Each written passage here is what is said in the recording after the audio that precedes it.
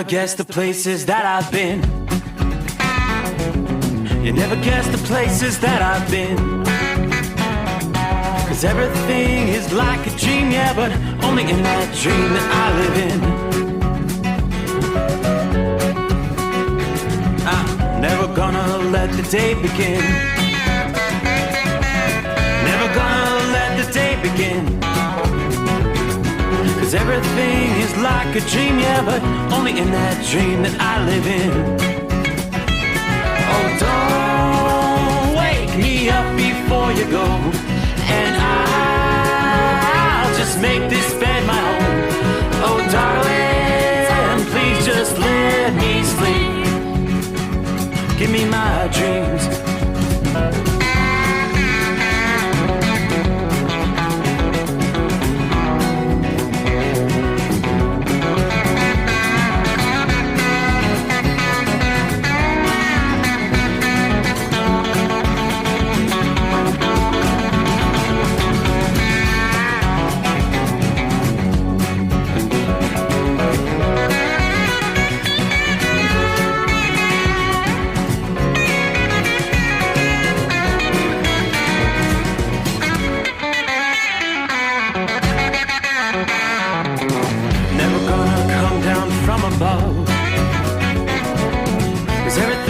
Better from above. Nothing's ever as it seems, yeah, except in that world that I dream of. Never gonna lose the ones I love. Never gonna lose the ones I love. 'Cause everything is like a dream, yeah, but only in that world that I dream of. Oh, don't before you go, 'cause I can't face this day alone. Oh, darling, please just let me sleep. Give me my dreams. Give me my dreams. Give me my dreams.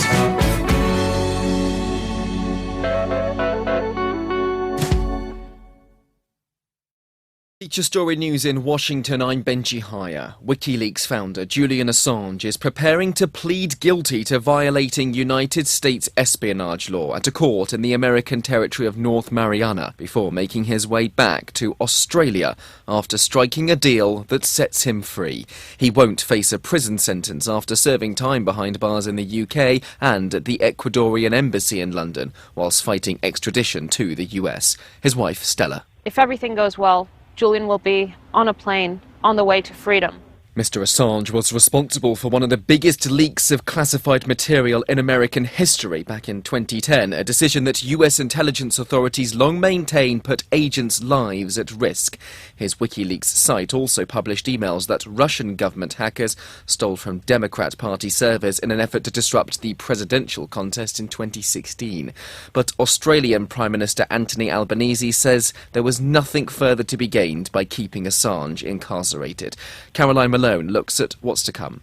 Julian Assange is due to appear in court in Saipan on Wednesday. 17 other counts against him were dropped. Following the sentencing, he is due to return to his homeland of Australia. There are multiple casualties in Kenya after police and demonstrators clashed as huge protests against planned tax increases took hold in the capital, Nairobi. A section of the Parliament building was in flames as MPs sheltered inside, and gunshots have been heard across the city. The International Criminal Court has issued an arrest warrant for Russia's former defence minister Sergei Shoigu and the Chief of General Staff. The two men are suspected of committing crimes against humanity during the war in Ukraine. Israel's Supreme Court has unanimously ruled that ultra-Orthodox Jewish students must be drafted to the military.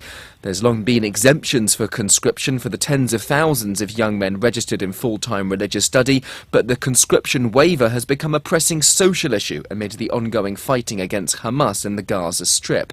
The move will likely send shockwaves through Israel's governing coalition, which is held up by ultra-Orthodox parties. Organisers of the Paris 2024 Olympics are still unable to confirm if the River Seine will be safe for athletes competing in the Games. From the French capital, Ross Cullen reports. The aquatic leg of the triathlon and the long-distance swimming are both set to take place in the River Seine, but pollution levels in the water remain too high for safe competition, and the current is also flowing too quickly right now for the Olympic events to take place as planned. The Games are now under a month away, and the Mayor of Paris also promised to take a dip in the Seine to show it is safe, but she had to postpone that due to high levels of E. coli in the water. And China's lunar probes returned to Earth following a nearly 2-month-long mission with the first ever samples from the moon's unexplored far side that could answer key questions about how planets are formed. With FSN Spotlight, I'm Simon Marks, with more today on the weekend attacks in the southern Russian region of Dagestan. They left more than 25 people dead, including 5 gunmen, who unleashed a terrorist strike on both Orthodox churches and a synagogue in the cities of Derbent and Makhachkala. Various Russian officials are intimating a connection between the attacks and Ukraine, although for years Dagestan has been a target of radical Islamist groups. Anna Nemtsova covers Russia and the Caucasus for the Daily Beast. Russia is definitely shaken by this. We have not seen violence like that in Dagestan in years. I covered terrorist attacks in Dagestan in 2012, 2013, but a lot of Muslims from Northern Caucasus moved to Turkey, joined ISIS and other Muslim groups during the war, and the terrorism in general faded away in Russia. But now it seems to be rising again, and there is a new element. We've never seen an attack on Orthodox churches before. This is the first. One Orthodox priest had his throat slit by the attackers, whose assault has raised fresh questions for Moscow about its security strategy in the region, amid reports that Chinese intelligence warned of increasing activity by terror groups in Dagestan. Our top stories again. WikiLeaks founder Julian Assange is preparing to plead guilty to violating United States espionage law at a court on the American territory of North Mariana before making his way back to his home country of Australia after striking a deal that sets him free. He won't face a prison sentence after serving time behind bars in the UK and at the Ecuadorian embassy in London whilst fighting extradition to the US. And there are multiple casualties in Kenya after police and demonstrators clashed as huge protests against planned tax increases took hold in the capital, Nairobi. At Hot Shot Secret, we share the science behind common diesel problems and their solutions. For example, diesel particulate filter regeneration. The DPF catches particulates left over from combustion. The DPF regeneration cycle cleans the filter with temperatures exceeding 1,000 degrees Fahrenheit. A computer sensor triggers the DPF regen, which is often accompanied by a loss of power and fuel economy. The frequency of DPF regens are in correlation to the cleanliness of the fuel burn. Under heavy operation with the dirty burn, DPF regens can occur multiple times per day. Hot Shot Secret Diesel Extreme Fuel Additive promotes a more complete combustion, creating fewer emissions and therefore fewer DPF regens. Vehicles using Diesel Extreme experience 83% less DPF regens. Hot Shot Secret Diesel Extreme is available nationwide at truck stops, fine farm and auto stores, and online at hotshotsecret.com. Hot Shot Secret, powered by science. Another dark night on the interstate. Another 100 miles in the pouring rain. These are worth all the time I've spent away. Another dark night on the interstate. I'm driving through the year, trying to make it right. My baby's at home, hope she's doing alright. Miss my dogs and I miss my girls. I'm 1,000 miles away from my old world.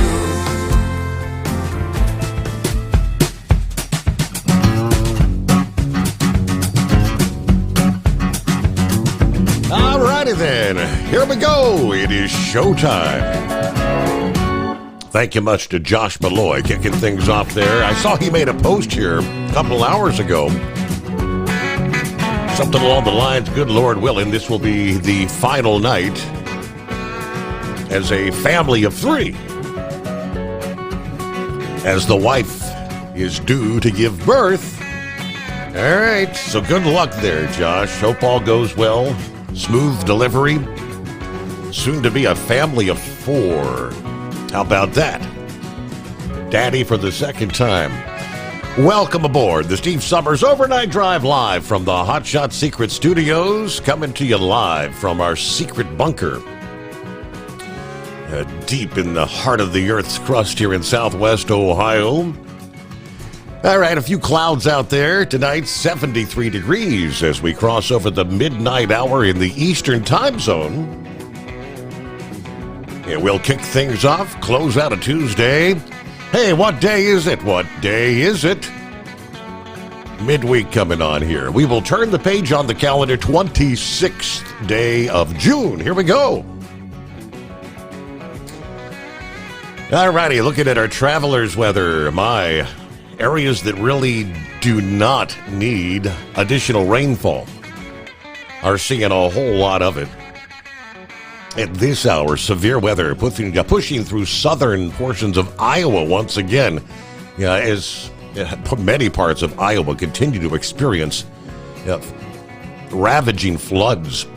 At this hour, severe thunderstorms, 60-mile-an-hour winds, nickel-size hail impacting Omaha, Des Moines, Atlantic, numerous counties across southern Iowa. Some strong storms over eastern Nebraska as well. Some of these storms in southern Iowa will be probably dropping into northern Missouri here over the coming hours. So, as we see, forecasters expect powerful thunderstorms to keep on rolling through the Midwest on into the end of the month. There's only a few days left, offering little relief amid, we've got historic river flooding that is going on. So much rain in that zone from southern Minnesota, southwest Wisconsin, northeast Nebraska, much of Iowa, that nearly a dozen major rivers are on the rampage. AccuWeather forecasters and social media producer Jesse Farrell said 16 different NOAA river gauges have already broken their all-time records, some by as much as 7 feet. Major flooding is ongoing or will commence on the Big Sioux, the Little Sioux, the Des Moines, the West Fork Des Moines, Vermilion, Cannon, the James River, the Rock, Cedar, and Minnesota rivers, with several stations setting new record high water levels. Major flooding will occur on the Mississippi River at St. Paul, Minnesota this week. They tell us many stations along the Mississippi and Missouri rivers are projected to peak above flood stage through the week. As this surge of water flows downstream, it may take several weeks for that surge of water to cycle through the middle portion of the Mississippi. Government officials in Iowa are seeking an expedited presidential disaster declaration. In southern Minnesota, near Mankato, the Rapidan Dam on the Blue Earth River, as we had reported, was near imminent failure. As of Monday, surging water has heavily eroded and damaged the side discharge channel of that dam. It's amazing it's still standing. Travel and shipping operations can be impacted potentially for weeks to come. Road closures and rail disruptions are likely to be inevitable as well. We did have a train bridge that runs over the Big Sioux River in North Sioux City, South Dakota, that experienced a partial collapse Sunday night as the river ravaged underneath. The river flooding event set in motion by this pattern that started back in mid-June. Round after round of thunderstorms, unloading a month's worth of rain in a matter of days for some, along with the winds, the hail, and even tornadoes. Sioux Falls, South Dakota picked up 6.33 inches of rain in a 72-hour period back in June the 20th through the 22nd. Ultimately, 10.8 inches of rain so far in June. That puts this June as the city's second wettest month on record. Minneapolis, another city running well above average for precipitation this month, 6.14 inches as of June 24th. Flooding of agricultural areas may last for weeks, as the vast areas of flat terrain in that region make it difficult for water to recede and the ground to dry out. To make matters worse will be additional opportunities for rainfall right on into the end of the month here. More days of heavy rain and severe weather ahead, with an area of high pressure positioned over the interior southwest or the southern plains. The increased threat of thunderstorm complexes, including potential derechos, long-lived straight-line winds from the north central plains, the Midwest to the Great Lakes and Ohio Valley, right into early July. We had a long-lived complex of thunderstorms that advanced from Iowa, Wisconsin, and northern Michigan Monday night, reaching northern Illinois, northern Indiana, and southern Michigan this past morning. Those storms prompting ground stops at the airports in Chicago as they approached right during the morning rush hour. Storms will continue to pack damaging winds, large hail, and torrential downpours as they advance to the south and the east. Now, most of the northern plains and upper Midwest will catch a needed break from heavy rain as we progress through the upcoming day here Wednesday. These dangers will shift to the south and east. The severe weather risk returns to the northern and central high plains later on Thursday as a storm rolls through the interior northwest across the Rockies. That storm will help to enhance showers and thunderstorms in the southwest. Wind gust could be destructive. We could be seeing gusts approaching 90 miles per hour, which has a higher likelihood of occurring east of the Rockies in the northern and central high plains. Large hail and isolated tornadoes could also occur. By the end of the week, one or more clusters of thunderstorms with flooding downpours, high wind and hail may cross the north central states as this system moves on to the east. Residents may get a reprieve from stormy weather for maybe a day or two over the weekend before the atmosphere reloads at the beginning of July, igniting additional rounds of heavy, potentially damaging thunderstorms. Meanwhile, in the Northeast, yes, you continue to contend with the heat. Heat advisories still in place for parts of southeastern Pennsylvania, much of central New Jersey. As we roll into a new day, Wednesday's going to be another hot one. But relief is indeed on the horizon for that part of the country. We'll delve more into that region of the USA coming up here in just a bit. Meanwhile, word came down Tuesday the National Weather Service had suffered a major data outage during a time of intense weather over the past week. Over the weekend, of course, millions of Americans hit with high temperatures and the flooding. Of course, in Iowa, Governor Reynolds declaring a disaster area for 21 counties in the northern region of the state. South Dakota Governor Kristi Noem also declared a state of emergency due to the severe flooding there. Axios noted the telecommunications outage is part of a pattern of breakdowns during critical times and prevents life-saving information from reaching those areas that are being most affected. The outage has caused impacts to National Weather Service operations, including degradation of forecast and warning dissemination, disruption of data flows, and sluggish websites, according to the statement from the National Weather Service. Engineers worked overnight trying to restore some functionality, including the flow of weather forecasts and warnings. Progress continued to be made Tuesday morning. Initial investigation into the root cause uncovered a network hardware configuration issue, they say. Of course, as we anticipate and watch the heavy rains that continue through the week as rivers across multiple states continue to flood communities.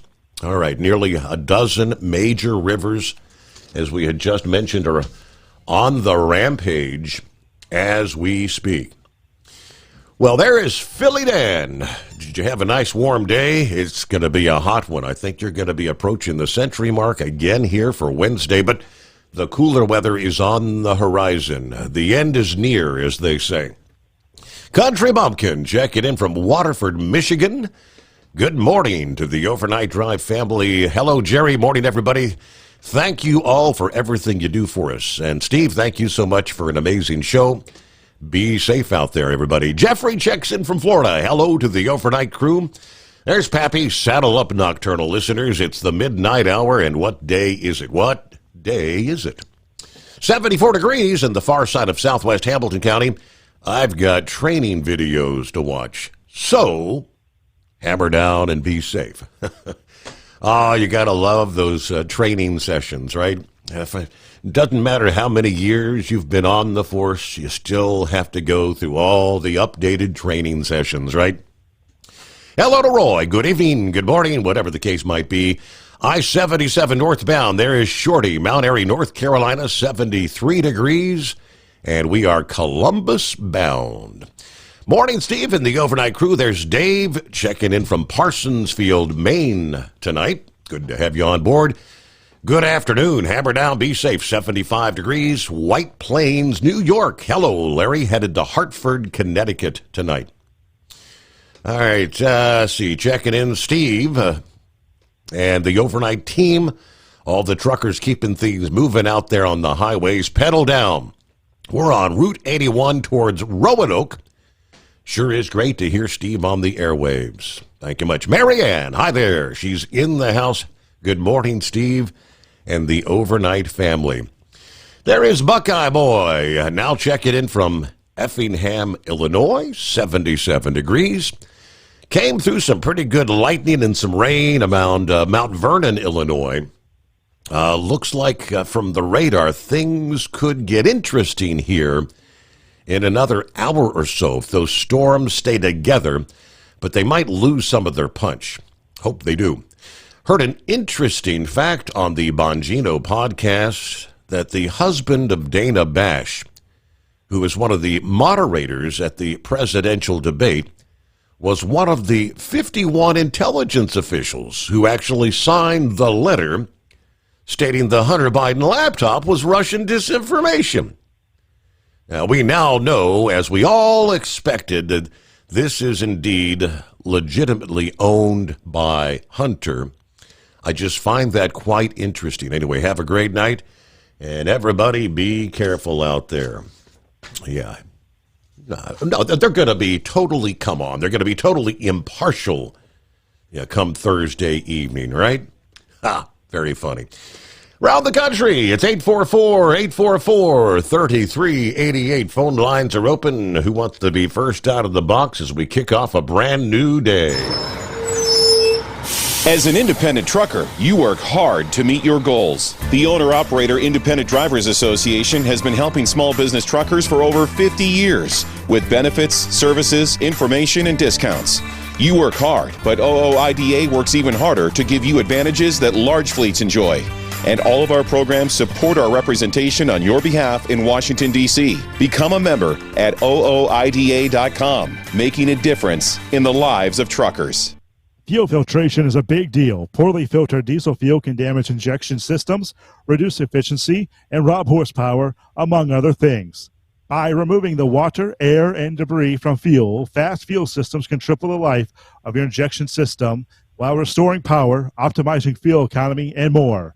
Not sure what your truck needs? Give us a call at 636-433-5410 or learn more at fastride.com. At Hot Shot Secret, we share the science behind common diesel problems and their solutions. For example, Diesel fuel cetane levels. In many states, the cetane rating in diesel fuel is 42 to 45. Most diesel engines operate more efficiently with a cetane rating of 48 to 50. One treatment of Hot Shot Secret Diesel Extreme will raise your cetane 7 points, increase fuel economy, and improve cold starts. Due to a cleaner burn, there are less hydrocarbons and particulate matter in your exhaust. This reduces the blockage of your diesel particulate filter. Using Diesel Extreme generates 83% less DPF regeneration. The 6-in-1 Diesel Extreme formula also includes the most concentrated detergent on the market, lubricity enhancer, water demulsifier, rust and corrosion inhibitors, and a fuel stabilizer. Hot Shot Secret Diesel Extreme is available nationwide at truck stops, Fine Farm and auto stores, and online at hotshotsecret.com. Hot Shot Secret, powered by science. Doc's Diesel is your one-stop online shop for diesel filter maintenance. Genuine quality, third-party tested filters for Cummins, PowerStroke, Duramax, and EcoDiesel trucks. Doc's cuts out the middleman and those pesky markups you often find from OMEs, dealerships, and parts stores. We make ordering easy with filter kits, subscriptions, and even dealer sign-ups if you have a fleet. Purchase your filters at www.docsdiesel.com and receive 10% off when you use code SUMMERS10. Doc's Diesel, your one-stop shop for diesel maintenance. And now, back to the Steve Summers Overnight Drive, live from the Hot Shot Secret Studios.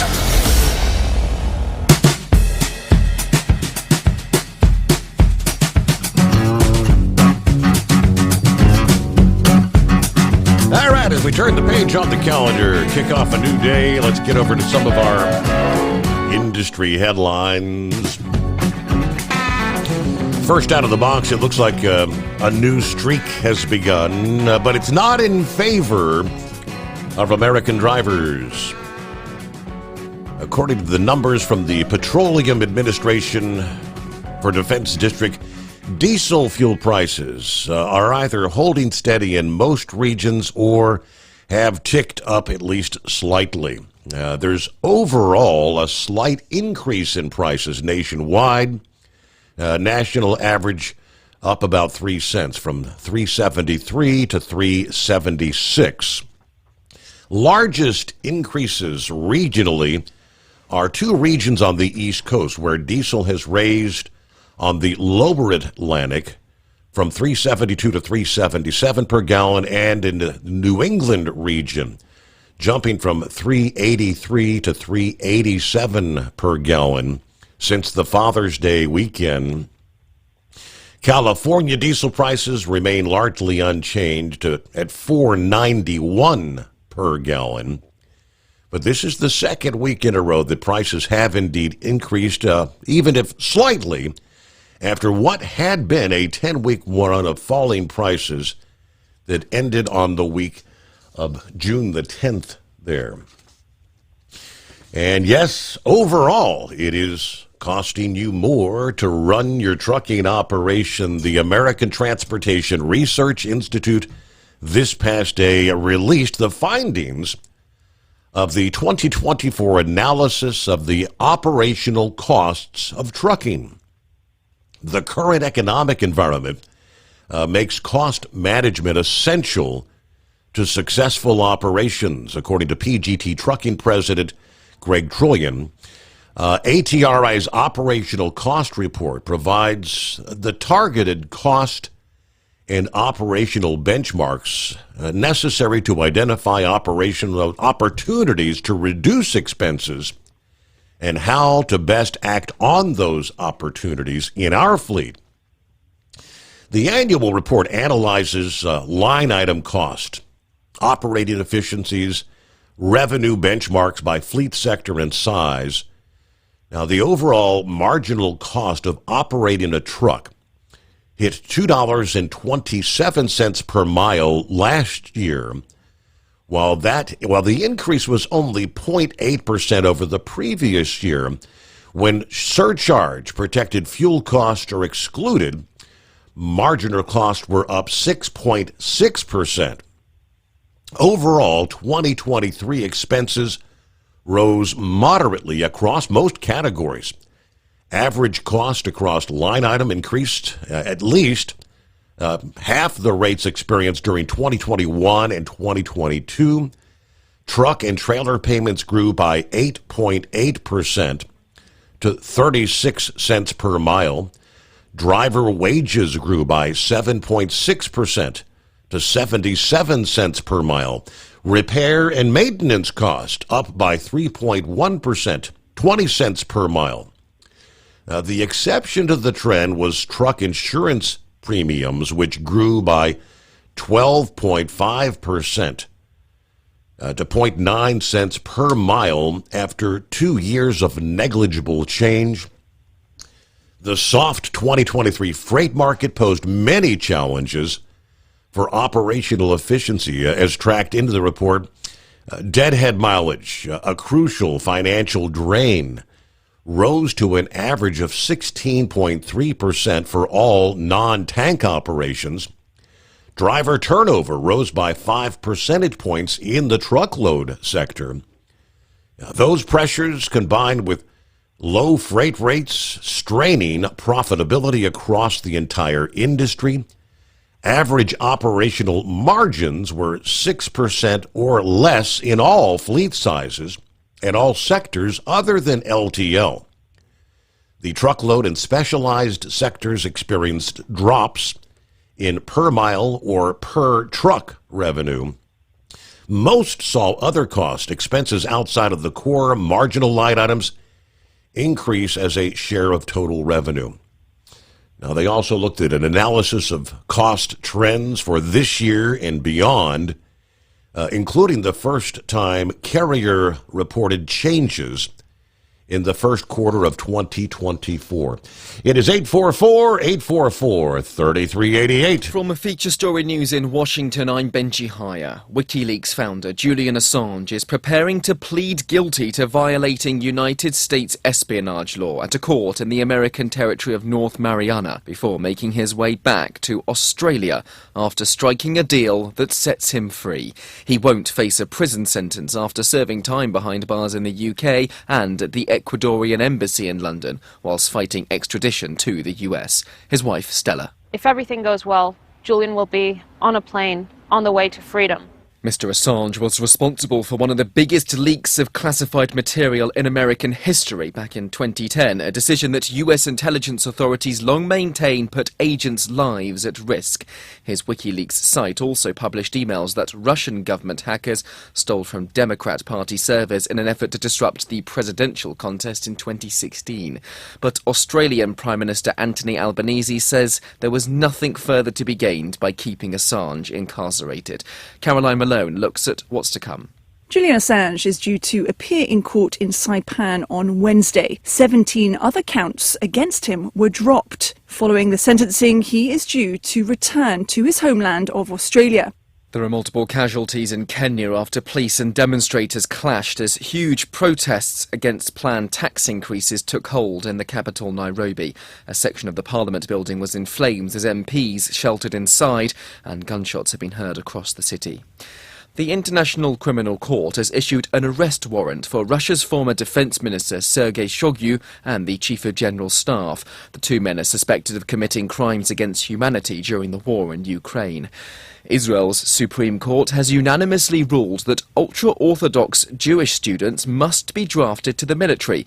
There's long been exemptions for conscription for the tens of thousands of young men registered in full-time religious study, but the conscription waiver has become a pressing social issue amid the ongoing fighting against Hamas in the Gaza Strip. The move will likely send shockwaves through Israel's governing coalition, which is held up by ultra-Orthodox parties. Organisers of the Paris 2024 Olympics are still unable to confirm if the River Seine will be safe for athletes competing in the Games. From the French capital, Ross Cullen reports. The aquatic leg of the triathlon and the long-distance swimming are both set to take place in the River Seine, but pollution levels in the water remain too high for safe competition, and the current is also flowing too quickly right now for the Olympic events to take place as planned. The Games are now under a month away, and the Mayor of Paris also promised to take a dip in the Seine to show it is safe, but she had to postpone that due to high levels of E. coli in the water. And China's lunar probes returned to Earth following a nearly 2-month-long mission with the first ever samples from the moon's unexplored far side that could answer key questions about how planets are formed. Ultimate comfort on the road. That's the Bostrom difference, and why so many drivers are upgrading their seats to Bostrom seating.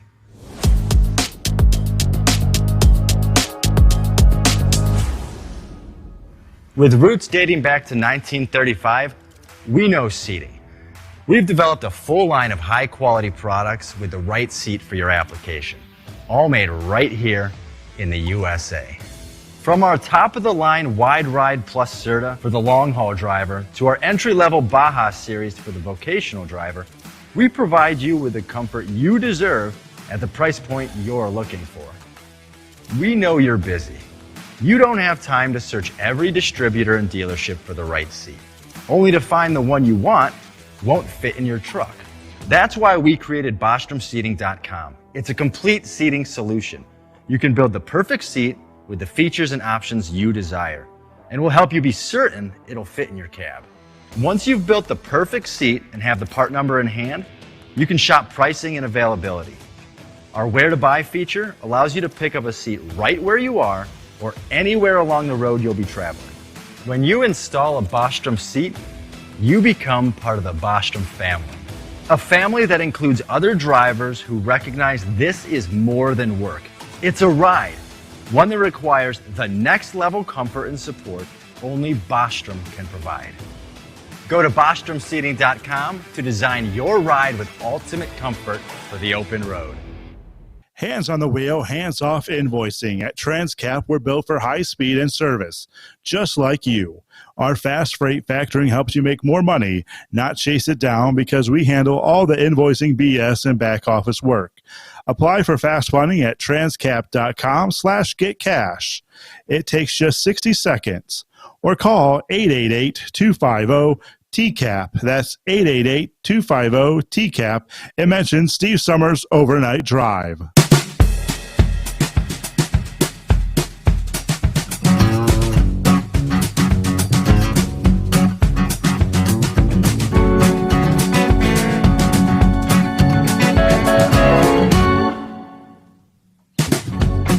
Plenty of room for you here on midweek at 844-844-3388. Other industry headlines. We shared last evening, I believe, that UPS said Sunday it has entered an agreement to sell their Coyote Logistics business unit to RXO Incorporated. $1.025 billion.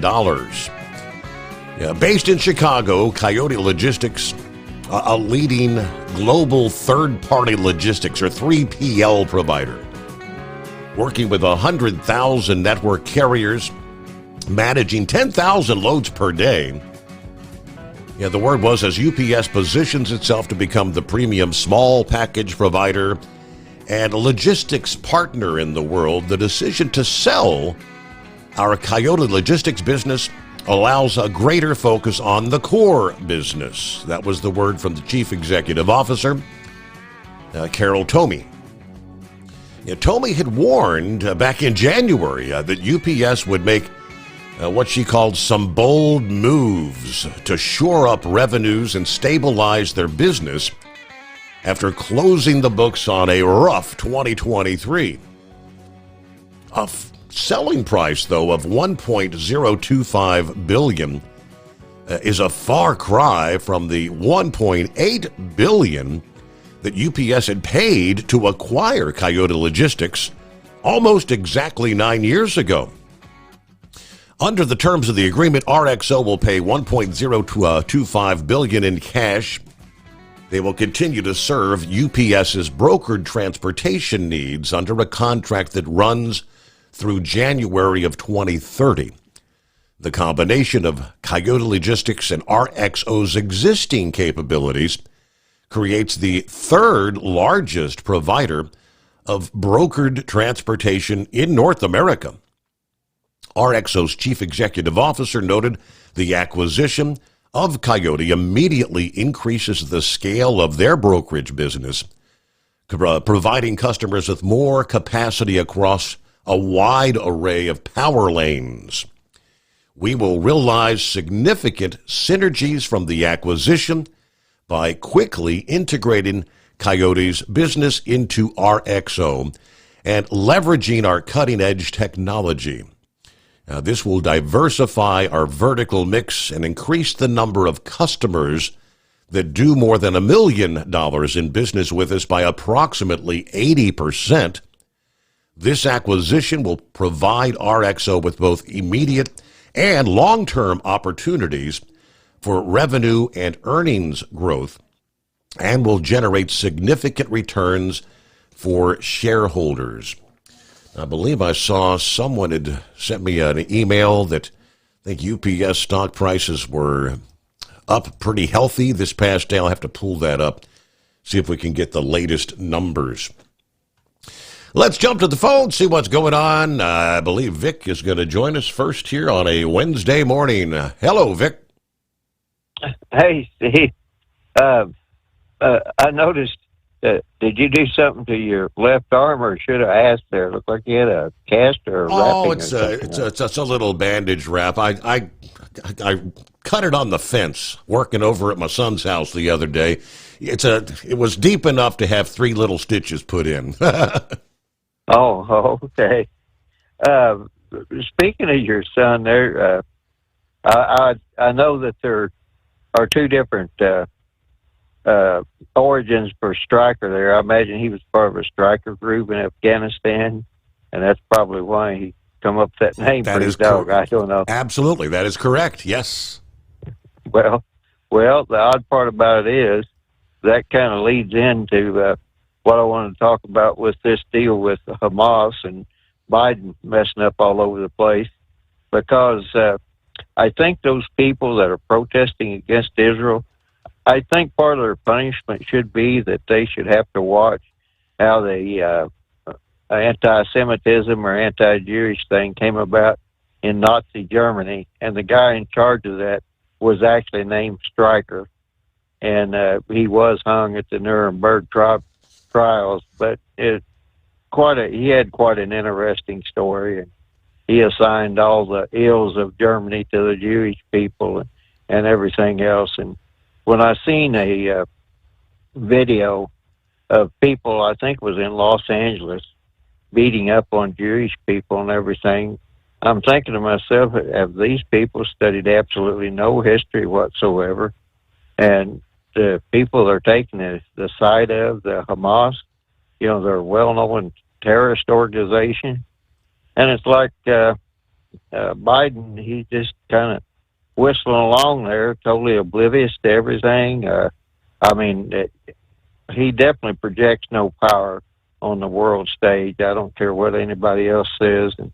And the whole deal with him going to Camp David to prepare for this debate coming up with Trump, knowing the past history of how everything works, I just wondered with CNN and all that, I'm just wondering, is he really preparing for the debate, or does he have the answers in advance and they're trying to prepare him, the questions in advance? Right. Are they trying to prepare him for the correct answers to give and trying to figure out how they can make it look like it's all just original, not staged in any form or fashion?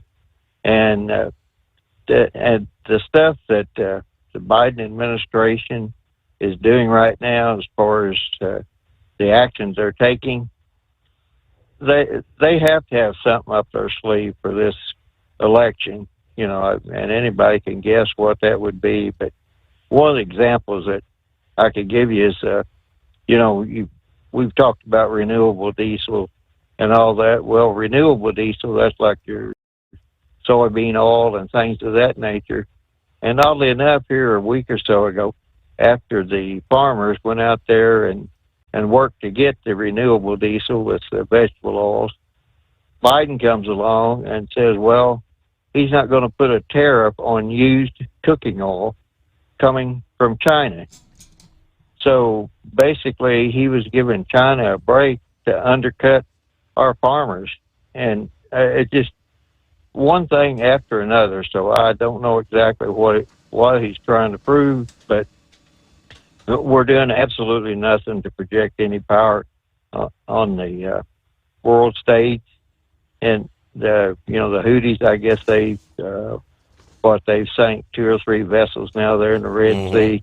We're just doing absolutely nothing that is going to contribute to our strength or anything of that nature. And why he keeps bending over backwards to China is anybody's guess. And the deal in Ukraine, I guess he's kind of just been barely, I shouldn't say he, it's other people besides Biden. They're not really getting the weaponry to Ukraine that they need, and we're doing the same thing with Israel. It's like, a day late and a dollar short, as the old saying goes, instead of giving them the weaponry they need right now to cut this thing off. So, but the big thing is, as I look at all this stuff, I just have to wonder, by and large, what exactly are they going to try to do to steal this election? Because nobody in a political year, I wouldn't think, would take the actions that they're taking. It's like they're putting America last, and it's just beyond frustration for me. Maybe I'm making too much of it, but it really bothers me whenever I know the capabilities that we have. I mean, just the capabilities that I know about, and I'm sure we have a lot that I don't know about. I mean, we could put an end to all this stuff very quickly, and a lot of it financially. And then I don't know if you've seen that today or not, to where somebody's hacked into the Federal Reserve and they're trying to sell all this data back. And it's like, I don't know. I was watching Carl Higbee and that, and he said they're still using computers at the Pentagon that use floppy disks. I mean, it's like, where are we spending all this money that we don't have enough money to have the most recent technology? I mean, it just, I guess, like I said, maybe I'm too easily frustrated, but why we can't just put an end to all this thing? And people are testing us on every, I guess, on every avenue that you can think of, but why we're failing the test miserably, I guess, just to make a long story short. Whether it's North Korea and Russia getting together and all this, it just, I'm just wondering what exactly that the Democrats are up to. I mean, I know Biden's a puppet, and I pretty much feel like that, Obama and Valerie Jarrett, I think they're the puppeteers. And it just keeps going on and on and on, and the press has to know that, and all the lawfare against Trump. None of it's really standing up, but people just keep going right along with it, And even this debate thing, I mean, that's the most ridiculous debate I ever heard in my life. I mean, I don't know. I guess you took some type of debating, like when you were in high school or something, the high school debate teams, or knew of them or whatever. And these really aren't debates; they're questionnaires. Yep. And they're so rigged, it's ridiculous. So I guess we'll just have to wait here a couple of days and see how it all comes about. But I think Biden will be pretty well.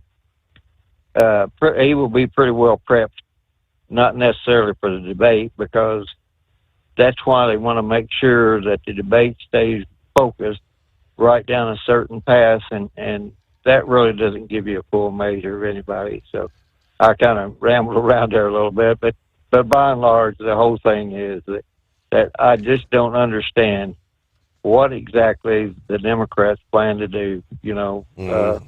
It's anybody's guess, but I just don't trust them on this election, and I doubt very seriously if they will let Trump talk very much about the things that were going on there in the last election.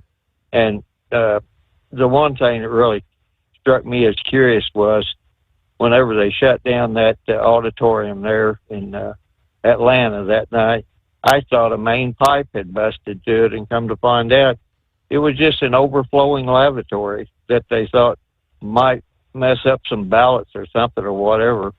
So I don't know why they would have to shut down a whole auditorium just to fix an overflowing lavatory. I mean, yeah. So I don't know.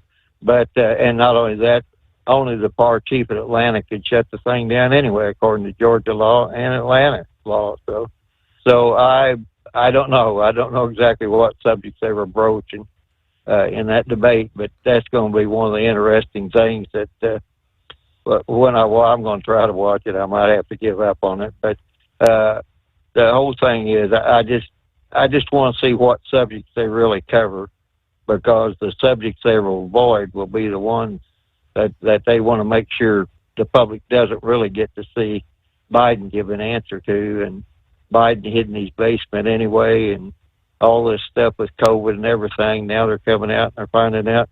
Fauci, he said, well, we really didn't know. Well, I will agree with that, but you should have learned as you went along, and they were still trying to pass that off as a pandemic, and this whole deal there I was talking about China.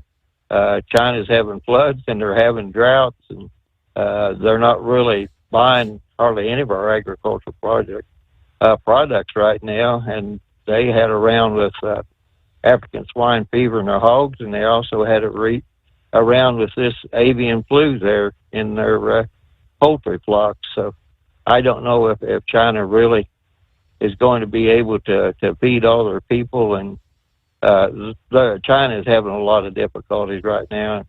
Financially, they would be pretty easily knocked off right now, and that way they couldn't be setting up everything to take world domination. And this is coming from NTD News, but they said that China actually has nonprofit organizations set up in their Chinese communities here in the United States that is getting money from the United States government for these financial organizations, which they in turn are using to bring people across our southern border. So I can't verify for the authenticity there, because it just can't. But NTD is pretty usually good on what they say. So I mean, it just amazes me that people would even think about voting for Biden. But again, who knows who has what invested? So with that, I'll just let you go there, Steve, before you get too far off in the weeds there.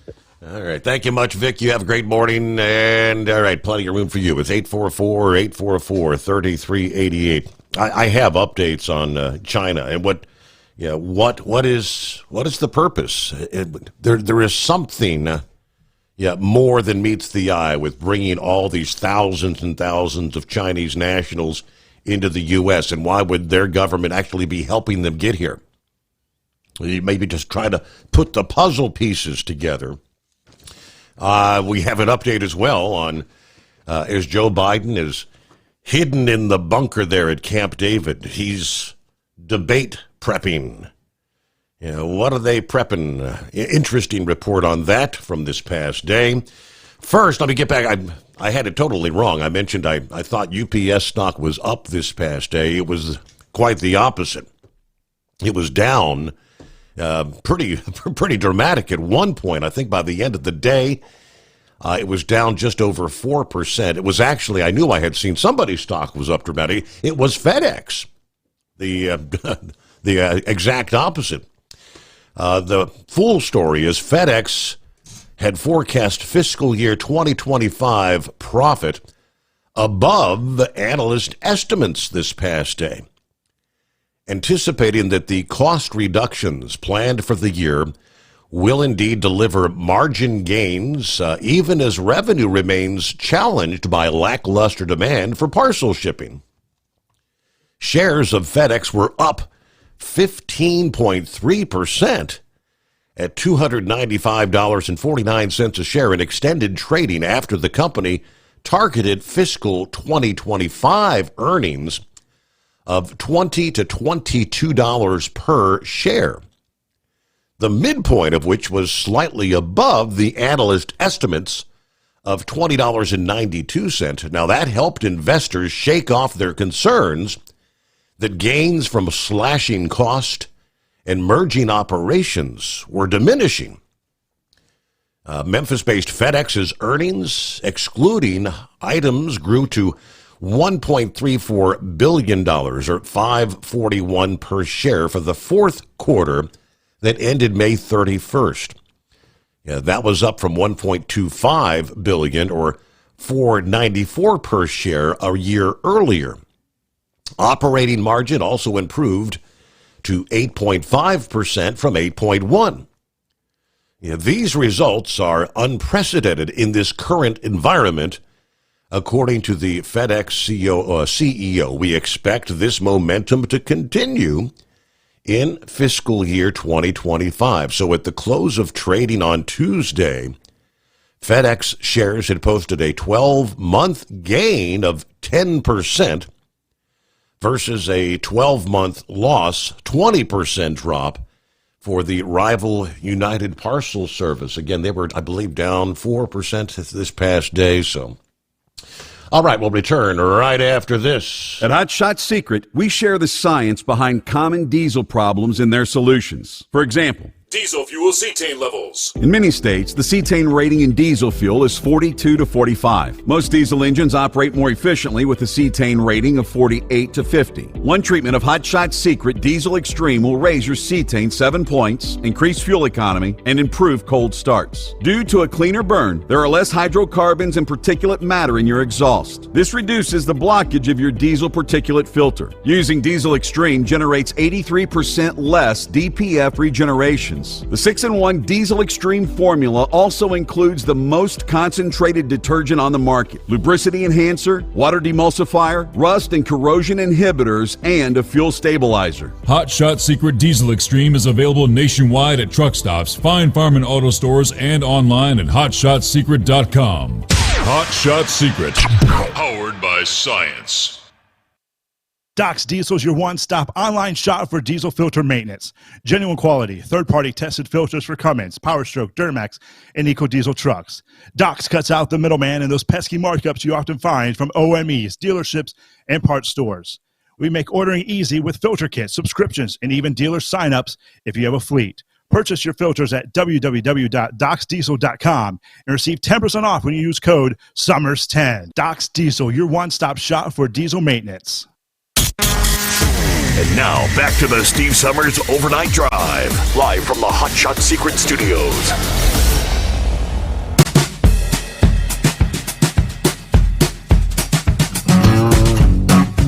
All right, we're not going to get mired down in all the debate talk coming up Thursday night. Undoubtedly, that will be a probably heavily discussed item come our casual Friday morning program. But I would like to share quickly that caller after caller throughout the past days, what have they been saying as far as Trump versus Biden, mano a mano on the stage, that Trump, all he really has to do is keep his cool, right?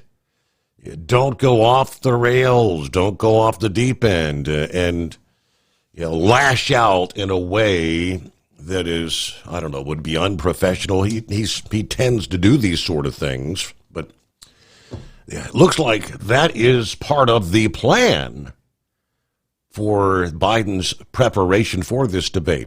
What can we do to get under his skin and make him lash out?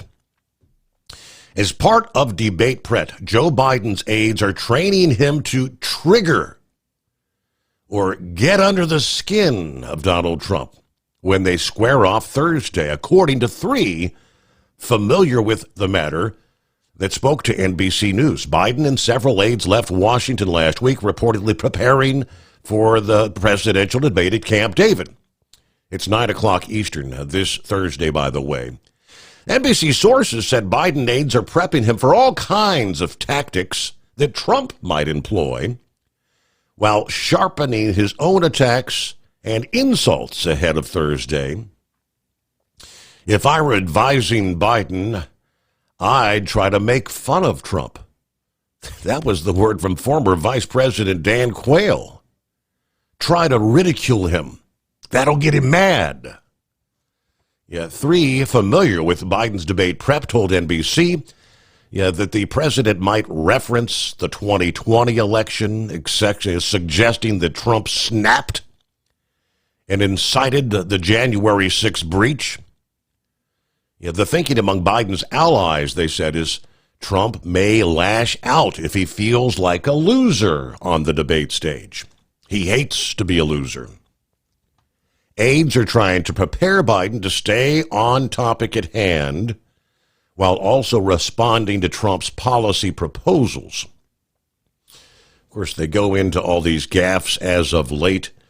One Democrat operative says, I think our side has to make sure that we keep the bar, we set the bar for Biden. We can't have it on the floor because right now merely showing up is a win. Yeah, this is a guy who's been in politics for 50 years, and we need to remind everybody, including journalists, that he prides himself in being a strong debater. That would be, again, Joe Biden. But it is 844-844-3388. Back to your calls after this. Ultimate comfort on the road. That's the Bostrom difference. And why so many drivers are upgrading their seats to Bostrom seating.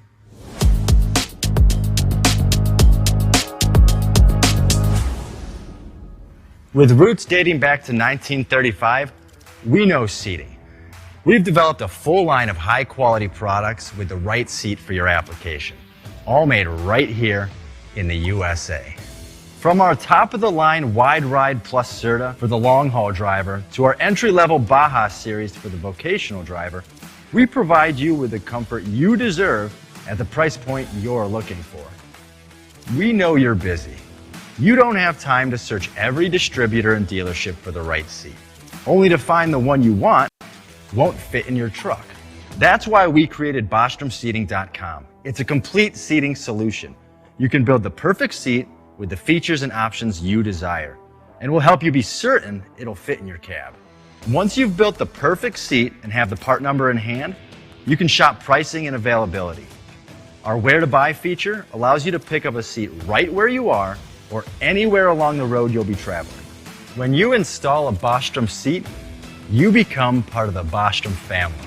A family that includes other drivers who recognize this is more than work. It's a ride, one that requires the next level comfort and support only Bostrom can provide. Go to BostromSeating.com to design your ride with ultimate comfort for the open road. Hands on the wheel, hands-off invoicing. At Transcap, we're built for high speed and service, just like you. Our fast freight factoring helps you make more money, not chase it down, because we handle all the invoicing BS and back office work. Apply for fast funding at transcap.com/getcash. It takes just 60 seconds. Or call 888-250-TCAP. That's 888-250-TCAP. And mention Steve Summers Overnight Drive. From Feature Story News in New Delhi, I'm Neha Punia. After 14 years, Julian Assange walks out as a free man. He pled guilty in a US court as part of a plea deal. The WikiLeaks founder is now headed to Australia. Chris Gilbert has more. For the first time in 14 years, Julian Assange is a free man. After spending 1,900 days in Belmarsh prison in the UK and years in exile in London's Ecuadorian embassy, a US judge has ruled that his time already served fulfills a sentence for breaking the Espionage Act for leaking sensitive US government documents. Assange pled guilty, conceding he did violate the Espionage Act, but maintains the law is contradictory to the First Amendment, which he claims he should be protected under as a journalist. He's returning to Canberra with former Australian Prime Minister and current Ambassador to the US Kevin Rudd on a chartered flight, the same plane that swept Taylor Swift from Japan to the US in time for the Super Bowl. The UN Special Coordinator for the Middle East peace process has said that indiscriminate attacks on convoys are impeding the delivery of aid to Gaza. It's now emerged that senior UN officials have told Israel they will suspend aid operations unless urgent steps are taken to better protect humanitarian workers. Jody Jacobs is more. While UN officials here in New York have neither confirmed nor denied the letter sent to the Israeli authorities, they have, however, stressed the urgent need to secure aid convoys in Gaza. Attacks on humanitarian aid workers and facilities are unacceptable, must cease immediately, and should all be investigated. The UN says no final decision on suspending operations across Gaza has yet been made, and that talks with the Israelis were ongoing. Already aid deliveries are suspended from the US-built pier in Gaza by the World Food Programme over security concerns. Jody Jacobs, New York. New data from Johns Hopkins University shows that infant deaths in Texas spiked after the state banned nearly all abortions after 6 weeks of pregnancy. The so-called Heartbeat Bill took effect in 2021 before Roe was overturned. Tony Waterman has more. The study shows that infant deaths spiked nearly 13% in Texas in the year after the bill was passed, compared to a 2% increase nationwide. The researchers believe the likely cause was a corresponding jump in babies born with congenital anomalies, the leading cause of death in infants. The data could foreshadow what's happening in other states. Since Roe was overturned 2 years ago, 14 states have banned abortions outright, while 3 others have implemented their own heartbeat bills. Tony Waterman, Texas. From bureaus worldwide, this is FSN. With FSN Spotlight, I'm Simon Marks. Today, reaction to the release of WikiLeaks founder Julian Assange after he agreed to plead guilty to one charge of contravening America's Espionage Act more than 14 years after his legal battle began. Mr. Assange had spent the last 5 years in Belmarsh prison in the UK, following 7 years that he spent in Ecuador's embassy in London, refusing to surrender to British authorities. Alan Rusbridger is the former editor of The Guardian, one of the newspapers that worked with Assange on the original WikiLeaks disclosure of American secrets in 2010. The Australian government suddenly took a much more assertive interest in Assange, and to be honest, he had become something of an embarrassment all round. And I think Biden, or someone close to Biden, eventually thought it's just not worth it. The point has been made. It's a bit worrying that he had to cop to a charge under the Espionage Act. And that's what should worry journalists, because it has been very, very rare to use the Espionage Act directly against journalists. And I think that's going to become a more common thing. And of course, the point about that is not only do you do a long time in prison, but there's no defense. You're not allowed to mount any kind of public interest defense. But critics of Assange are assailing the White House for agreeing to the plea deal, with former Vice President Mike Pence calling it a miscarriage of justice. With FSN Spotlight, I'm Simon Marks. The main news again. After 14 years, Julian Assange walks out as a free man. He pled guilty in a US court as part of a plea deal. The WikiLeaks founder is now headed to Australia. The UN tells Israel it will suspend aid operations unless urgent steps are taken to better protect humanitarian workers. A resurgent opposition gets ready for a face-off with Prime Minister Narendra Modi's party in the Indian Parliament, forcing a contest for the post of Speaker for the first time in many decades. And that is the latest feature story news. Neha Punya reporting. As an independent trucker, you work hard to meet your goals. The Owner-Operator Independent Drivers Association has been helping small business truckers for over 50 years with benefits, services, information, and discounts. You work hard, but OOIDA works even harder to give you advantages that large fleets enjoy. And all of our programs support our representation on your behalf in Washington, D.C. Become a member at OOIDA.com, making a difference in the lives of truckers. Fuel filtration is a big deal. Poorly filtered diesel fuel can damage injection systems, reduce efficiency, and rob horsepower, among other things. By removing the water, air, and debris from fuel, fast fuel systems can triple the life of your injection system while restoring power, optimizing fuel economy, and more. Not sure what your truck needs? Give us a call at 636-433-5410 or learn more at fastride.com.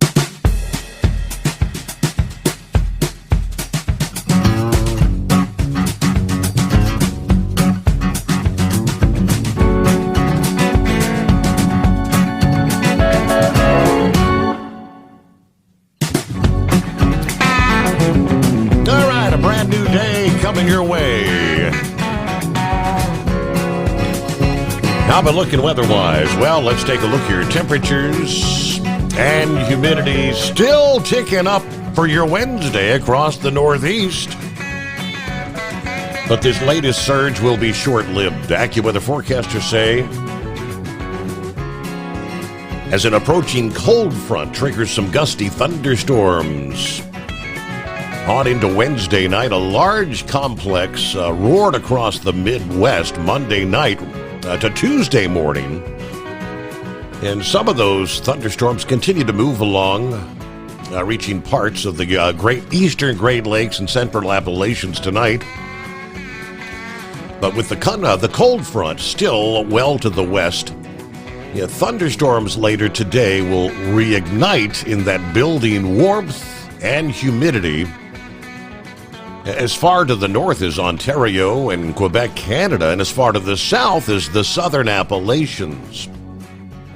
The risk of some of these storms packing strong winds, hail, and disruptive downpours will extend from upstate New York and southeastern New England all the way down into Kentucky, Tennessee, and Mississippi in areas east of the Mississippi River today.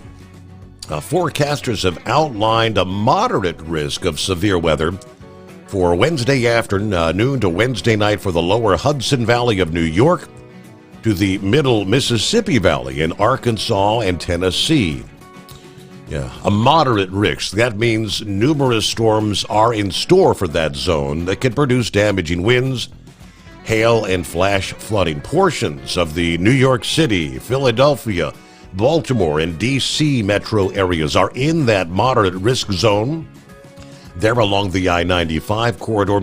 Other major cities within or near the moderate risk zone will include Pittsburgh, Cincinnati, Nashville, and Louisville, Kentucky. There is a caveat to extensive severe weather for Wednesday in the Northeast. Should the complex from the Midwest slice all the way through the Mid-Atlantic Tuesday night into early this morning, that would cool the air enough to limit thunderstorm activity.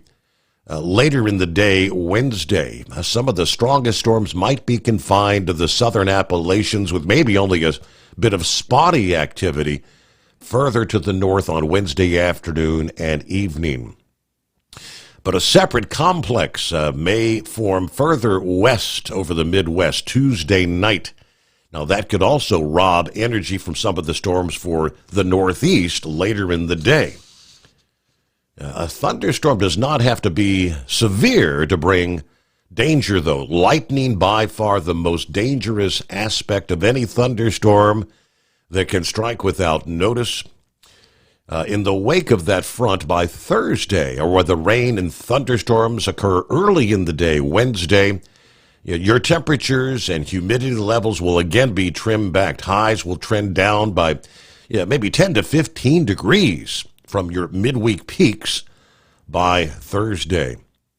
We'll be talking Thursday highs, upper 60s to mid-70s in the central and northern Appalachians, mid-80s to near 90 along the lower part of the Atlantic coast. Following a refreshingly cool Thursday night, high temperatures Friday will indeed be several degrees lower than our high temperatures there come Thursday. A bit of relief is in sight. How hot were things in your neck of the woods this past day, Horse Feathers? I guess it was up in the 90s there, they said, I believe, low 90s. Tomorrow's supposed to be mid to high 90s. Wednesday, well, I guess today now. Right. Yesterday was, so today now is supposed to be mid 90s, and they're talking like possibly 96, 97 there in downtown. And, of course, then we're going to have the unsettled atmosphere, and the Orioles are hoping for any type of anything to happen now since they've lost 4 games in a row. Uh-oh. But anyways, I guess we're supposed to start out today by doing, hey, Mike. Did you know what day it is again, Your Honor? Again, really yes. Know what day? Hump Day. Again? Yeah. All right. Why don't we just do this every day, and then it just won't feel like it's, because it already feels like we're doing it every day. We might just well do it every day then. I don't know. But anyway, I don't know. I had a bunch of things here. The debates, that sounds like a interesting thing, and I think you're right there. I think if they can do anything to get under Trump's skin to try to get him worked up, yep. I think he just needs to sit back and just point and laugh. I think it's going to be more of a point and laugh show than anything else. But I think you're all on the same path as everybody else. That they've already fed all the answers, the questions and answers to the other side, and they're just got it all memorized, and whatever will happen that way. So I don't know. Maybe we've already decided about the whole thing, the way it's gonna work out. But I did see that there's a woman that's running against Larry Hogan there for the congressional seat there, the Senate seat. So I don't know. That was the one that was held by Ben Cardin. He retired. I still haven't figured out how you retired from a elected position, but I guess you make a career out of it somehow. But anyway, what else we got here? So I did happen to catch a little bit of the news. I want to see the weather there, just see what was going to come up for the upcoming week, because we have, 5, 6, 12, 25 parades to do this weekend, Your Honor, from Friday night to Sunday. I haven't figured out what's going on with 4th of July yet, because I know some people are celebrating this weekend before the 4th of July, and then the 4th of July is on Thursday, and people are celebrating Wednesday and Thursday, and then they're celebrating next weekend, too, the weekend after the 4th. This is like the longest drawn-out 4th of July celebration I think I've seen in I don't know how long now. So technically speaking, what is? I mean, what is the 4th of July weekend? Is it this or the following? I really... apparently, I guess it works out good, because if all your rest of your neighboring communities have their parades and fireworks on the first weekend before the 4th, and you have yours on the weekend after the 4th. So everybody can come to all of them. Hopefully they donate a little bit of money when they go there, because fireworks aren't cheap. So we'll see where it all ends up at. But in watching some of the weather, I saw this red box out there in the Ohio Valley area that encompassed the Cincinnati area. Were you in some unsettled atmosphere out there today? You mean like rain or what? Yeah, rain, thunderstorms, ugliness. They had a red box and all kinds of red and yellow and maroon and everything in right there in the Cincinnati area on our radar that they showed there from the Baltimore region. Huh. No, he didn't have a thing. It was a beautiful day. Okay. Nothing. Well, goes to show you how well our weather forecasters do. Who knows what's going to happen tomorrow then? Probably will snow. Anyways, I don't know. We had a couple other things I was trying to remember here, and of course it never do at this point. But other than that, we're just riding up and down the Eastern Shore. We got the moon out there. China there, they got their rock? Have they brought their moon rocks back, or are they still in the process of transportation? They arrived back this past day. That was, China has made space history once again this past day. That is correct. Okay.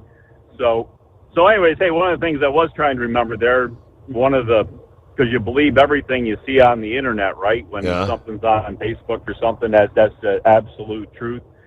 They were talking about the 3 world leaders that are the most protected. And I forget what the third one was at this point. Can you want to guess what number 2 and number 1 were? We'll do them in that order. We'll do number 2 and then number 1. Most protected. I don't remember what 3. Most protected world leaders. Yep. Kim Jong-un and Vladimir Putin. You got it, but I was going to put it in a different order. You put Kim Jong-un was the number 1 protected leader, world leader. Yeah. And then Putin was 2. And as I say, I don't remember who they said 3 was, but it wasn't Biden. It was not our fearless leader. So I guess they don't worry about him too much there. Nobody's really wanting to bump him off or anything. I've heard, I know Kim Jong-un, if memory serves, I think, when if he's going to be dining, if he's eating somewhere, if he's out of country, that he has someone else that has to eat the food that he's going to eat before he eats to see if they drop dead. That kind of stuff. Yeah, absolutely, yeah. Hey, Mr. Waiter, walk over here and take a bite of this and see what happens to you first. Yep. So, yeah. Here, have a sip of my wine. See what happens to you. But yeah, I can only imagine. But you see the things they show of Putin. Of the muscular person that he is and the strength that he is, and his old ways of military, and he just seems like one that you'd have a Secret Service type group around him, but you think he'd be the stronger one that would not want to show that. I don't know how much you really see of. We don't see enough of TV of what goes on over in that part of the world, but it'd be interesting to see how much of his security detail you actually see and how much is off in the wings, because he wants to project himself as a strong leader and not look like he'd have to be that well protected. But anyways, I don't know. But other than that, I don't know, not a whole lot going on. As I say, we're just going to start getting ready for parades. As I say, we got five or six. I know there's one Friday night. Then we got one Saturday morning. We got one in the middle of the day Saturday. One Saturday evening. So that's up to 4. Maybe it's only 5. And then there's one on Sunday to do, depending on what the work schedule is. Because why would you have a parade at 6 o'clock on a Sunday night, Your Honor? I don't know. I know they're having their fireworks after it and all that. Okay. It seems like a Sunday before a work day, because there's no Monday holiday after that. Right. It just seems kind of odd that you'd have your parade at 6 o'clock on a Sunday night. I'm thinking more people. I guess it's a good way to. I'm thinking more people are going to be like me. I mean, like I mentioned, I took. So I'll be Wednesday, Thursday, Friday, and then of course the normal. Have an extended weekend and be back at the grind after the 4th of July on Monday morning. Yeah. Well, probably some businesses said, well, everybody can't do that. So there's probably some people that have taken the Monday, Tuesday, Wednesday off, have the before weekend and then take Monday, Tuesday, Wednesday. So then they get the Thursday and then have to go to work one day. Well, you get on almost Friday that's a 10-day weekend. Yeah. I mean, I could have taken Monday, Tuesday, Wednesday, and Friday, but. So here, 2 last things. I did get a phone call the other night, and I got to return it there. Ironbeard called me and said he's having trouble listening to the podcast. He didn't leave the message of why he was having trouble listening to the podcast, but he listens most of the time in the daytime now. So I don't know if he's. I didn't look at the overnightdriveradio.com app, or not the app, but the website there to see about listening to the podcast there, but I know when I try to listen to them in the daytime, I use TuneIn Radio, and the TuneIn Radio has always worked well for me. It's a free app, and I looked here last night on my way into the truck, and all the podcasts were right up to the date. I mean, your Tuesday, the 25th show was right there, ready to be played. Okay. So as I say, the TuneIn app I've always liked, because I absolutely refuse to use the iSuck Radio app. But that's beside the point. We all have our own reasons for not using iSuck Radio. Yeah. So, anyways, and the other thing he said was that he wanted to make sure that I realized that the final payment was due on the 8th of July there for our little outing to go on our fishing trip. Are you bringing a pole there? We're going to do some trolling off the back end there. Don't get any wild ideas. That has been attempted before, and you will get yourself in a lot of trouble. Okay. Yeah. He called Ironbeard. He actually called in last evening, and he brought that up, and I can't understand how he's saying he didn't. I said, you got your original email to make your down payment, and then they had to have made their payment up to $250 a person by that May deadline. Wasn't it in May? Yeah. So you're Yeah, going June. back to the same link to make your final payment. I mean, so he had that. I mean, I was a little bit confused about that, because obviously they had to make their payment last month, and it's the same exact link, the same place. Yeah. Well, the only thing I can say is that we're getting down here within a week of that date. Correct. So maybe if we mention it a couple times, maybe if everybody else had kind of forgotten it or put it on the back burner or hadn't paid attention to email like I don't pay attention to it, then maybe that'll help them remember they got to make their final payment if they want to go out there and bring their tube or their fishing pole or whatever, their skis, whatever we want to try to do there. So, but anyways, so that's about what we got going. I guess I've worn out enough time here babbling about mostly nonsense. So, other than that, I will say that here's the very last thing. This is the Make-A-Wish Mother's Day truck convoy donation time got stretched out and went on from Father's Day. They extended it all the way to the end of June. So I'll stop bothering everybody now for that. But if you procrastinated long enough like I always do and you wanted one last chance, if you go to the wishconvoy.org and you look for Will Tutton or Horse Feathers or whatever you want to try to find there, you can still make a donation and count towards this year and see if, I don't know. I don't think I'll stay number one, Your Honor. There's no way I can stay. $11,000 is just not enough to stay number one. And I did have a goal of 15, but I was very, very pleasantly pleased to get to 11. So if we stay there, we're good. But if we get more, we'll be even happier for the kids. But heck, if somebody out there wanted to find a company that wanted to donate a little more or help a little bit and wanted to kick in a little bit and make Horse Feathers number one and with a little bit of a substantial contribution. So I don't know. I looked, I've been banging on doors, but I haven't found it myself yet. Somewhere or another, I'll find my Michael Jordan. There you Somewhere go. I'll find my Michael Jordan. It'll give me $10 million, Your Honor. Michael Jordan donated. So very good. Anyway, hey, with that, good we'll luck on that. All right, happy Hump Day. Have a great day. And I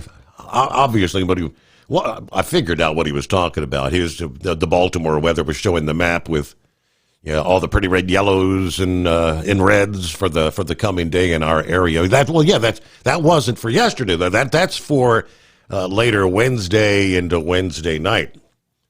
Yeah, that's where you've got the moderate risk of severe weather that extends from all the way back toward Little Rock, right on up through Nashville, right through the heart of Kentucky, Lexington, Louisville. Cincinnati is in the middle of that as well, as we mentioned earlier, on up to Pittsburgh and New York City, that broad zone.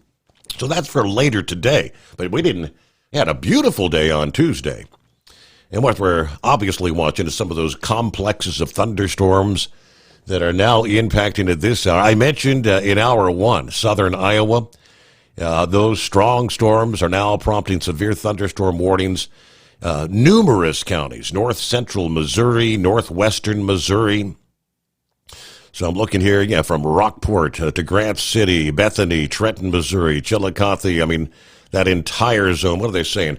70-mile-per-hour wind gusts and nickel-size hail is pretty much the breakdown with all those severe thunderstorm warnings, and they continue to drop off to the south and southeast.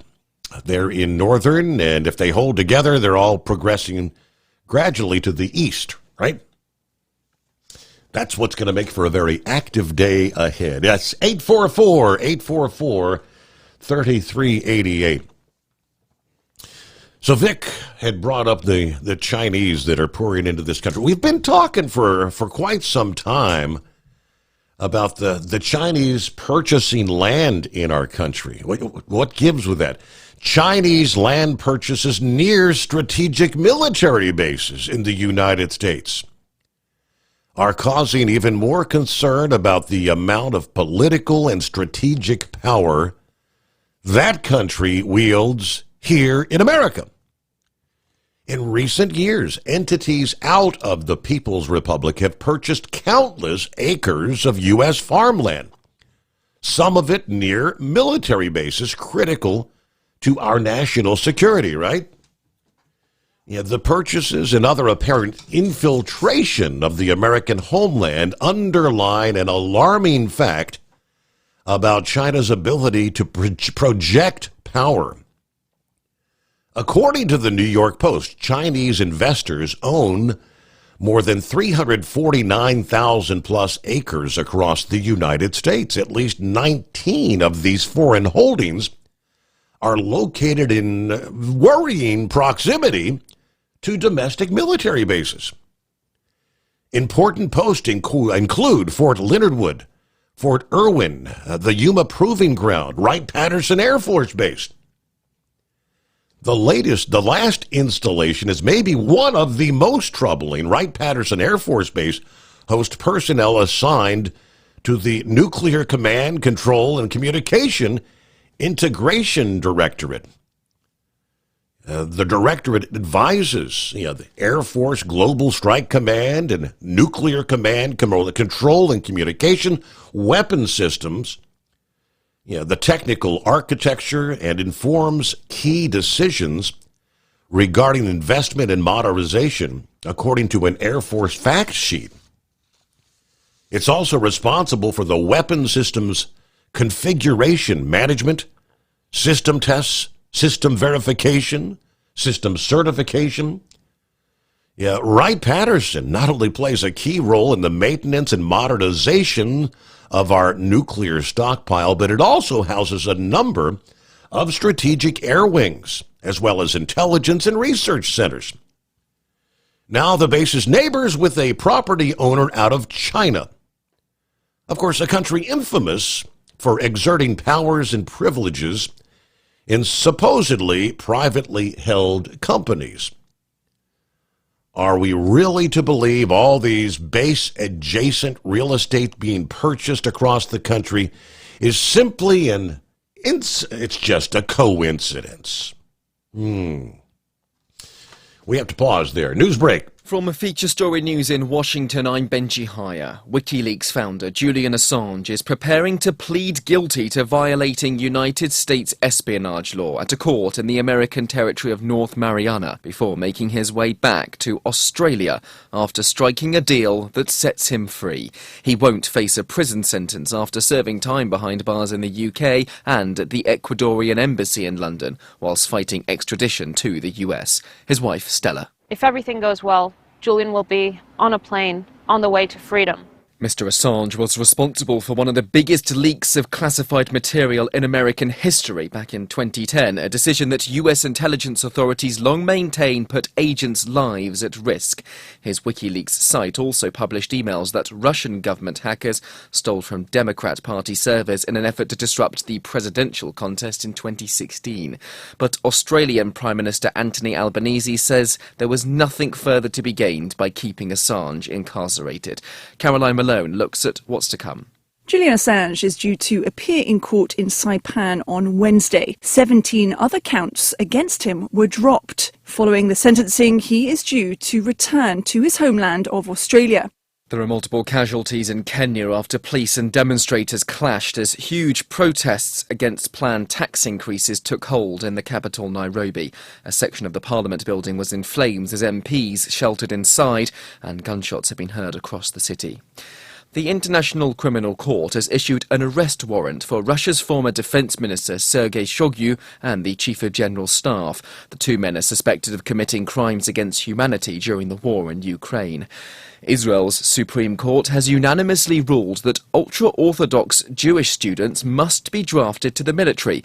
There's long been exemptions for conscription for the tens of thousands of young men registered in full-time religious study, but the conscription waiver has become a pressing social issue amid the ongoing fighting against Hamas in the Gaza Strip. The move will likely send shockwaves through Israel's governing coalition, which is held up by ultra-Orthodox parties. Organisers of the Paris 2024 Olympics are still unable to confirm if the River Seine will be safe for athletes competing in the Games. From the French capital, Ross Cullen reports. The aquatic leg of the triathlon and the long-distance swimming are both set to take place in the River Seine, but pollution levels in the water remain too high for safe competition, and the current is also flowing too quickly right now for the Olympic events to take place as planned. The Games are now under a month away, and the Mayor of Paris also promised to take a dip in the Seine to show it is safe, but she had to postpone that due to high levels of E. coli in the water. And China's lunar probes returned to Earth following a nearly 2-month-long mission with the first ever samples from the moon's unexplored far side that could answer key questions about how planets are formed.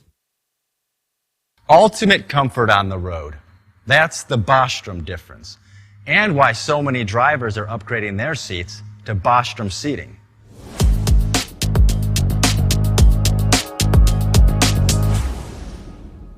With roots dating back to 1935, we know seating. We've developed a full line of high-quality products with the right seat for your application, all made right here in the USA. From our top-of-the-line Wide Ride Plus Certa for the long-haul driver to our entry-level Baja series for the vocational driver, we provide you with the comfort you deserve at the price point you're looking for. We know you're busy. You don't have time to search every distributor and dealership for the right seat, only to find the one you want won't fit in your truck. That's why we created BostromSeating.com. It's a complete seating solution. You can build the perfect seat with the features and options you desire, and we'll help you be certain it'll fit in your cab. Once you've built the perfect seat and have the part number in hand, you can shop pricing and availability. Our Where to Buy feature allows you to pick up a seat right where you are or anywhere along the road you'll be traveling. When you install a Bostrom seat, you become part of the Bostrom family. A family that includes other drivers who recognize this is more than work. It's a ride, one that requires the next level comfort and support only Bostrom can provide. Go to BostromSeating.com to design your ride with ultimate comfort for the open road. Hands on the wheel, hands-off invoicing. At Transcap, we're built for high speed and service, just like you. Our fast freight factoring helps you make more money, not chase it down, because we handle all the invoicing BS and back office work. Apply for fast funding at transcap.com/getcash. It takes just 60 seconds. Or call 888-250-TCAP. That's 888-250-TCAP. And mention Steve Summers Overnight Drive.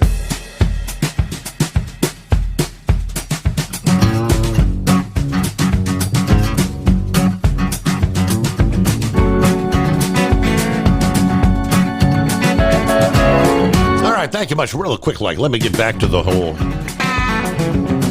As we've been talking for several years now, China buying all these properties in the proximity, strategic proximity, right? It's just an innocent coincidence. Nothing to see here. Now, they said, seen in the light of other disturbing facts about China and its activities against our country, these land purchases obviously become more concerning. Recently, we had, of course, the surveillance balloon launched by China that transited much of the continental U.S., oddly enough, passing military posts and other sensitive sites along the way. Other balloon launches have passed over enemies of China and strategic locations. This administration was either unwilling or unable to stop the balloon over the mainland until it cleared a vast majority of the country.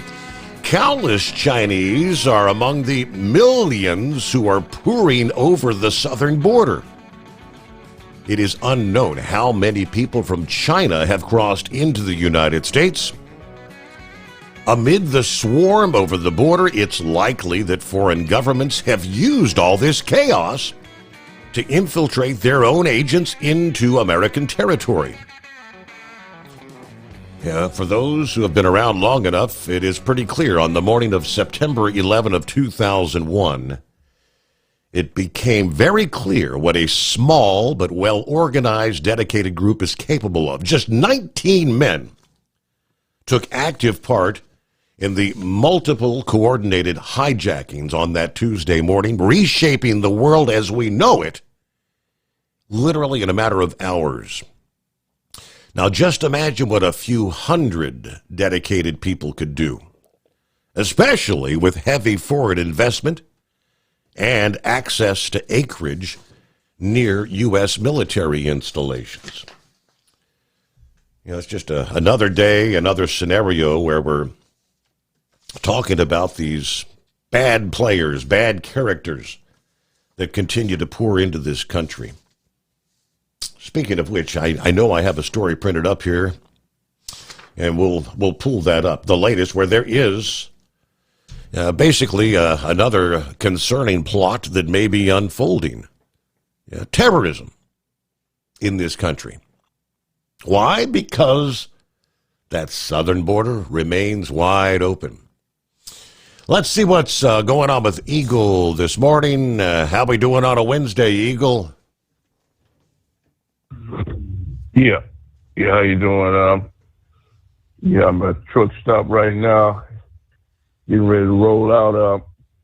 Before I get to this deal in Houston and get to the debate, Steve, I wanted to talk about John Force again tonight, and they say that he remains in ICU. I've been in the ICU room before. I had to have some wisdom teeth pulled out about 15, 20 years ago, and I got infected, so I was in the ICU.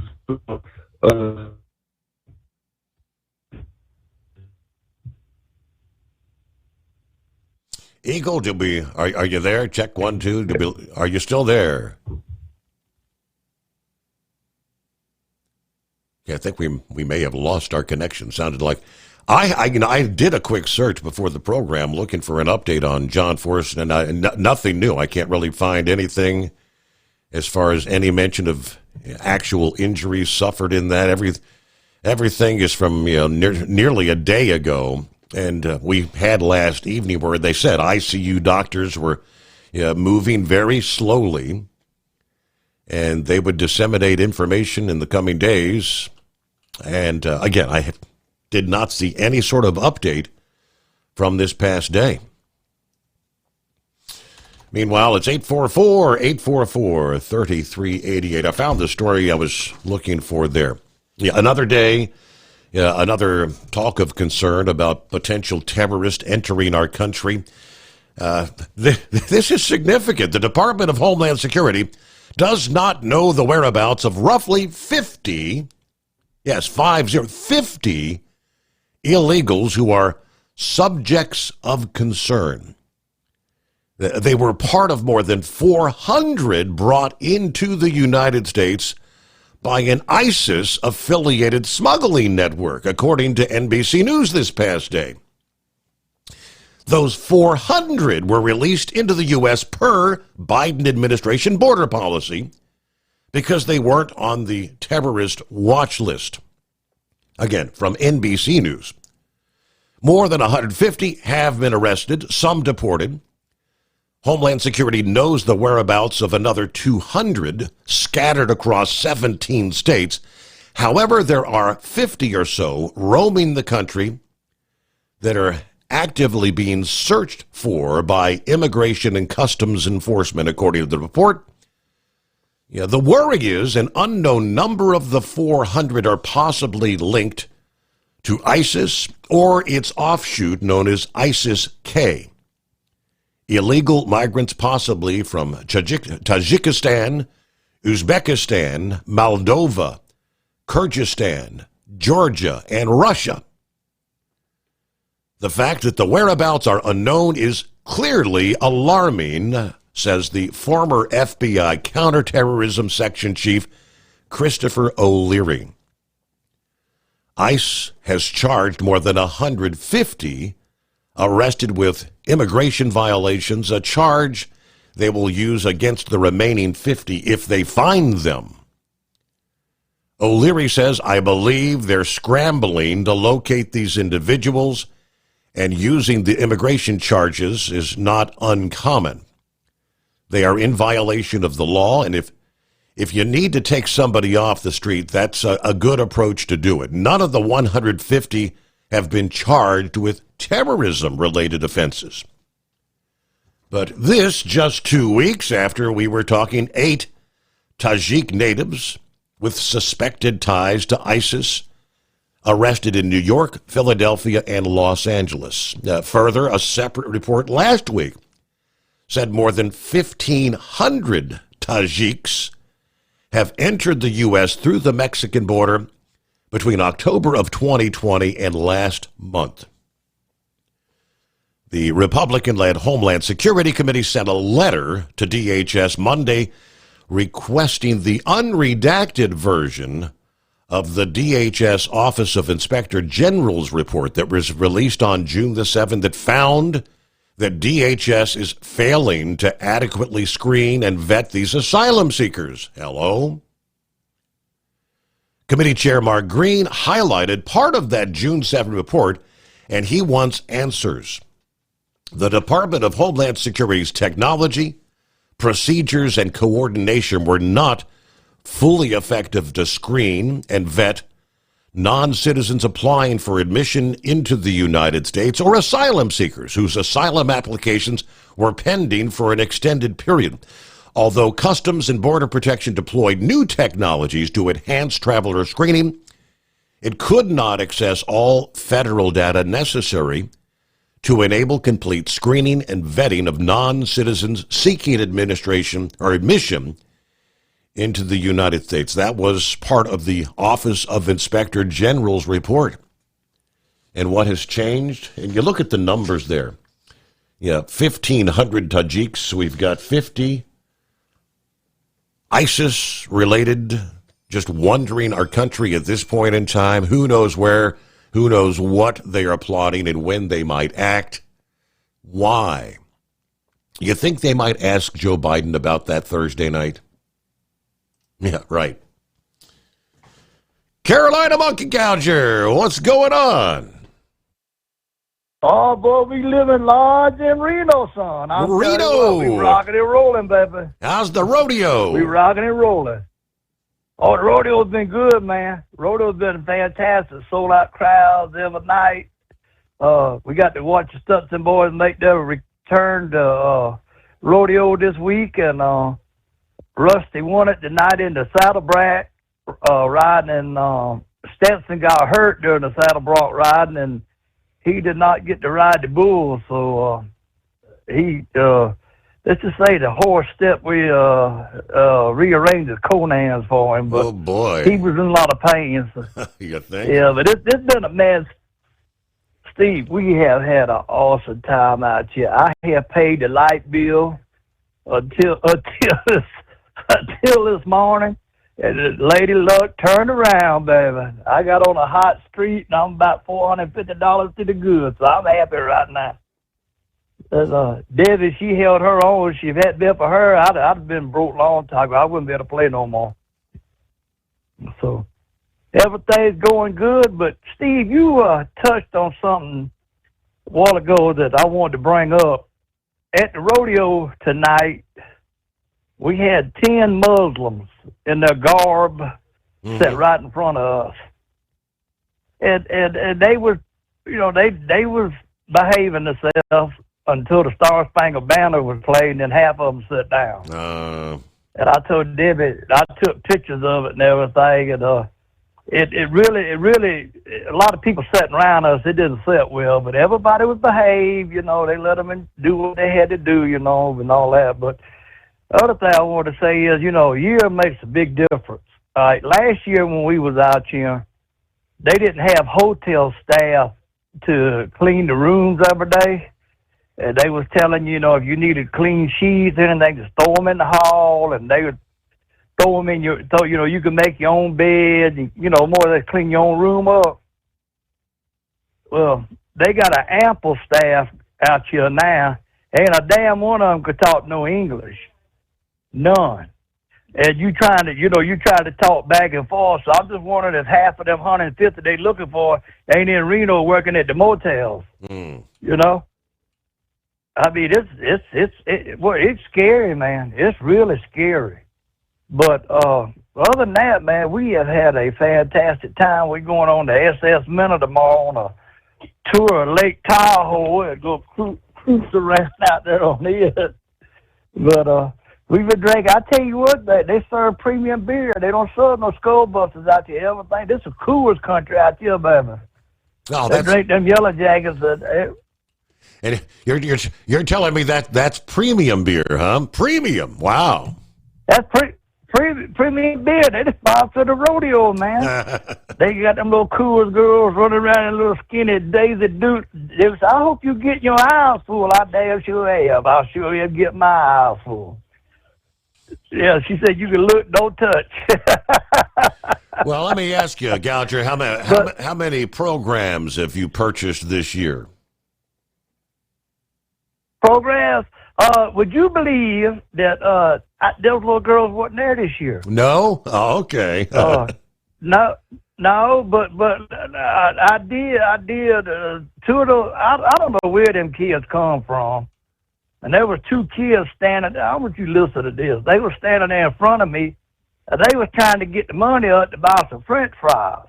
And they was about 7, 8 years old. Might have been a little bit little than that. They was participating in the mutton busting.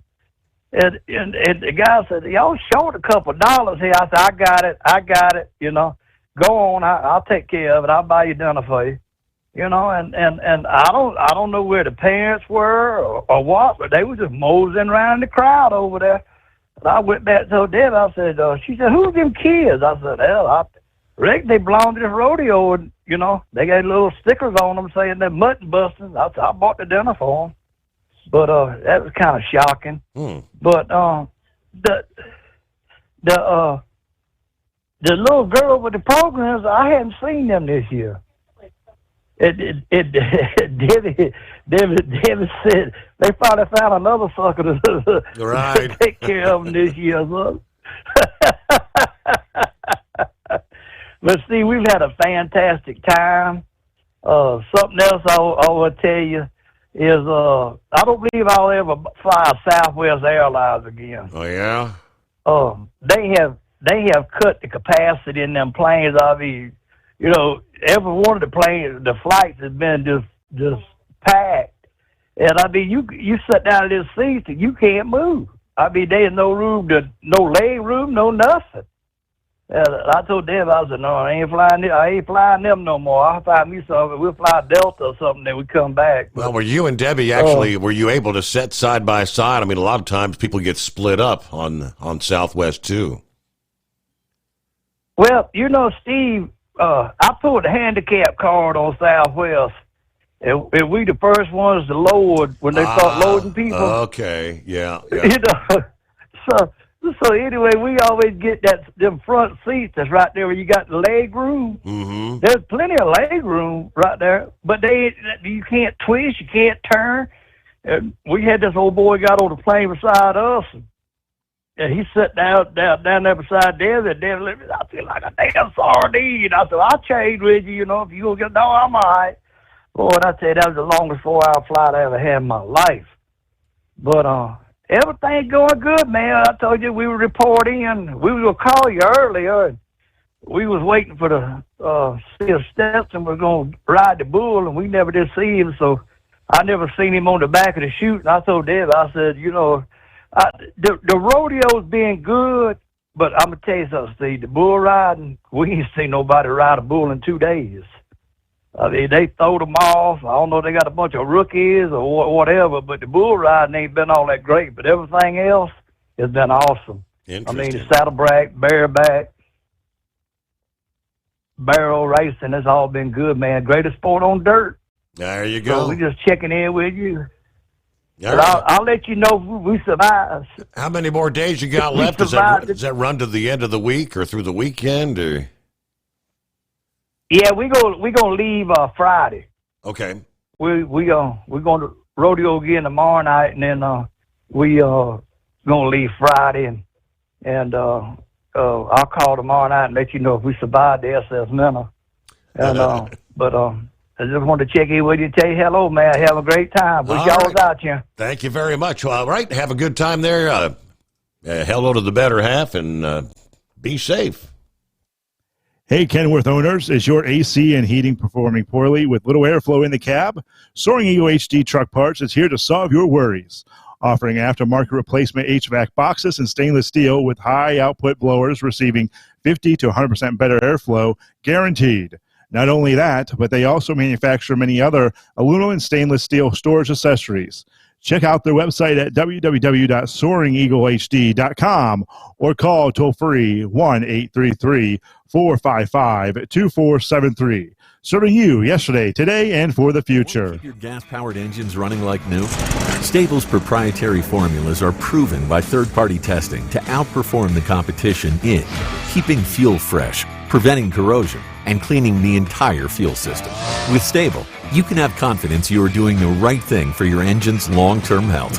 Just pour into your gas can or fuel tank, then top off with fresh fuel.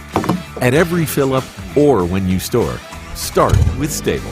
Available where fuel additives are sold. At Hot Shot Secret, we share the science behind common diesel problems. For example, excessive black smoke. Excessive black smoke has two causes: carbon buildup and internal diesel injector deposits, also known as IDIDs. Hot Shot Secret Diesel Extreme has the highest concentration of active ingredients allowed by law and will safely remove all types of injector deposits, including IDIDs and carbon buildup, to eliminate black smoke. Hot Shot Secret Diesel Extreme is available nationwide at truck stops, fine farm and auto stores, and online at hotshotsecret.com. Increase fuel economy up to 7.9% with Hot Shot Secret Gasoline Extreme, the solution to maximize your engine's performance and fuel economy. Whether you're driving a sports car or a daily commuter, Gasoline Extreme is specially formulated with PEA to deep clean. Don't settle for an average driving experience. Upgrade to Hot Shot Secret Gasoline Extreme and go further on each tank. Order now on Amazon or hotshotsecret.com. Hot Shot Secret, powered by science.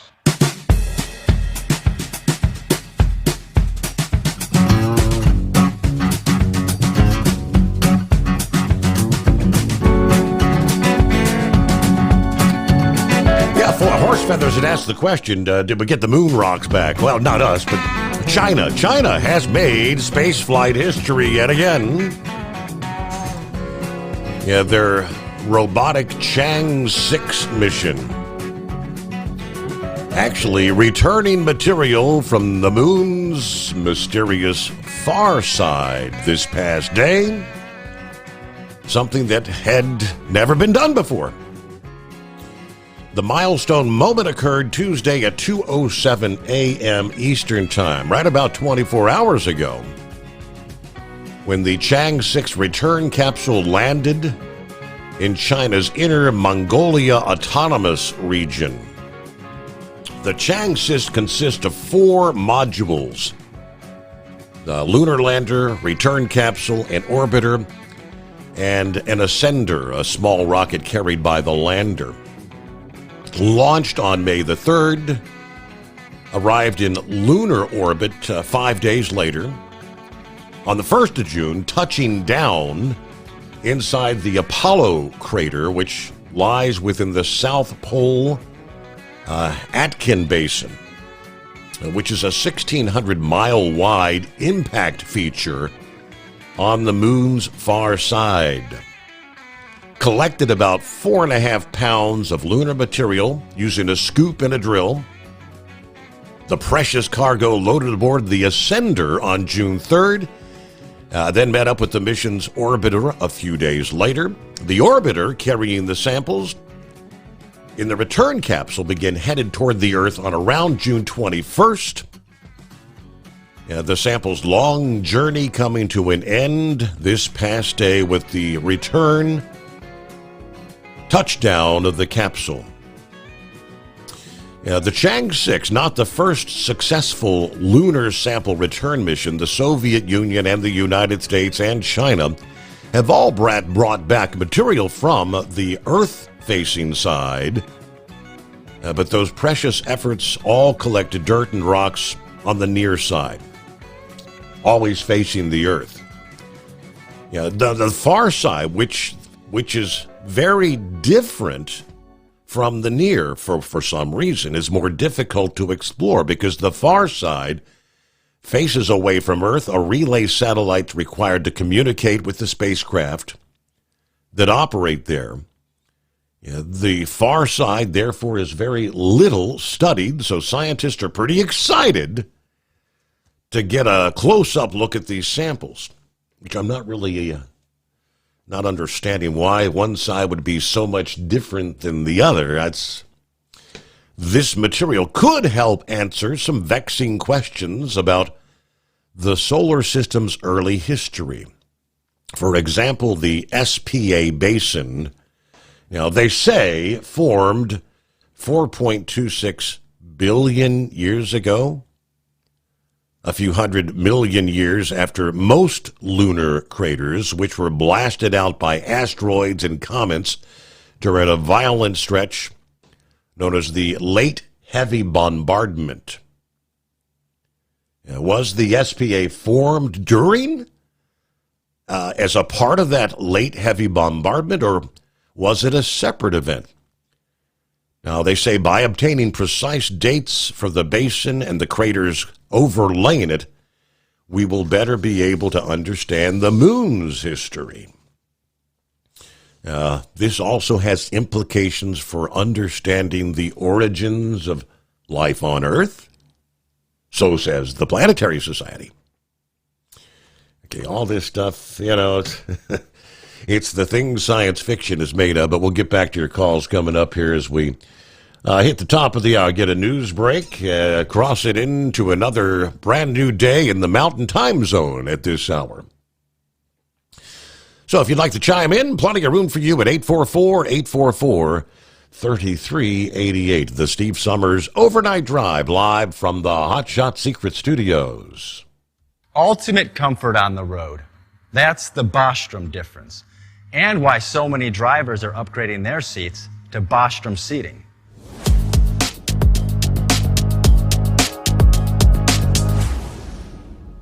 With roots dating back to 1935, we know seating. We've developed a full line of high-quality products with the right seat for your application, all made right here in the USA. From our top-of-the-line Wide Ride Plus Certa for the long-haul driver to our entry-level Baja series for the vocational driver, we provide you with the comfort you deserve at the price point you're looking for. We know you're busy. You don't have time to search every distributor and dealership for the right seat, only to find the one you want won't fit in your truck. That's why we created BostromSeating.com. It's a complete seating solution. You can build the perfect seat with the features and options you desire, and we'll help you be certain it'll fit in your cab. Once you've built the perfect seat and have the part number in hand, you can shop pricing and availability. Our Where to Buy feature allows you to pick up a seat right where you are or anywhere along the road you'll be traveling. When you install a Bostrom seat, you become part of the Bostrom family. A family that includes other drivers who recognize this is more than work. It's a ride, one that requires the next level comfort and support only Bostrom can provide. Go to BostromSeating.com to design your ride with ultimate comfort for the open road. Hands on the wheel, hands-off invoicing. At Transcap, we're built for high speed and service, just like you. Our fast freight factoring helps you make more money, not chase it down, because we handle all the invoicing BS and back office work. Apply for fast funding at transcap.com/getcash. It takes just 60 seconds. Or call 888-250-TCAP. That's 888-250-TCAP. And mention Steve Summers Overnight Drive. From Feature Story News in New Delhi, I'm Neha Punia. After 14 years, Julian Assange walks out as a free man. He pled guilty in a US court as part of a plea deal. The WikiLeaks founder is now headed to Australia. Chris Gilbert has more. For the first time in 14 years, Julian Assange is a free man. After spending 1,900 days in Belmarsh prison in the UK and years in exile in London's Ecuadorian embassy, a US judge has ruled that his time already served fulfills a sentence for breaking the Espionage Act for leaking sensitive US government documents. Assange pled guilty, conceding he did violate the Espionage Act, but maintains the law is contradictory to the First Amendment, which he claims he should be protected under as a journalist. He's returning to Canberra with former Australian Prime Minister and current Ambassador to the US Kevin Rudd on a chartered flight, the same plane that swept Taylor Swift from Japan to the US in time for the Super Bowl. The UN Special Coordinator for the Middle East peace process has said that indiscriminate attacks on convoys are impeding the delivery of aid to Gaza. It's now emerged that senior UN officials have told Israel they will suspend aid operations unless urgent steps are taken to better protect humanitarian workers. Jody Jacobs is more. While UN officials here in New York have neither confirmed nor denied the letter sent to the Israeli authorities, they have, however, stressed the urgent need to secure aid convoys in Gaza. Attacks on humanitarian aid workers and facilities are unacceptable, must cease immediately, and should all be investigated. The UN says no final decision on suspending operations across Gaza has yet been made, and that talks with the Israelis were ongoing. Already aid deliveries are suspended from the US-built pier in Gaza by the World Food Programme over security concerns. Jody Jacobs, New York. New data from Johns Hopkins University shows that infant deaths in Texas spiked after the state banned nearly all abortions after 6 weeks of pregnancy. The so-called Heartbeat Bill took effect in 2021 before Roe was overturned. Tony Waterman has more. The study shows that infant deaths spiked nearly 13% in Texas in the year after the bill was passed, compared to a 2% increase nationwide. The researchers believe the likely cause was a corresponding jump in babies born with congenital anomalies, the leading cause of death in infants. The data could foreshadow what's happening in other states. Since Roe was overturned 2 years ago, 14 states have banned abortions outright, while 3 others have implemented their own heartbeat bills. Tony Waterman, Texas. From bureaus worldwide, this is FSN. With FSN Spotlight, I'm Simon Marks. Today, reaction to the release of WikiLeaks founder Julian Assange after he agreed to plead guilty to one charge of contravening America's Espionage Act more than 14 years after his legal battle began. Mr. Assange had spent the last 5 years in Belmarsh prison in the UK, following 7 years that he spent in Ecuador's embassy in London, refusing to surrender to British authorities. Alan Rusbridger is the former editor of The Guardian, one of the newspapers that worked with Assange on the original WikiLeaks disclosure of American secrets in 2010. The Australian government suddenly took a much more assertive interest in Assange, and to be honest, he had become something of an embarrassment all round. And I think Biden, or someone close to Biden, eventually thought it's just not worth it.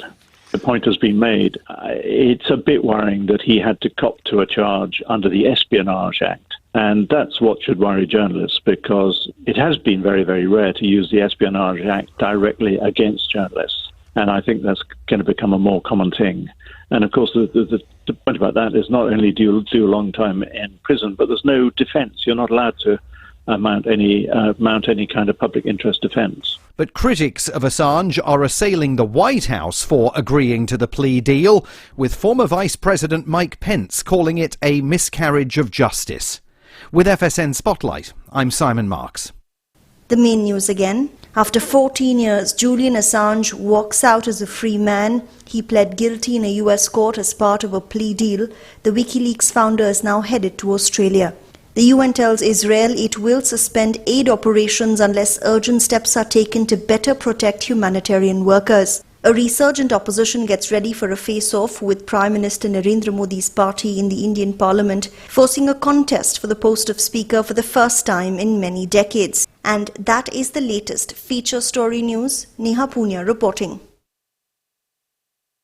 At Hot Shot Secret, we share the science behind common diesel problems and their solutions. For example, Diesel particulate filter regeneration. the DPF catches particulates left over from combustion. The DPF regeneration cycle cleans the filter with temperatures exceeding 1,000 degrees Fahrenheit. A computer sensor triggers the DPF regen, which is often accompanied by a loss of power and fuel economy. The frequency of DPF regens are in correlation to the cleanliness of the fuel burn. Under heavy operation with the dirty burn, DPF regens can occur multiple times per day. Hot Shot Secret Diesel Extreme Fuel Additive promotes a more complete combustion, creating fewer emissions and therefore fewer DPF regens. Vehicles using Diesel Extreme experience 83% less DPF regens. Hot Shot Secret Diesel Extreme is available nationwide at truck stops, Fine Farm and auto stores, and online at hotshotsecret.com. Hot Shot Secret, powered by science.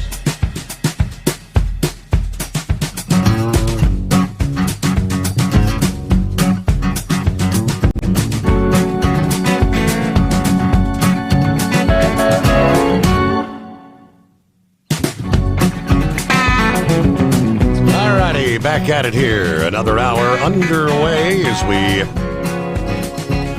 roll into midweek. Hump Day coming on. Yeah, early morning hour of big time thunderstorms. Eastern Nebraska, northern Missouri. Severe thunderstorm warnings continue. We've got trees down, power lines down, 70-mile-an-hour wind gusts, nickel-size hail, according to the emergency management there from the Weather Service office in Kansas City, Pleasant Hill, Missouri at this hour. That's the line that had been dropping through southern Iowa as we crossed over the midnight hour Eastern time, now dropping headed to north central, headed into central portions of Missouri. And numerous severe thunderstorm warnings there in southeastern Nebraska as well. This early Wednesday morning. Now, in what forecasters tell us could be a pretty active day as far as severe weather. Moderate risk extends along a large swath from portions of Arkansas all the way up into upstate New York as we progress through the day. Meanwhile, an updated story we had reported on the compressed natural gas truck explosion here a few months ago. Firefighters who were injured in that explosion caused by CNG fueling a burning semi-truck are now filing a lawsuit against multiple parties for that incident. Now, this is going back to February. A little before 7 a.m. in Los Angeles, California, in an industrial area near the Port of Los Angeles in Long Beach. According to the LA Times, firefighters were called to the scene when the truck caught fire. They approached the fire as they would any incident involving a commercial vehicle on fire. Within minutes, that semi exploded, injuring 9 firefighters, including 2 that were critically injured. Investigation into the incident revealed that the commercial vehicle was powered by compressed natural gas stored in tanks on the truck, which led to the massive explosion. Yet 911 responders and firefighters were not notified of the natural gas tanks by the truck driver, and the tanks storing the gas did not show any written warnings or indications of that potential danger. 7 of the firefighters involved in the response to that fire have now filed a lawsuit in the Los Angeles County Superior Court, alleging the compressed natural gas was stored in a tank with both design defects and warning defects, making them unsafe and dangerous for use by the consumer. The lawsuit names Hexagon Agility, Daimler Truck North America, the trucking company, and the truck driver, Shawnee Sutton. Suit claiming the firefighters were hurt and physically injured, sustaining medical bills, loss of earnings, pain, suffering, loss of enjoyment of life, and other damages, and will continue to sustain such damages in the future.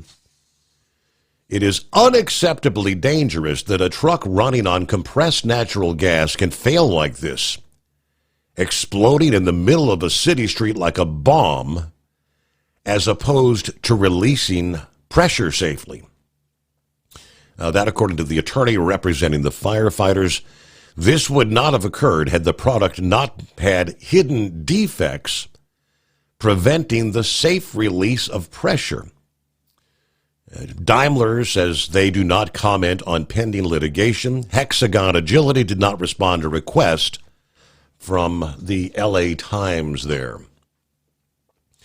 So I thought that was pretty much, horse feathers could vouch for it. We've seen where you have fires with propane, natural gas. They've got the release valves, whether it's rail car, small tanks, large tanks. They're all supposed to release that pressure when they get to a certain temperature.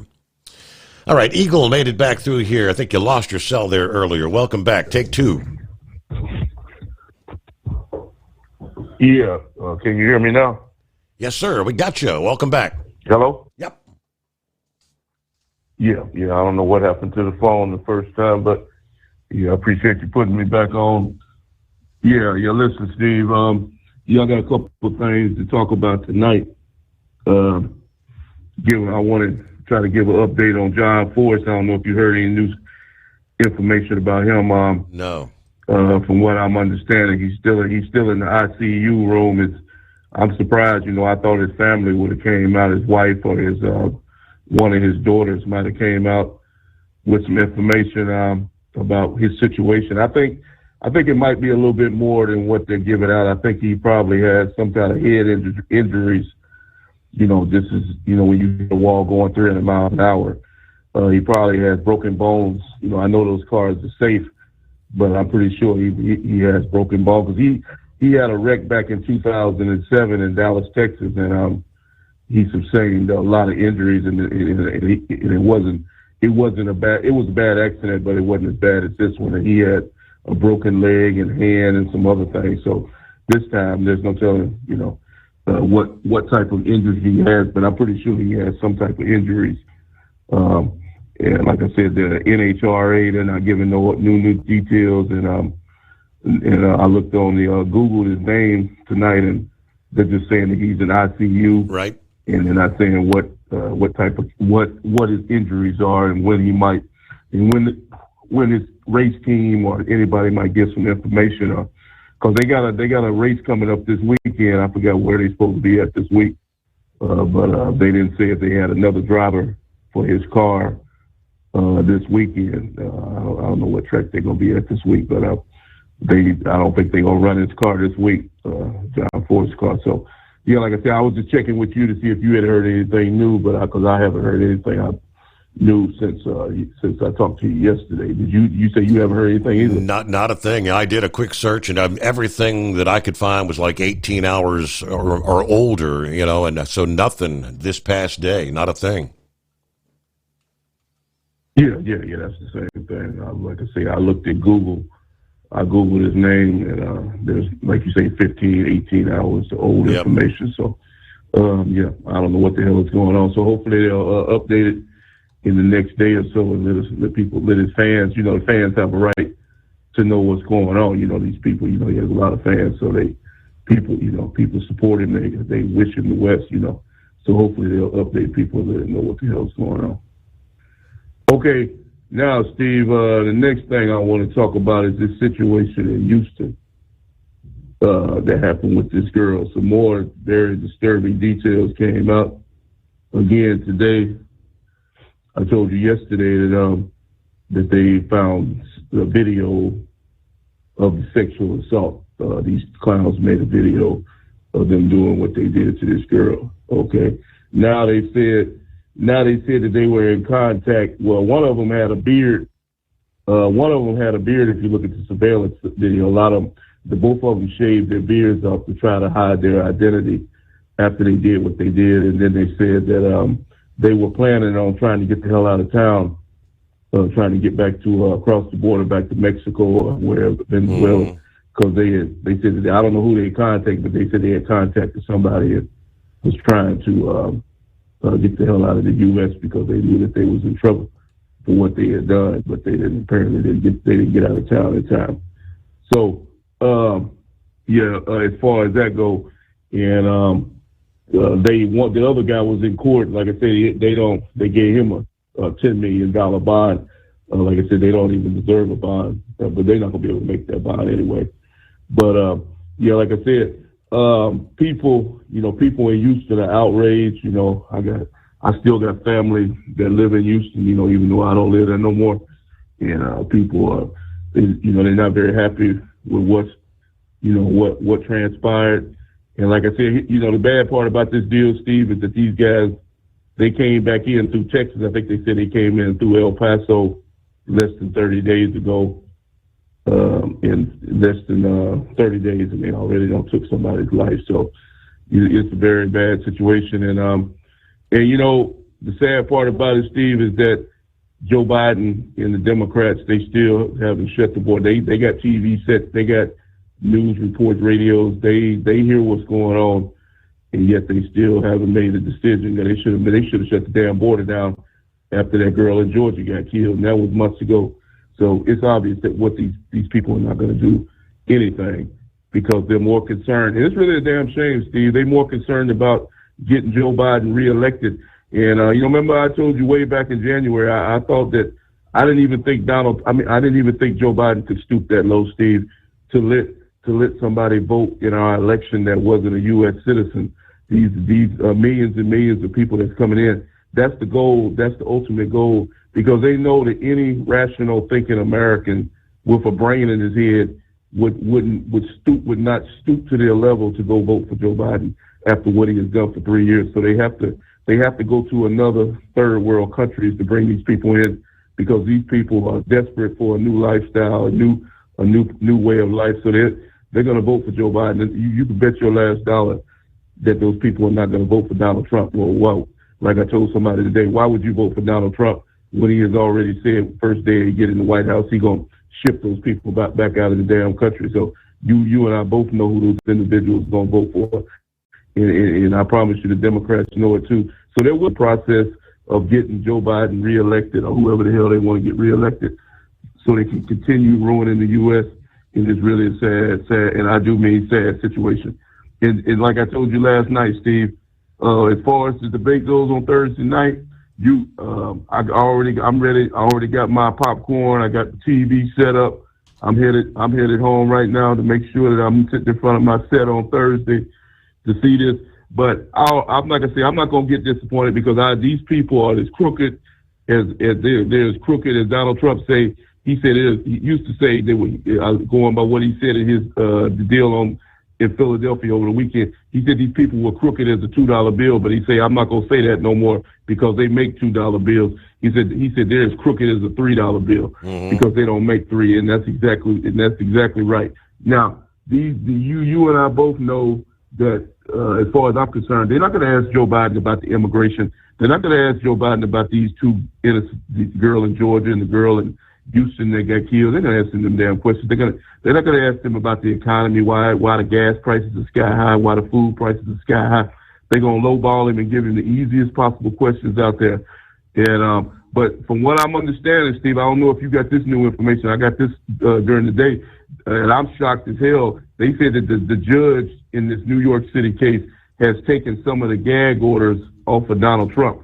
So that means that Donald Trump is free to speak about Stormy Daniels and this Michael Cohen loser. So it'd be very interesting to hear what he has to say if he says anything on this debate stage about these two people. Like I say, I'm shocked that judge released some of those gag orders. I thought he was going to keep that into the damn election to make sure Donald Trump didn't have nothing to keep his damn mouth closed. But for some reason, he decided to get rid of some of them gag orders.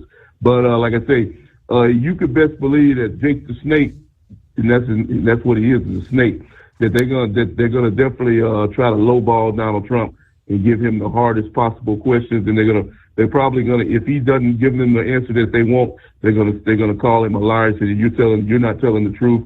And then when he tries to explain why they say that, they're gonna cut his damn mic off. and as far as Joe Biden goes, you know, like I said, they're gonna give him the easiest possible questions as possible. And then when Donald Trump tries to respond to that, they're gonna give him a couple of seconds, and then they're gonna cut his mic off again. Donald Trump will not have this is like, Steve, like I told you a couple of months ago, this is like going into a football game or a basketball game and all the referees are paid off in supporting your team. Like if the Dallas Cowboys are playing the San Francisco 49ers, this is like the Dallas Cowboys going to San Francisco and playing them, and all the referees are bought and paid for by the 49ers. This is basically what Donald Trump is going into on Thursday night. He's going into a rigged competition where the cards are stacked against him. So it'll be very interesting to see what takes place on Thursday night. Only thing I have to say, Steve, is that if Donald Trump, he decided to go see them,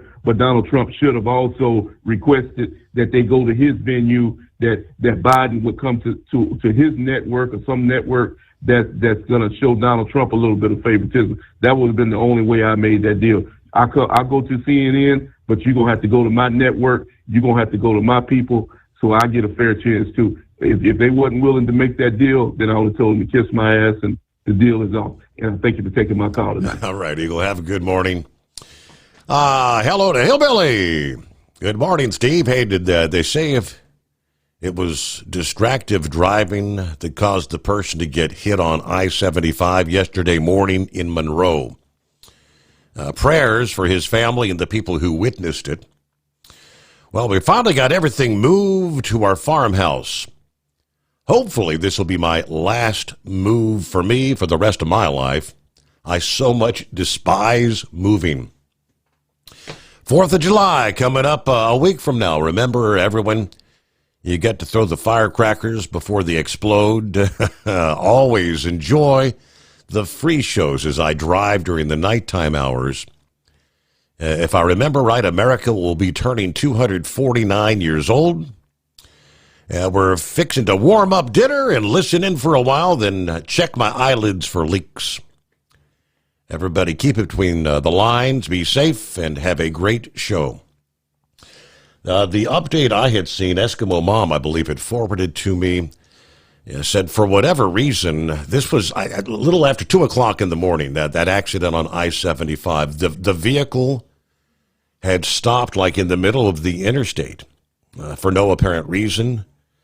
The two people that were in the vehicle got out, and the guy that was the driver, the male, and the car were first hit by a semi, and then another semi again hit the male, so he was dead at the scene.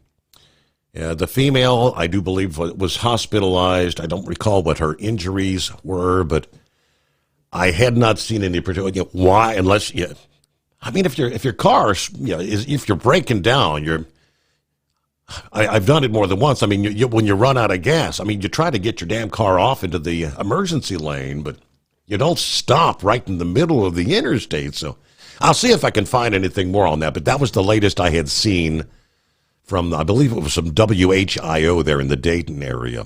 So, hello from Russell. Hope y'all are doing well at the Secret Bunker. 73 degrees here, Dayton, Ohio.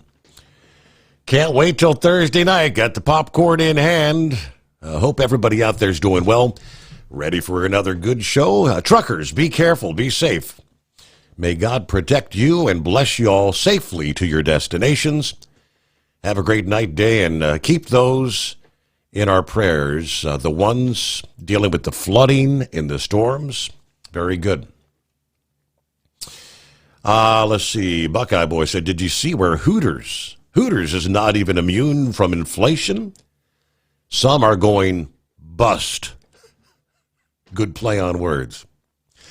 Somewhere in the vicinity, the report I saw was close to 40 locations around the country, underperforming locations, as they call it, are shuttering their doors. And that's, I guess, for several days now. I mean, some of them had already shut down and others are in the process, but yeah, about 40 Hooters restaurant locations. Who else in the mix here at 844-844-3388? Cripshot checks in this morning. And there's Roki. Good to have you on board. Let's get to Philip checks in from Florida this morning. What's happening? Off to work we go again. Yeah, off to work we go down here on I-4 in the middle of Orlando, coming downtown. Well, I tell you what, those guys, they got them rocks back from the moon there, huh, Steve? Indeed. You know why the moon? You know why you always see the moon on one side? It's because of the rotation of it. Correct. It does one rotation for every time it goes around the Earth, and synchronized. So that's the reason we only see the one side. But it'd be interesting to measure the magnetism in those rocks on the moon, because you know the moon, even it spins, it's got to have some kind of magnetic field, you know. And a lot of things that the Chinese can check out with those rocks.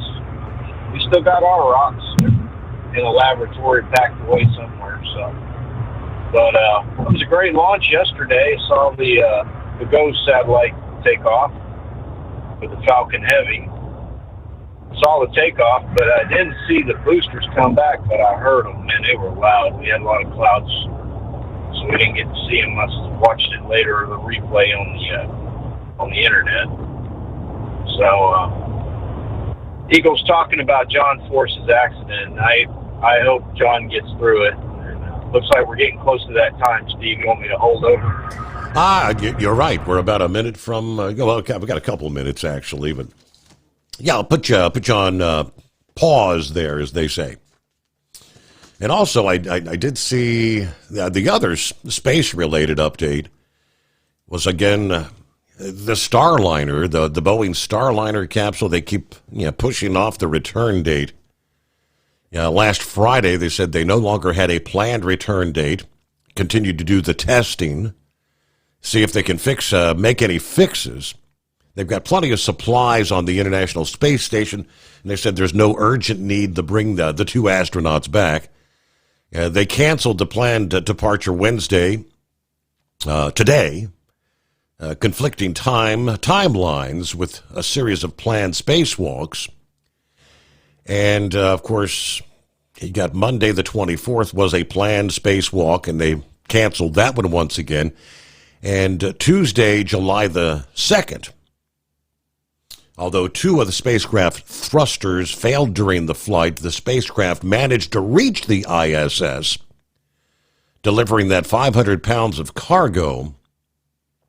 Additionally, 5 small leaks on the service module were also detected. The crew and the ground teams have been working through safety checks there. They simply said, we're taking our time, following our standard mission management team process. We're letting the data drive our decisions, making relative to managing the small helium system leaks and thruster performance we observed during the rendezvous and the docking. Also, given the duration of the mission, it is appropriate for us to complete an agency-level review. Back after this. At Hot Shot Secret, we share the... From a Feature Story News in Washington, I'm Benji Haya. WikiLeaks founder Julian Assange is preparing to plead guilty to violating United States espionage law at a court in the American territory of North Mariana before making his way back to Australia after striking a deal that sets him free. He won't face a prison sentence after serving time behind bars in the UK and at the Ecuadorian embassy in London, whilst fighting extradition to the US. His wife, Stella. If everything goes well, Julian will be on a plane on the way to freedom. Mr. Assange was responsible for one of the biggest leaks of classified material in American history back in 2010, a decision that US intelligence authorities long maintain put agents' lives at risk. His WikiLeaks site also published emails that Russian government hackers stole from Democrat Party servers in an effort to disrupt the presidential contest in 2016. But Australian Prime Minister Anthony Albanese says there was nothing further to be gained by keeping Assange incarcerated. Caroline Malone looks at what's to come. Julian Assange is due to appear in court in Saipan on Wednesday. 17 other counts against him were dropped. Following the sentencing, he is due to return to his homeland of Australia. There are multiple casualties in Kenya after police and demonstrators clashed as huge protests against planned tax increases took hold in the capital, Nairobi. A section of the Parliament building was in flames as MPs sheltered inside, and gunshots have been heard across the city. The International Criminal Court has issued an arrest warrant for Russia's former defence minister Sergei Shoigu and the Chief of General Staff. The two men are suspected of committing crimes against humanity during the war in Ukraine. Israel's Supreme Court has unanimously ruled that ultra-Orthodox Jewish students must be drafted to the military. There's long been exemptions for conscription for the tens of thousands of young men registered in full-time religious study, but the conscription waiver has become a pressing social issue amid the ongoing fighting against Hamas in the Gaza Strip. The move will likely send shockwaves through Israel's governing coalition, which is held up by ultra-Orthodox parties. Organisers of the Paris 2024 Olympics are still unable to confirm if the River Seine will be safe for athletes competing in the Games. From the French capital, Ross Cullen reports. The aquatic leg of the triathlon and the long-distance swimming are both set to take place in the River Seine, but pollution levels in the water remain too high for safe competition, and the current is also flowing too quickly right now for the Olympic events to take place as planned. The Games are now under a month away, and the Mayor of Paris also promised to take a dip in the Seine to show it is safe, but she had to postpone that due to high levels of E. coli in the water. And China's lunar probes returned to Earth following a nearly 2-month-long mission with the first ever samples from the moon's unexplored far side that could answer key questions about how planets are formed. Taxes for Truckers provides full-service accounting solutions for owner-operators. Taxes for Truckers is the driver's financial co-pilot. We help independent truckers keep their taxes, filings, and bookkeeping running smoothly so they can focus on the road ahead. Drivers who want their business to run as smooth as their truck choose to partner with Taxes for Truckers for their accounting and tax filing needs. Stop overpaying taxes. Call 888-TAX-4TRK to start paying less tax today. Attention, owner-operators and small fleets. Don't take chances with your future. Trust the trucking experts at 10-4 Truck Insurance for your insurance needs. Enjoy peace of mind knowing your livelihood is in safe hands. Protect your rig and your sanity. Give 10-4 Truck Insurance a call at 866-666-6856 or cruise over to 104ins.com.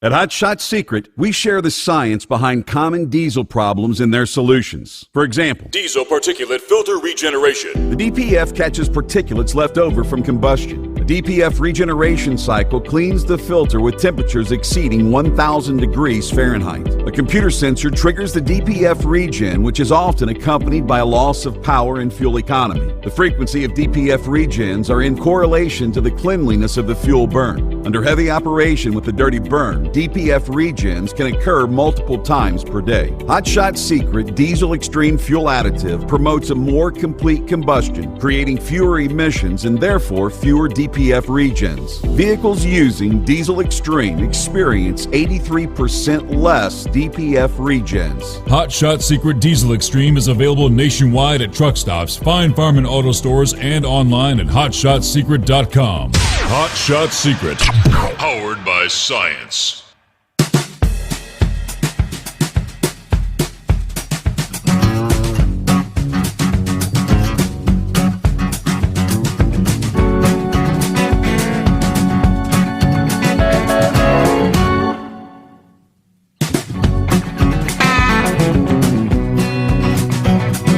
Alrighty, thank you much, and welcome back.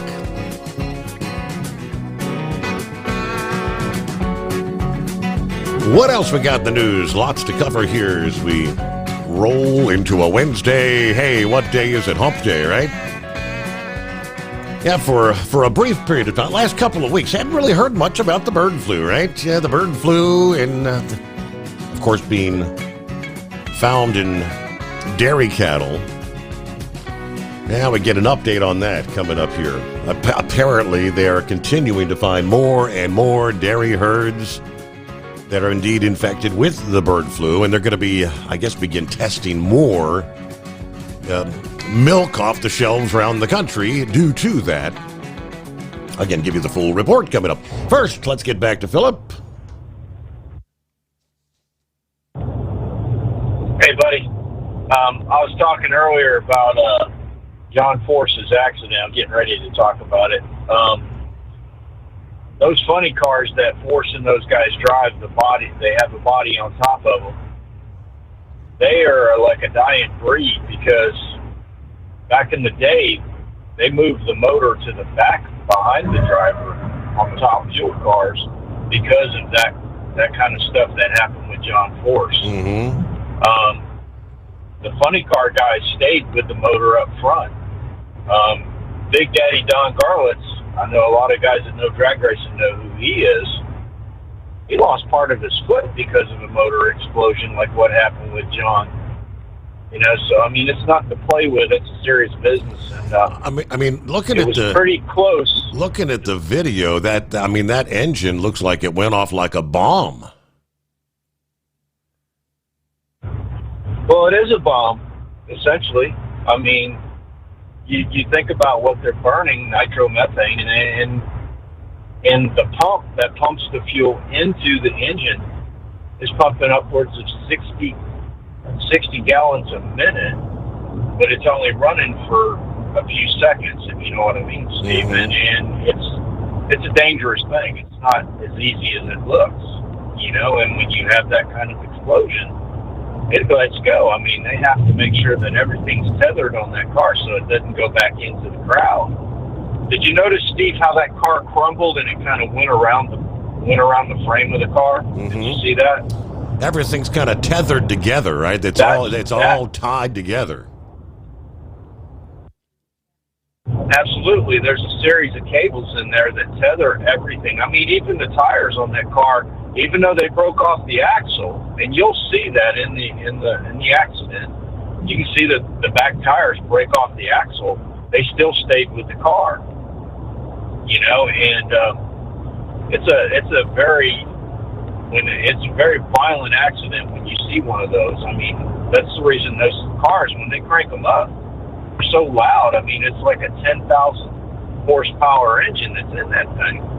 You know, it ain't like a normal motor. You know, I mean, it's very violent, and it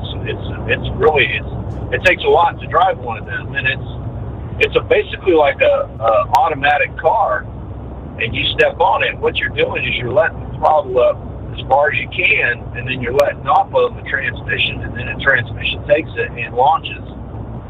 But it's throwing all that force at one time, literally. I mean, it's hard on you. It's very hard on you when you take off.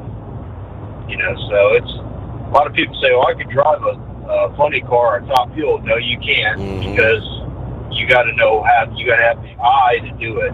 That's something else that John Force has that a lot of guys don't have, is he has the eye for taking off. So when the cars go in, he knows how to stage. He knows how to get the car where he needs to be, and then take on his competitor that way. Because that's how you win in drag racing. You win by the inch. You don't win by this or that. Right. You win by taking off first, getting to that line first. You know, I mean, that's why I love drag racing.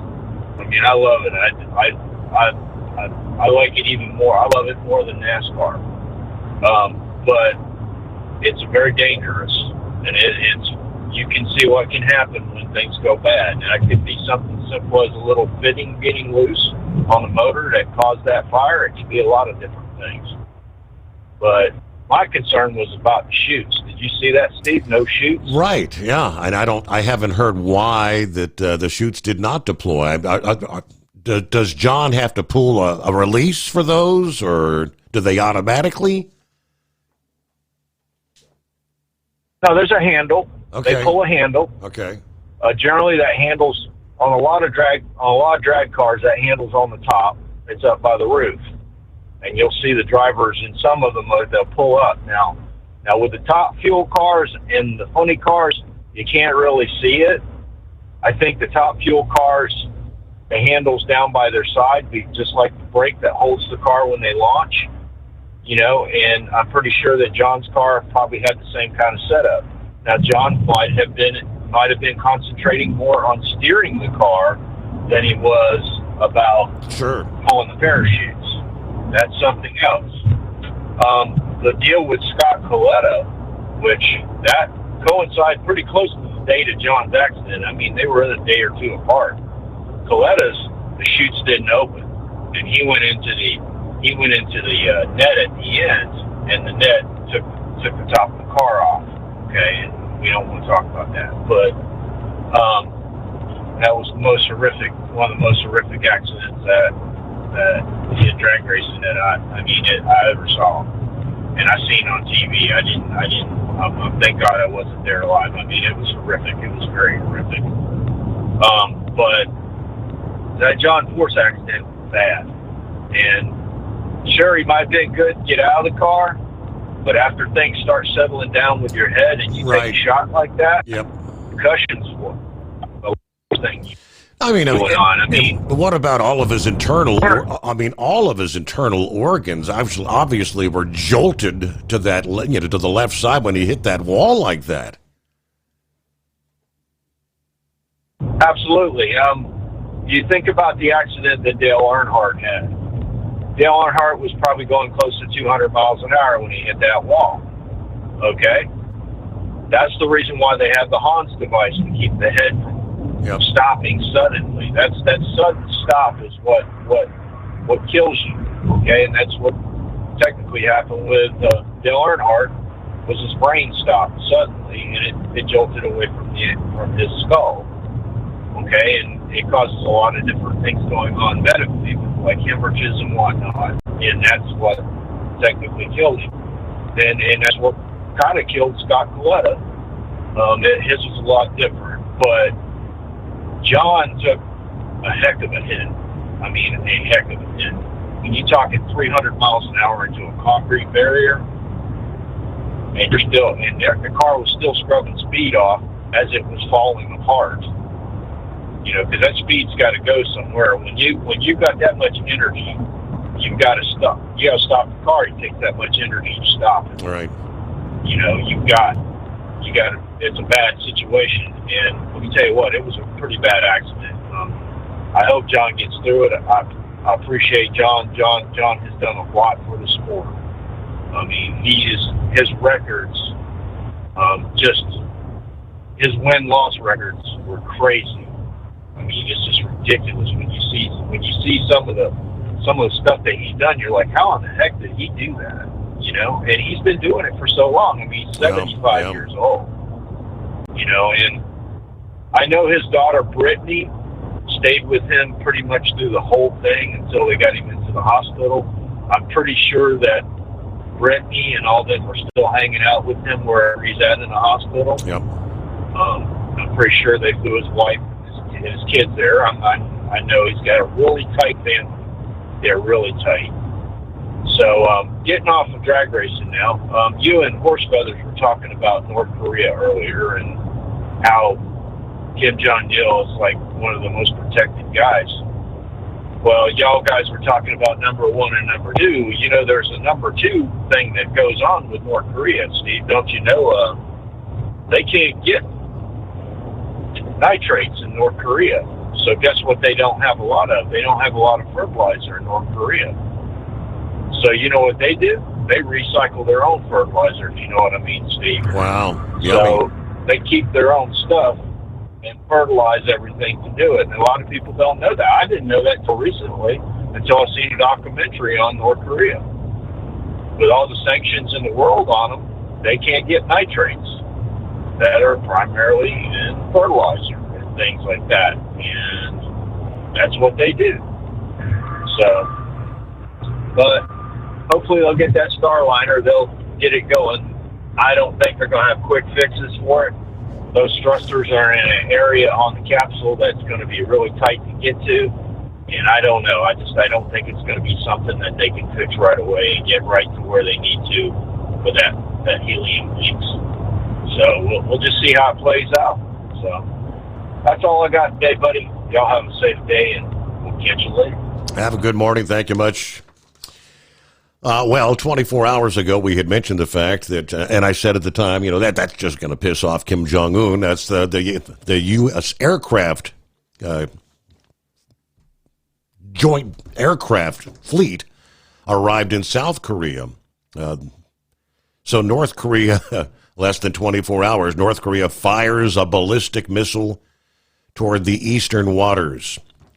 According to South Korea's military, South Korea's Joint Chiefs of Staff said the launch was made Wednesday morning. That's about all they said at that point. So just a few hours ago, Japan's defense ministry also said North Korea launched a suspected ballistic missile. Didn't give any other details.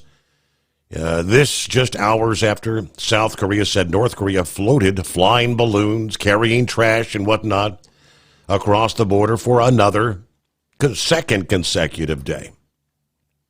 But this right as we are beginning the start of a new military training involving the United States, South Korea, and Japan. So Kim Jong-un, the tit for tat, back and forth they go, saber rattling there. Cue ball here on a Wednesday morning. What's happening? Good morning. Morning. Good morning, Steve. Initially I called about the CNG truck thing, but I guess we'll go off on another rant. Steve, I guess I kind of got to put a couple things together to get people to understand what I'm trying to go with this. I was listening to Bongino's show, his podcast, Monday, and at the end of the show, and I kind of embarrassed that I didn't ever really see this. I knew of it, but I really didn't pay much attention to what they meant by it. Bongino was showing a little bit of what modern day would be considered drone warfare. He said he didn't know where the video was from, but it was a drone chasing down a soldier. Apparently it looked like he didn't have any weapon on him. And the guy, it was like the drone, there was like almost maybe another drone higher above taking the video of this. But the guy just stops, realizing that his goose is basically cooked. Mm-hmm. And, they're talking about a little drone, not something big that you would think would drop something on you. But like a little racing drone, like you see the films like automotive races and stuff, or like in the burnout pits and stuff. Little thing. And it just drops down over the guy, and the guy he hunkers for a moment, then he breaks into like a fetal position on the ground, and the drone explodes and kills him. I never saw nothing like that before. I knew about it, never saw it. So I asked somebody, I said, hey, what does the United States military do to train or deal with, drones? And the answer I was given was signal jammers. I said, okay, a signal jammer is a piece of equipment that it can either break down or be destroyed. Then what do? The answer I was given was nothing. So I asked again, well, how do you take down a drone? And the answer I was given was, if it's just you and the drone, your best weapon is now a shotgun.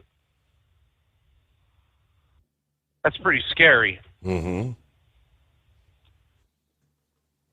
Chinese infiltrators coming into this country, Steve. Right.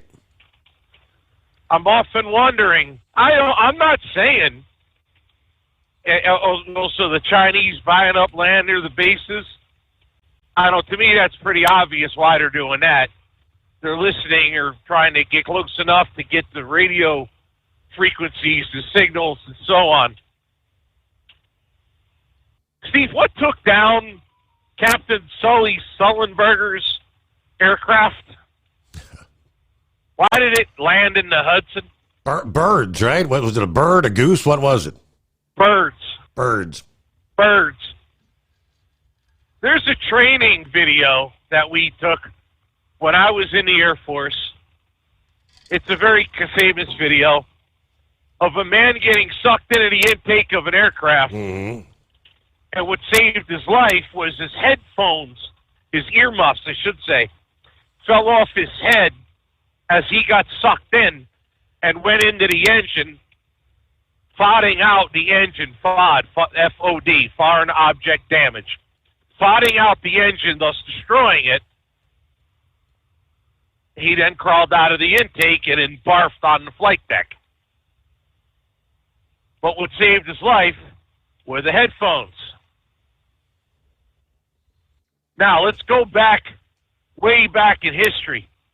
The United States military, sadly, is known to be caught off guard and completely unprepared. We got dragged into World War II via Pearl Harbor because we felt nobody had the guts to go after battleships in the harbor. Well, we know how that played out, don't we? We were unprepared on 9/11. We couldn't even arm a fighter jet in time to take down a threat. By the time the first plane had left unarmed, I'm talking about a fighter, specifically F-16s, the last plane was already in the ground in Shanksville, Pennsylvania, and the fighter pilots had no armament other than their own aircraft itself to just set on top of an airliner and eject and hope you make it. We are never prepared for anything. And with Chinese infiltrators coming running into this country, Yep. I wonder if you just can't go buy a drone at the store, and if you were to attack the United States, you mean to tell me you can't take down a B-52 by ramming a drone into the intake of a B-52 taking off at an Air Force base? Do you really think an Air Force base is defended from a small drone launched from a car off base? I'm not talking a big piece of... Right. I'm talking about something like just a DJI drone, a little, like something I would use for videos. Some little thing. There's no defense against these things. So if you were to launch an attack against the United States, what I fear is these infiltrators could simply take down very large aircraft on the runways by just running a drone into the intake of the damn thing. How hard can that be? I don't know. I just think it is crap. Once again, we're not really prepared. And why are we letting all these clowns in? I'm not saying that was what can happen. I am saying that's what can happen. I'm not saying that's not what's going to happen. But it really wouldn't be all that difficult. No. I mean, I know nobody saw. I know they're working. They're working on. I mean, I saw a little demonstration for just that sort of a threat impacting the likes of a major league sporting event, a big outdoor arena, where they've got it looks kind of like a bazooka kind of thing, but it's a radar jamming device. If a drone flies overhead, they point this thing up there, and it pretty much takes control of the drone, and they bring it down safely to the ground. I'm assuming that we've got contingencies for those sort of drones around our military bases to try to jam those signals so they can't get in.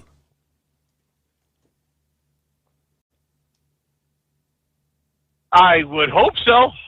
Right. But based on our track record in history, you wanna place that bet with your life? I wouldn't. I think people would think about it, but I just don't think that they're actually for real prepared for it. No. That's just my thought. I don't know. What do I know? It's just these people aren't coming over, especially the Chinese. They're not coming over because, they just want to work in the fields. That's not the way that works. I think it's something with far more sinister. And with the election coming up, if you're going to attack the United States, you're going to do it with the current president in charge, even though he's really not even in charge of his own faculties, let alone this country. There is no mutually assured destruction, and if the president has to give orders, number one, he's compromised. Number two, he doesn't really even fully know what's going on anyway. So, again, if you're going to attack the United States, you're going to do it within reasonable amount of time before you have a president that actually is in charge of stuff and actually knows what's going on. That's just my 2 cents on that. Now, you're talking about that CNG truck and that blowing up over there in L.A. area. Steve, I've been saying this for a long time now.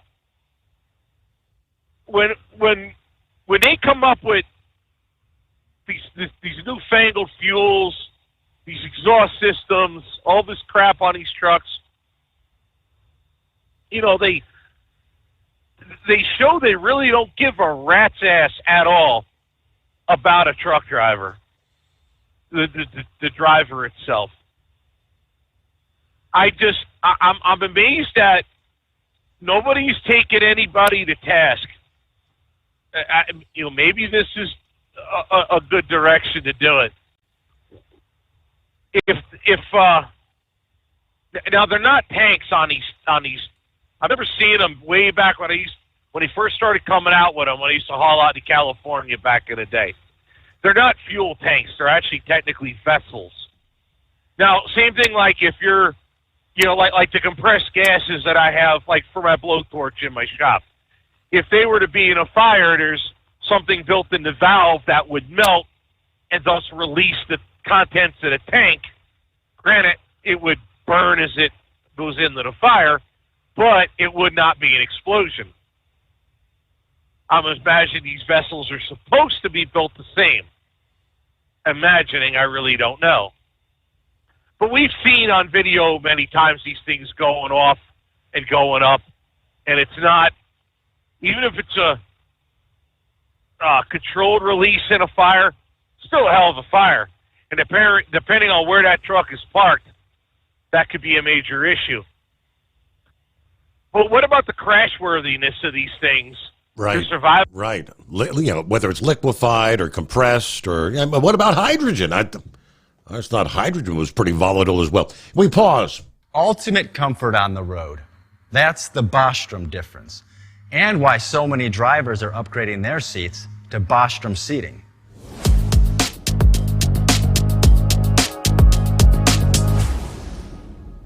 With roots dating back to 1935, we know seating.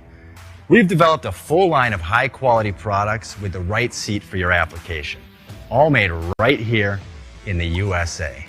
From our top-of-the-line Wide Ride Plus Certa for the long-haul driver to our entry-level Baja series for the vocational driver, we provide you with the comfort you deserve at the price point you're looking for. We know you're busy. You don't have time to search every distributor and dealership for the right seat, only to find the one you want won't fit in your truck. That's why we created BostromSeating.com. It's a complete seating solution.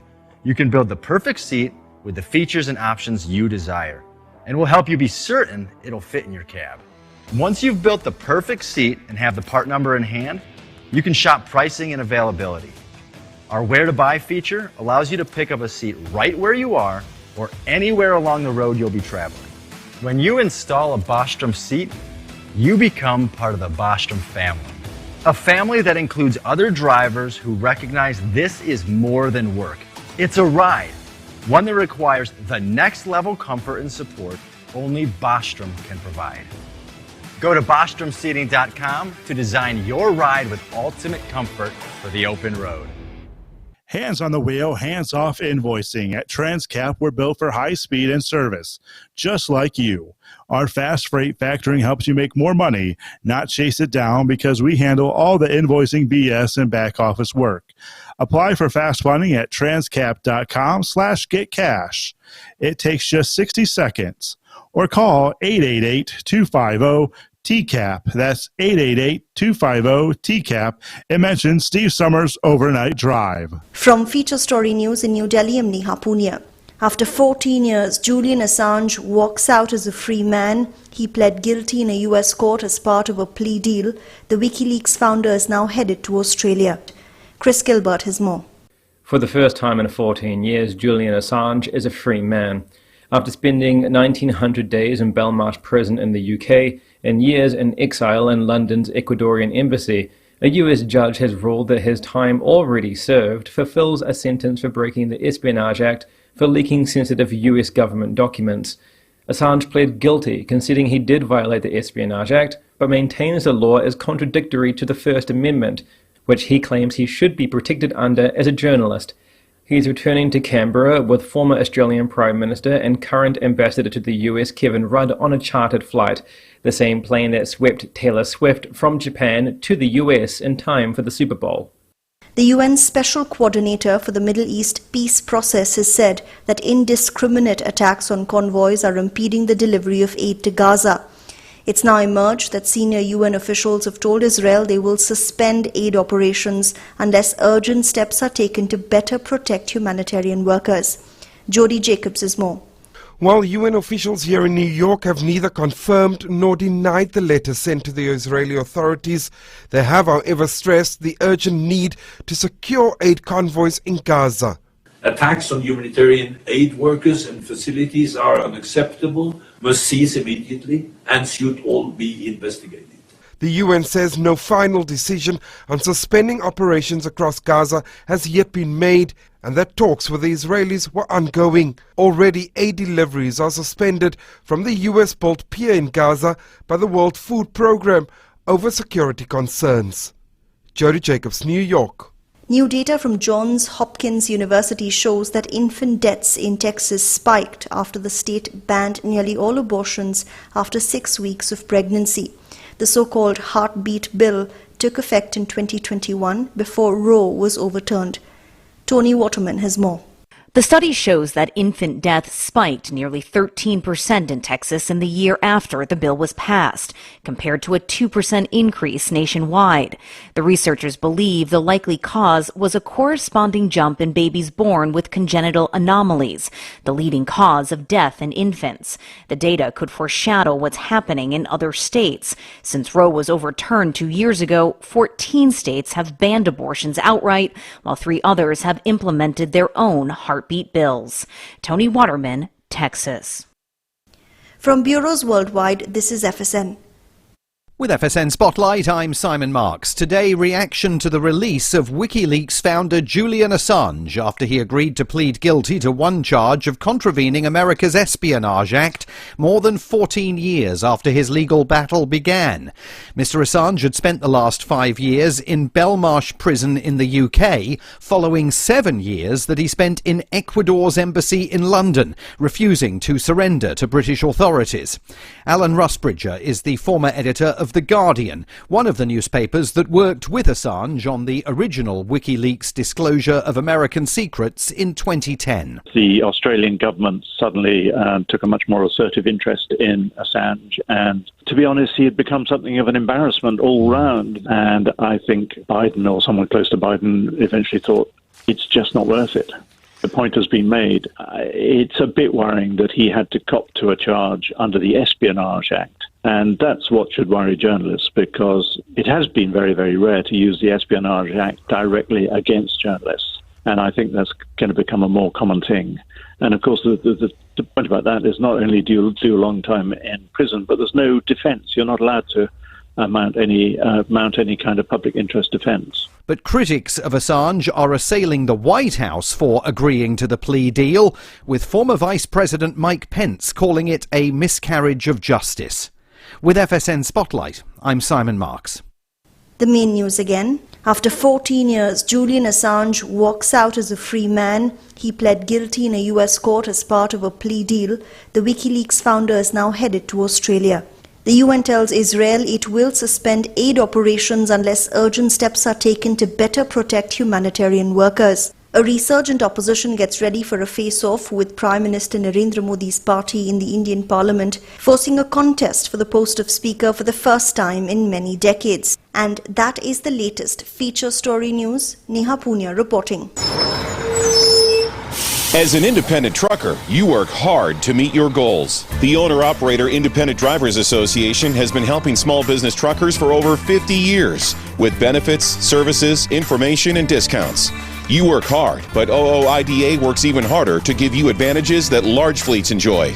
And all of our programs support our representation on your behalf in Washington, D.C. Become a member at OOIDA.com, making a difference in the lives of truckers. Fuel filtration is a big deal. Poorly filtered diesel fuel can damage injection systems, reduce efficiency, and rob horsepower, among other things. By removing the water, air, and debris from fuel, fast fuel systems can triple the life of your injection system while restoring power, optimizing fuel economy, and more. Not sure what your truck needs? Give us a call at 636-433-5410 or learn more at fastride.com.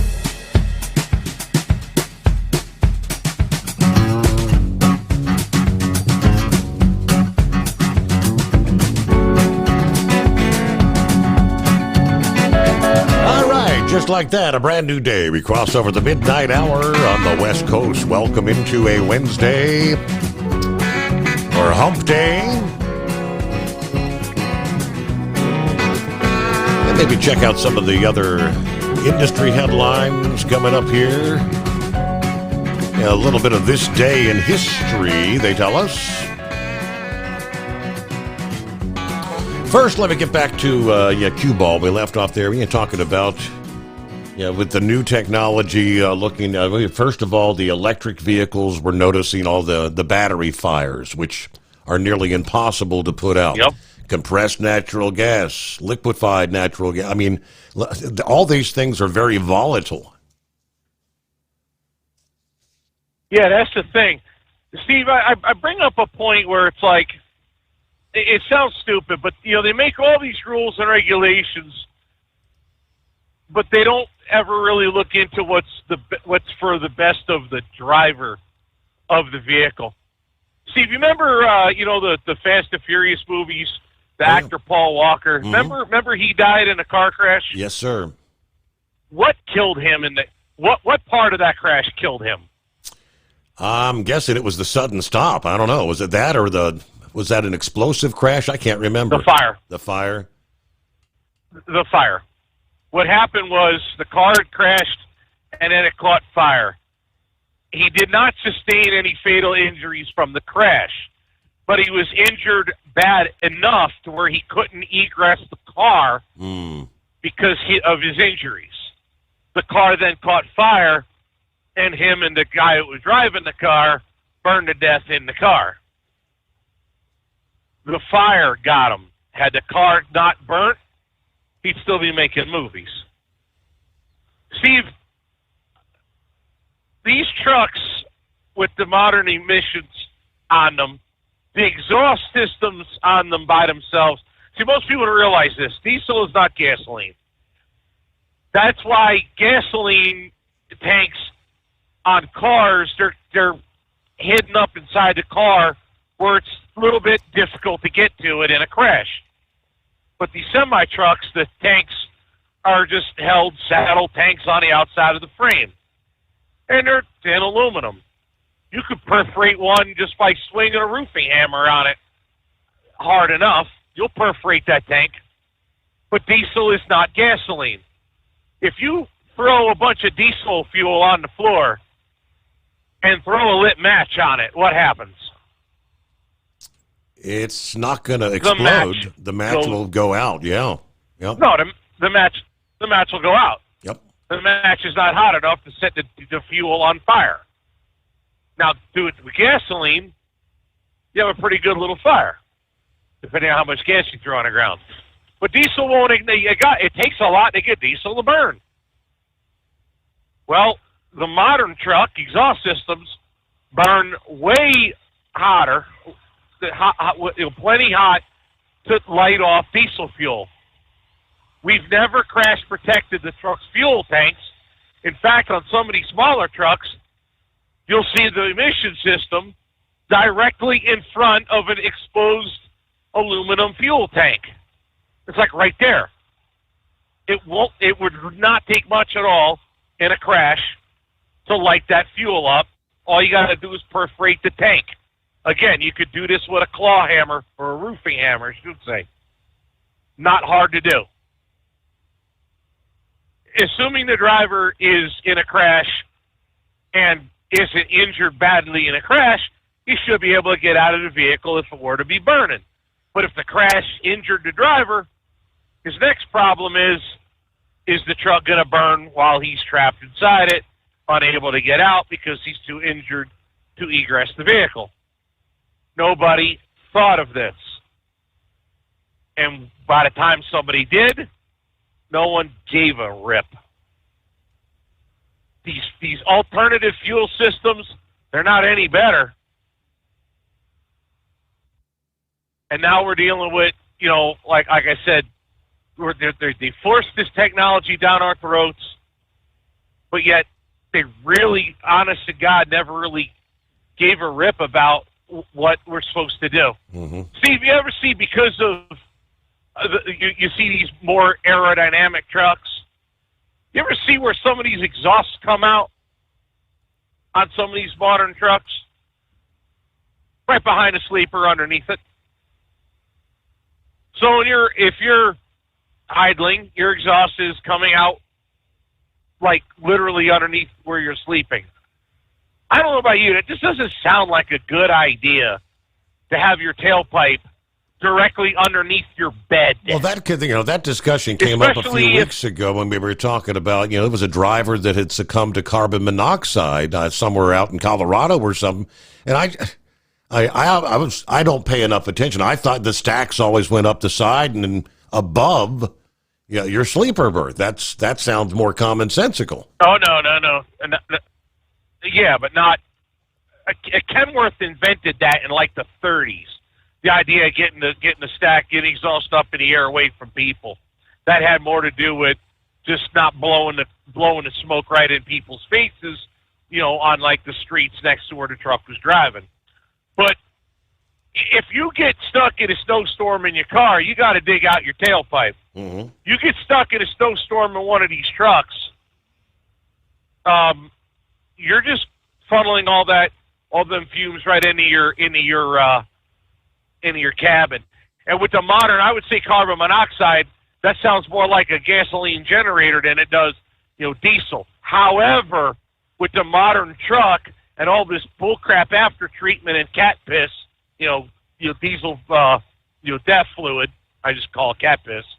I don't know what comes out the tailpipe anymore of a diesel, a modern diesel.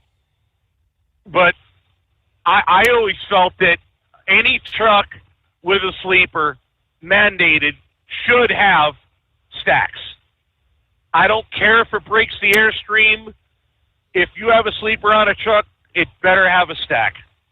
That way you can bury that truck and you can still get in snow and you can still get the exhaust out and away from the driver. They just don't care. They're more worried about all the little bullcrap inefficiencies than worrying about drivers, the actual driver's well-being or health or safety. They talk a good game, but where the rubber meets the road, they really don't give a rip if we get hurt in a crash and then burn to death in a burning truck, or how many years of exhaust asphyxiation. They just don't care.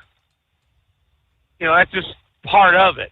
Now you got, like I said, alternative fuel trucks, and the fires that come from them now, it's way worse than anything that diesel would do. Maybe that's going to be what it takes. Some of the firefighters or whatever that got hurt to start suing people, to start getting people to realize that, maybe we're going about it all wrong. Maybe just a regular engine pulling diesel out of a regular tank was truly the better way to ride. But I don't know. I just look at it like they really don't. The driver itself, they just don't care, and I don't know how to make them other than hitting them in the wallet. But even there, they'll just raise the price, and not change their ways, because in the end, it's the government that's shoving this crap down their throats. So I don't know what the answer is other than just running old equipment, I guess, but I don't know. At minimum, like I said, trucks ought to have stacks. Get that crap up and away from the driver. Let's use some common sense here, guys. Yep. I don't know how to force that in anywhere. And I don't really see any safety groups talking about it. I don't see, any lobbying groups with truckers, ATA, OOIDA. Nobody's talking about it. At least not that I'm aware of. So, I don't know, Steve. Guess that's all I got for you tonight. Well, have a good morning, Cue Ball. Thanks for checking in. Safe travels. Ford's the top-selling vehicle in the USA is the Ford F-Series pickup trucks. And Ford is recalling more than 500,000 pickup trucks because the transmissions can unexpectedly downshift to first gear no matter how fast the trucks are going. The recall covers certain Ford F-150 pickups from the 2014 model years.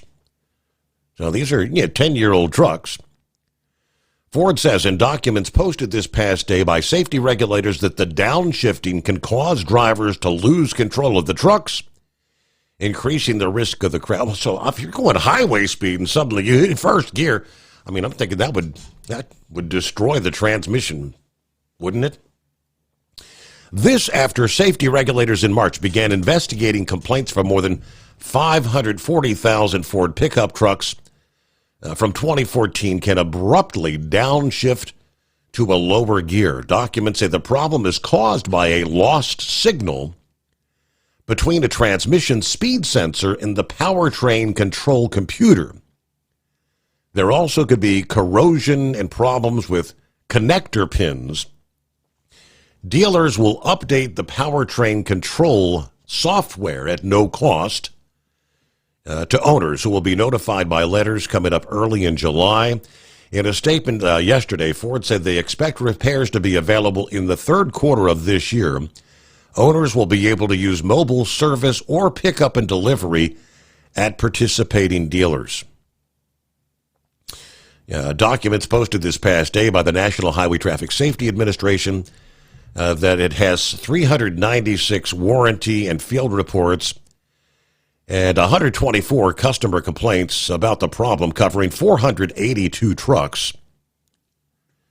The Dearborn, Michigan automaker said it knows of 130 complaints to the government, 52 alleging that the rear wheels locked up or the drivers lost control of the trucks. 2 of the complaints reported injuries. 1 reported a crash that could have been caused by the problem.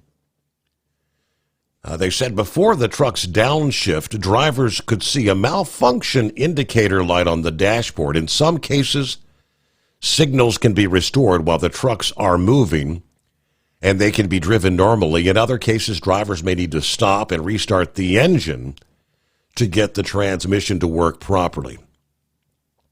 Now, they did say they expect less than 1% of the recalled vehicles actually have the problem.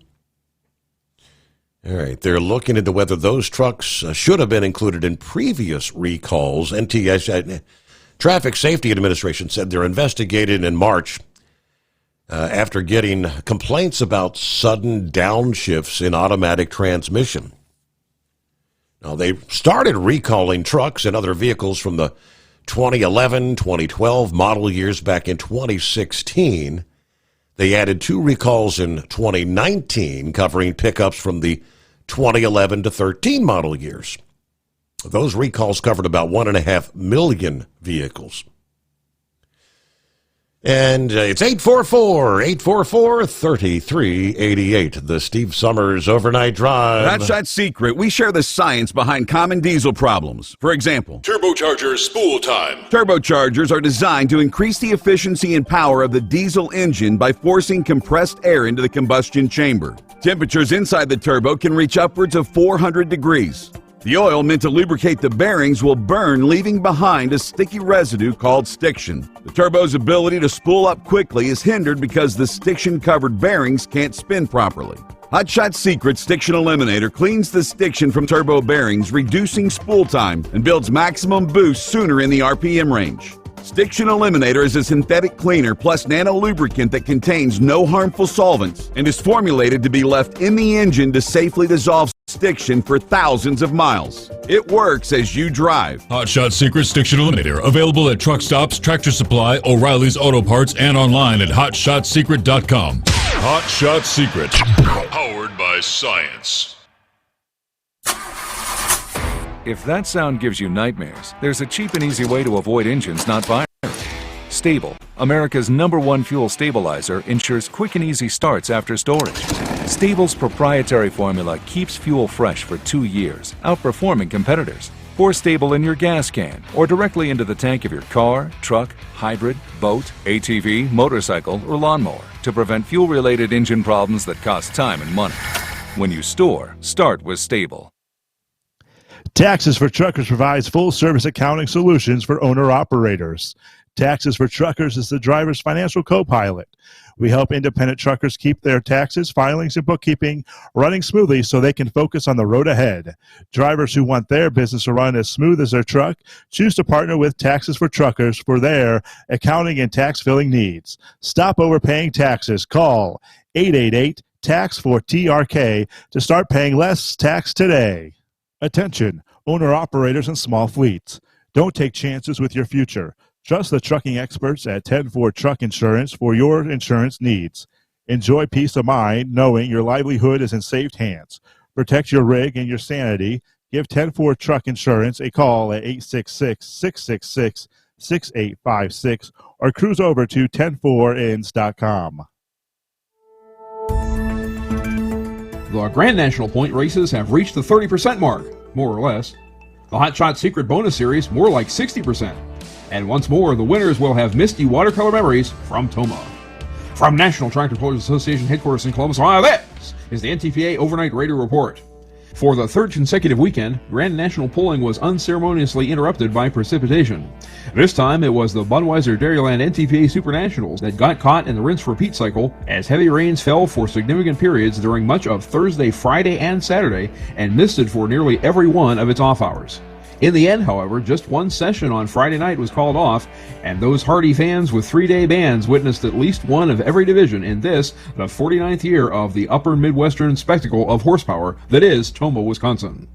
This week and next, let's talk about the state of the points races, both for the 2024 Grand National Championships and the 2024 Hot Shot Secret Challenge, which is already 3 events into its slate of 5. In light superstock, these standings coincide after 4 hooks across Benson, North Carolina, and Toma. Defending champion Terry Blackburn and considered armed and dangerous leads by a single point over Scott Whitworth's circuit sophomore Yield Express, and by 2 over Marcus Wedelson's Gunpowder and Lead on the strength of Blackburn's second-place finish in Toma on Friday. In Newfield's Ag Superstock Diesel, the 3-time champ Triple Bypass and Colin Ross leads the champ standings by 4 with a win each in Hutchinson, Minnesota, and Toma. But only Toma counts toward the challenge, and there Kent Payne's Super Rooster holds a first and a third to lead by 5 after Ross had to scratch Bypass from competition on Saturday. In Superstock Open, the 2 charts have yet to diverge, with the 4 hooks coming at challenge events Benson and Toma. Your leader is the fully loaded B-Tech-sponsored John Deere of Jeff Hodem, who has yet to win but has been second in his first 3 appearances preceding a Saturday afternoon 6th. Blackburn's Extremely Armed and Dangerous is second, 3-back, and Bob Gansmere's Rutten Deer third at -4. In High Torque Super Farm, no action at Toma, and so the table matches the order of finish in the surviving session at Farley, Iowa. Ryan Anderson's Green Galvanized Stairs-sponsored Checkin' Out 1256 IH is your leader by 1 over Dan Schulte's Binder Express and by 2 over the returning champ Deer Tracks of the Freezes. And in Yoder Popcorn Pro Stock, the division has gotten equal parts work and rest after losing 1 session each over Farley, Hutch, and Toma. But 8 appearances into a 22-hook campaign, it's the injected funds of Brent Meyer back on top by 7 over the Mack Trailer team's Mac Daddy and by 8 over New Brunswick Canadian Chance McGrath's Last Chance 2. Same order for the Hot Shot Secret Challenge. We'll visit the remaining races in the 2024 Grand National and Hot Shot Secret Challenge bonus series standings in next week's report. A reminder that you can catch all 13 divisions of the Hot Shot Secret Challenge bonus series in action at upcoming polls in Rockwall, Iowa for the North Iowa Nationals on August 1st through the 3rd, and in Bowling Green, Ohio at the National Tractor Pulling Championships from August 15th through the 17th. And follow these races all year long on the standings page at ntpapull.com. While the GN circuit is on hiatus until the Lions Super Bowl of the South in 3 weeks, you can catch NTPA championship pulling action at regional events. This week, a big 3-day pull in Arcola, Indiana, Thursday through Saturday, June 27th through the 29th. And on Thursday in Cadiz, Ohio, and next Monday in both Rushville, Indiana, and Marion, Ohio. ntpapull.com for class and location information. Reporting for the NTPA on the Overnight Drive, I am John Dunlap. Stay safe and pull hard.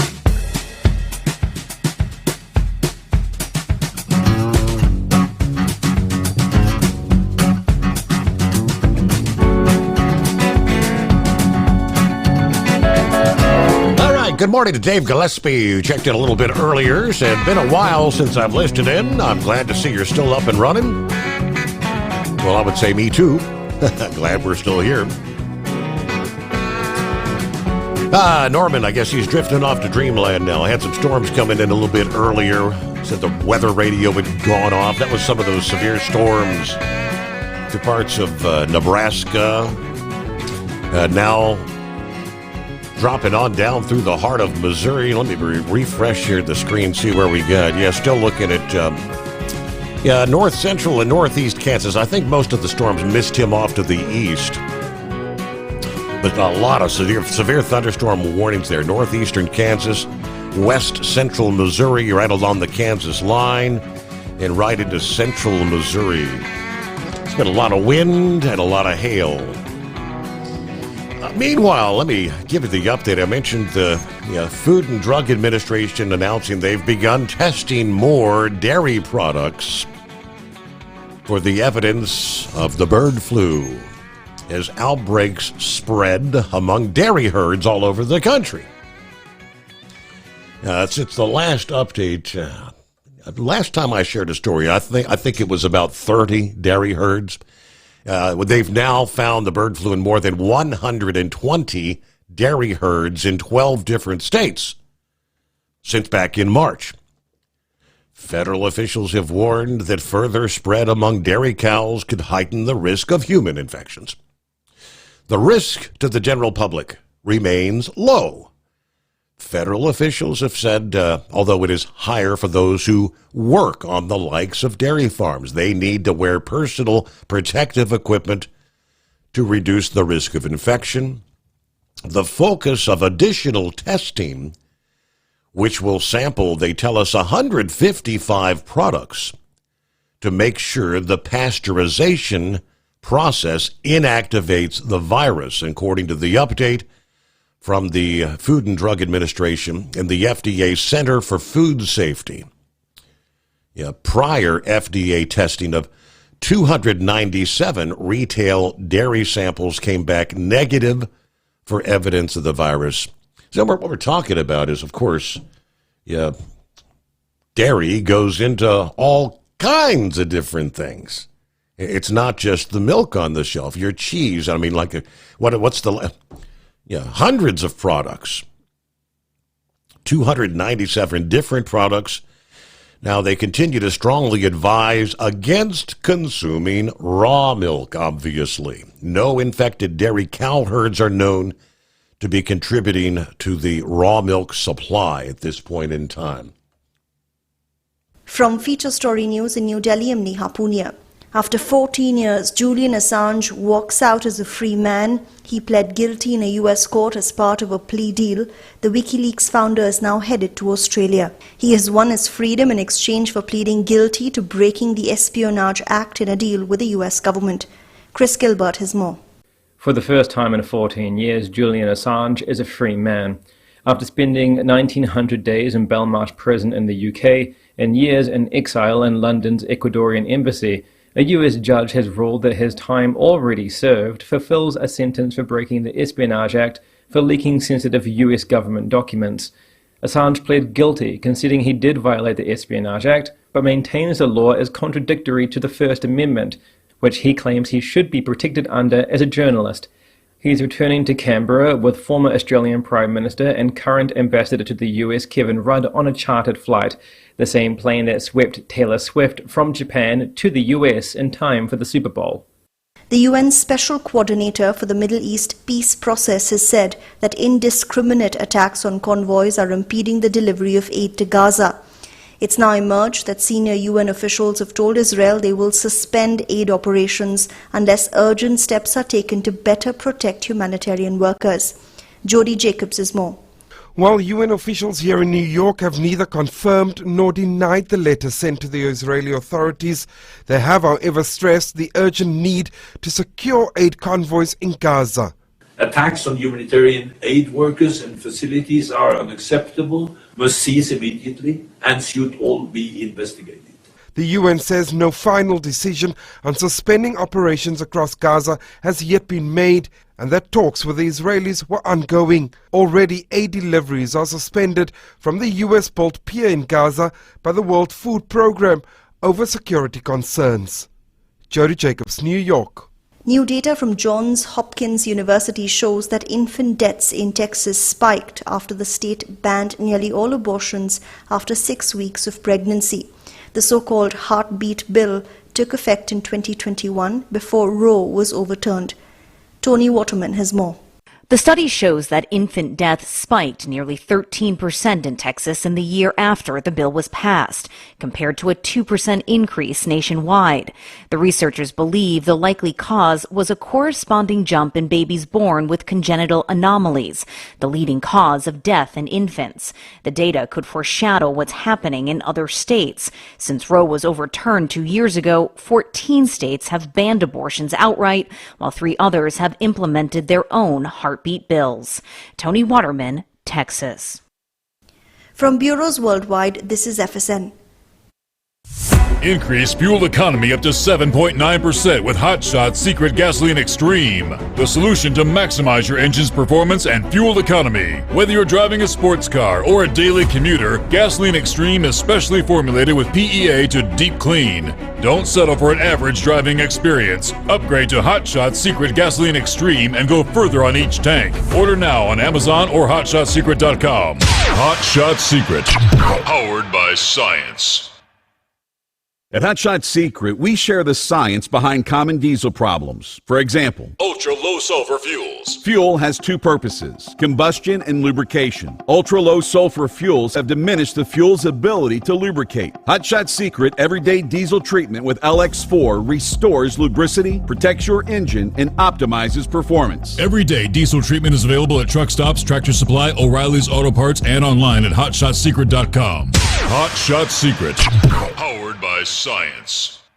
Building relationships with their team, drivers, and customers still matter at IBI Security Transport. Since 1966, IBI and its team of drivers have been leaders and innovators in providing white glove service to its exclusive client base for transporting high-value freight safely and securely. Much of the IBI staff have driven trucks, so they understand both the customers' and drivers' needs. If you're seeking a career that values you as a person, not just a number, and offers great benefits and good home time, then IBI is the place for you. Call 800-582-5912 to discover why we are the leaders in team freight and start building a relationship with you. Attention all truckers, are you ready to own your own truck? Lone Mountain Truck Leasing makes it easy. Our lease-to-own program puts you in the driver's seat. Our inventory is always changing, and we have a variety of rigs, including Kenworths, Freightliners, automatics, and manuals. Once you make your last payment, the truck is yours. No interest, no balloons, and no buyouts. Take the first steps towards independence and financial freedom. Visit LoneMountainTruck.com or call 866-944-0383 to apply today.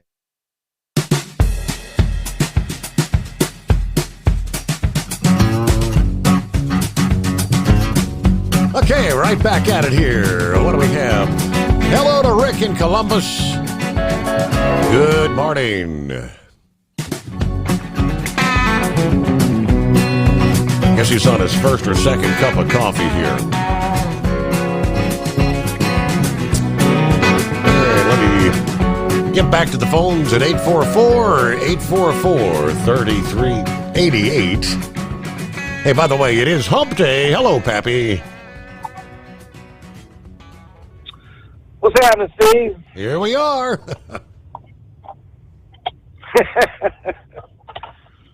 Man, I just tuned you in a little while ago when I tuned in. Cue Ball was on. These daggone training videos, Steve, I'll tell you what, man. It's getting old, man. They're 2 hours each. You have to take a test at the end. Oh, okay. And I don't know, I got at least 6 more to do. At least 6. So like 12? I'm looking forward to it. I guess I'll try. 12 more hours Yeah, worth of video? Yes. Wow. Not counting some more training we got to physically go to. And I got to be down at the range at 8 o'clock in the morning on a couple days. But anyway, it goes with the territory. Can't you just fast forward to the test? Yeah, well, you used to be able to. Now they don't let you do that. Okay, because you can't. We used to have the deal, for the whole, the radio broadcast biz and all that. And used to be you could. Once you've taken the test year after year after year, it's pretty much the same damn thing every year they go through. Then they started embedding questions. You get a 10-minute segment, then you had to answer 3 questions, and you couldn't really skip straight to the test. Yeah, no. And Steve, I'll be honest, these are, man, if you don't pay attention, right? Yeah. You ain't gonna pass a dang on thing. Okay. So it's just really nothing that pertains to us out here actually doing a job. A lot of it, like this one on domestic violence, they wanted to know the percentage rates of,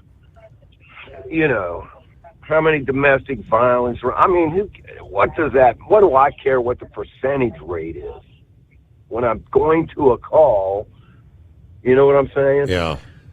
It's just a lot of it doesn't really pertain to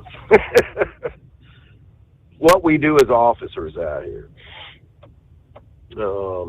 Anyway, but so I missed most of the show. Hey, Biden didn't fall down and break an ankle where he's not going to be able to attend Thursday. Nothing like that happened today. Nothing of that nature. No, the only update we had about Biden was apparently NBC News reported that part of this, debate prep is getting him some ways to get under Trump's skin, ways to belittle him, ways to piss him off so he'll lash out. Yeah, that's a game plan. And the moderators are going to do it too. Oh, yeah. I think it would behoove Trump to maintain his cool, don't lose his cool. He could probably get under the big guy's skin more than Biden get under his. I heard something yesterday that Biden was planning on talking about, if you're a Trump supporter, you're a white supremacist, right? And you're a domestic terrorist. If he wants to call over 80 million people in this country domestic terrorism, I think this might backfire on him if he does try to go that route, which he probably will. And Trump can he can counteract that very calmly. How many times have we talked about that daggone speech where he totally condemned where was that? Charlottesville? Where the heck was it? A couple of years ago. That was it. And to this day, people still think, but when you play the whole video, watch the whole video, he totally condemned them. So I don't know. We'll see. But hey, man, cue ball again. We were talking about these drones. Yeah, Steve, it's a scary thought, man. I'll tell you. Now, I think as far as the White House goes and Secret Service around Biden and Trump, there is electronic countermeasures available, and I'm sure it could be deployed very quickly. If something was to happen near the White House or around the president or former president. But in the real world out here, you just can't do it that quick. I don't know. Say we get a bomb call and we think we got a device that can be remote detonated, right? Mm-hmm. So we got to make some phone calls, and we can jam any signals that would prevent that device from being set off. However, Steve, this takes time, takes authorization. But like I said a week or so ago, how do you, if you got a couple guys downtown Cincinnati in a parking lot, on a roof parking lot, and they pull out 10 drones with explosives on them and get them up in the air and make a beeline to the stadium. Steve, they can be there. They can fly that drone several miles in no time at all. Mm-hmm. And there's no stopping them.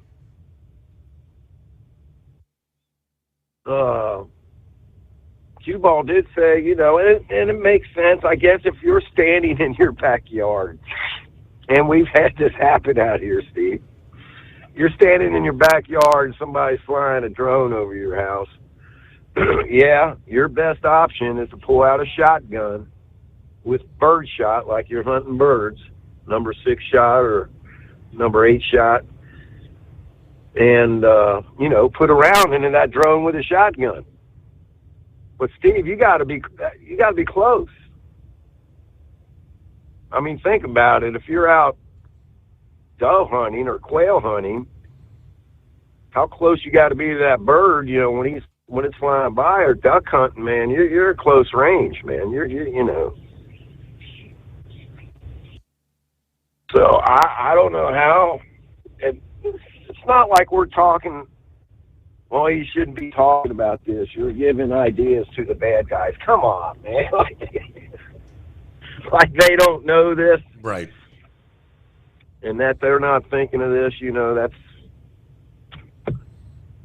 Bongino mentioned this, and I can attest to it, that we get paid to think about what somebody can do to try to do something stupid,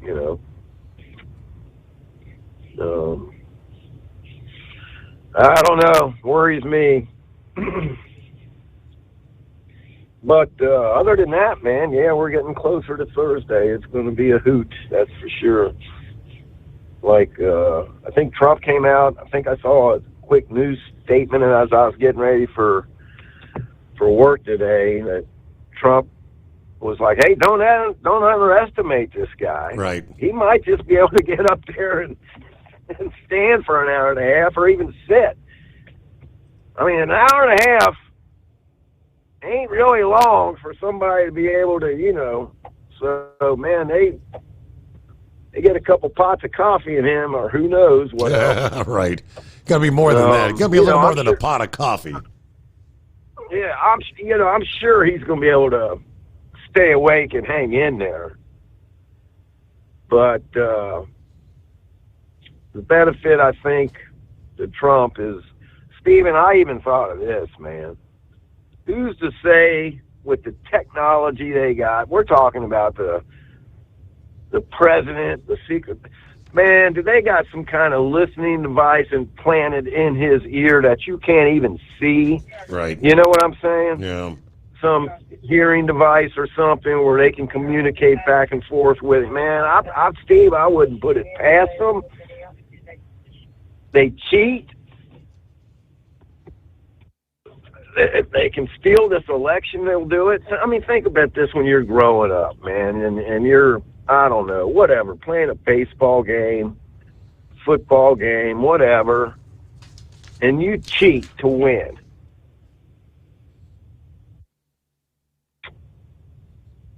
I mean, we all in life probably did a little cheating here or there as kids. Kind of like a white lie, you know. Sure. Little, hey, how's this dress look on me, honey? Hey, it looks great, babe. You know, but man, when it comes to, you know, stealing elections,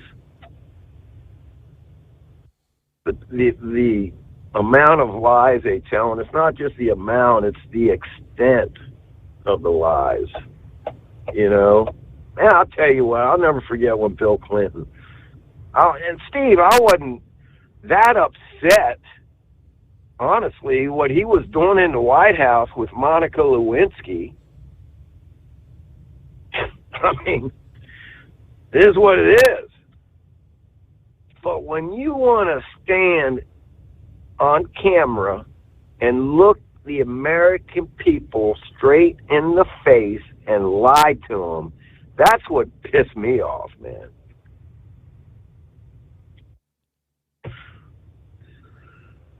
Yeah, oh well. All righty, my man.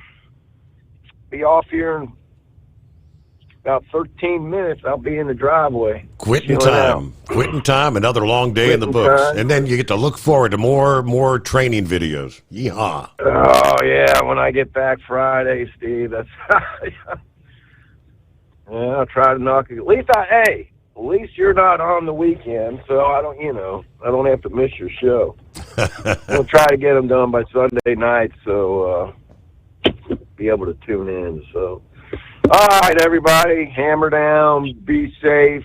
I'm sure Thursday night, or your Friday night, I guess, is going to be an interesting show. What would normally be a casual Friday may not be all that casual this Friday morning. I expect the same. Yeah, everybody's going to have their 2 cents worth in regards to the debate. I'm sure Eagle's already got his plans to dial us up. Matter of fact, he's wanting to chime in about some of the restaurants and whatnot. Hang in there. Got you coming up right after this. The Steve Summers Overnight Drive. As an independent trucker, you work hard to meet your goals. The Owner-Operator Independent Drivers Association has been helping small business truckers for over 50 years with benefits, services, information, and discounts. You work hard, but OOIDA works even harder to give you advantages that large fleets enjoy. And all of our programs support our representation on your behalf in Washington, D.C. Become a member at OOIDA.com, making a difference in the lives of truckers. Fuel filtration is a big deal. Poorly filtered diesel fuel can damage injection systems, reduce efficiency, and rob horsepower, among other things. By removing the water, air, and debris from fuel, fast fuel systems can triple the life of your injection system while restoring power, optimizing fuel economy, and more.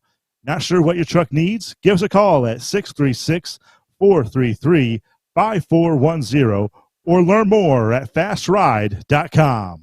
At Hot Shot Secret, we share the science behind common diesel problems and their solutions. For example, diesel fuel cetane levels. In many states, the cetane rating in diesel fuel is 42 to 45. Most diesel engines operate more efficiently with a cetane rating of 48 to 50. One treatment of Hot Shot Secret Diesel Extreme will raise your cetane 7 points, increase fuel economy, and improve cold starts. Due to a cleaner burn, there are less hydrocarbons and particulate matter in your exhaust. This reduces the blockage of your diesel particulate filter. Using Diesel Extreme generates 83% less DPF regenerations. The 6-in-1 Diesel Extreme formula also includes the most concentrated detergent on the market, lubricity enhancer, water demulsifier, rust and corrosion inhibitors, and a fuel stabilizer. Hot Shot Secret Diesel Extreme is available nationwide at truck stops, Fine Farm and auto stores, and online at hotshotsecret.com. Hot Shot Secret, powered by science.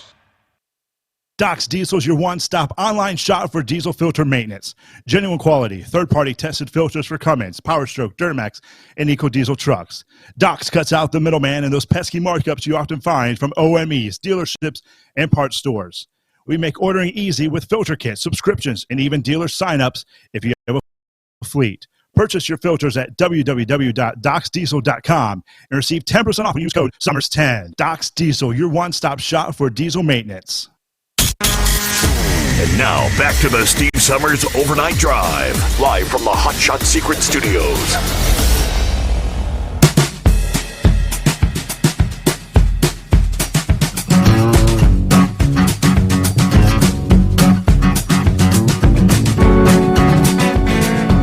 All right, I guess yesterday was New York primary day. Primary's still going on, yeah.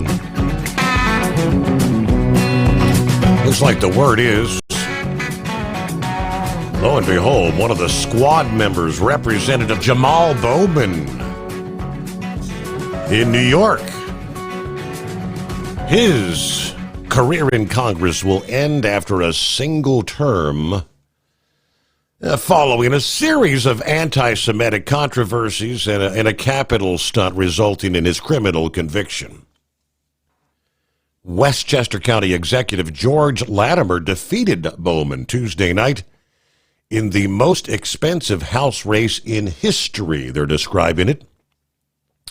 Ad Impact estimated those two camps spent a total of $23 million on the Democrat primary. Wow. The race was called for Latimer less than a half hour after the polls closed. The primary, this is New York's 16th congressional district, centered around a referendum on Israel-Palestinian policy. It drew significant national attention. Bowman, the progressive former middle school principal and member of the Squad, represented the insurgent Hamas sympathizer wing of the Democrat Party, while Latimer supported the pro-Israel lobby, condemning the Hamas attack on Israel. Bowman opposes Israel's military operations in Gaza, while Latimer has not called for a ceasefire, but supports a two-state solution. Additionally, Bowman has denied Hamas actually raped women on October the 7th. He ridiculed another House member for hosting Jewish leaders, among other instances which drew accusations of anti-Semitism. And those were not the only controversies over this guy. Pleaded guilty in October of last year to one misdemeanor for falsely pulling the fire alarm there. Remember that little scenario in the congressional office building, just as lawmakers were about to vote on a short-term government funding measure to avoid a government shutdown? He actually faced 6 months in jail time, but in a plea deal, he agreed to pay a $1,000 fine and write an apology to the Capitol Police. He's the guy that said when he pulled the firearm, he was trying to open the emergency door, because an emergency door exit looks just like a fire alarm. Breitbart News first broke exclusively that Bowman threw emergency warning signs to the floor before he actually pulled that fire alarm, and he ran down a set of stairs before exiting the building from another floor. That just totally blew out his claims. He was a fellow squad member. The New York delegation compatriot Alexandria Ocasio-Cortez, as well as Bernie Sanders. He was joined by them in a bizarre, profane campaign rally last weekend. So he had the support of AOC. He had the support of Bernie, but it says they expect he's going to continue serving out his term until January of next year. I don't know. Maybe that's a sign of things to come there. We could only hope in New York. Steve in Columbus. Well, good morning, all the listeners out there. Just about halfway through the week, already looking forward to the weekend. Guys start looking toward the weekend on Monday, you know. They've actually done some studies on that. They say, I believe it was Monday or Tuesday, where typically the men start thinking about the next weekend. For whatever reason, women, it's more like Thursday before they actually even start thinking about the upcoming weekend. But so you're a typical guy, Steve. Everything's packed in the car, ready to go for the day. I suppose we'll see what we can get into. Yeah, a nap sounds pretty good right about now. Everybody enjoy your day. Okay, thank you very much. Let me see here. Eagle, if you can hang in there through the news break. I know we've only got like 2 minutes before top of the hour news, so. Meanwhile, that's enough time for us to share with you that the Transportation Secretary Pete Buttigieg has appointed, a guy by the name of Vin White as the FMCSA's deputy administrator, succeeding Robin Hutchinson, who resigned back in January. Sue Lawless, the FMCSA's chief safety officer and career federal employee, has been serving since then as the acting administrator until a political appointee was designated to fill that role. Vin says, it's an honor to take on this role. I thank Secretary Buttigieg for his trust and confidence in my ability to lead the important work of the FMCSA. Our agency is focused on enhancing safety for all roadway users. I'm committed to working with safety partners across the commercial motor vehicle industry to get this work done. Now, he also serves as the DOT's acting chief artificial intelligence officer, where he oversees the development and use of AI based on administration policies and priorities. Prior to joining the FMCSA, he was responsible for coordinating DOT initiatives on emerging transportation technologies, policies related to automated driving systems, drones, advanced air mobility systems. He also helped launch the department's Transforming Transportation Advisory Committee. In addition to federal service, his career included a tenure as a senior advisor to New Jersey Governor Phil Murphy. All right, back after this. Ultimate comfort on the road. That's the Bostrom difference. And why so many drivers are upgrading their seats to Bostrom seating.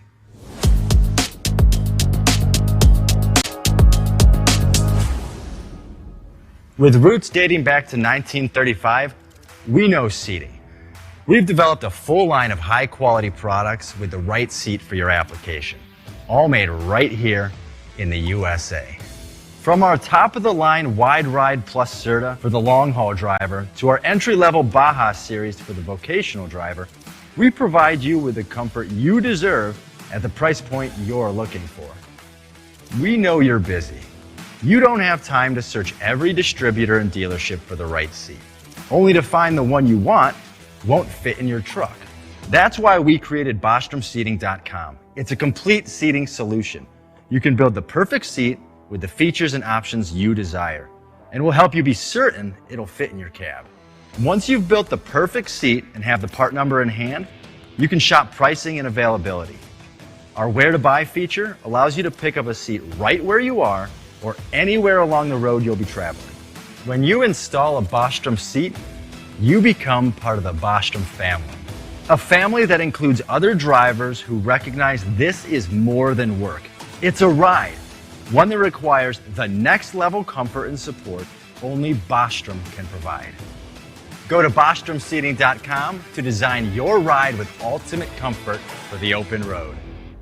Hands on the wheel, hands off invoicing. At Transcap, we're built for high speed and service, just like you.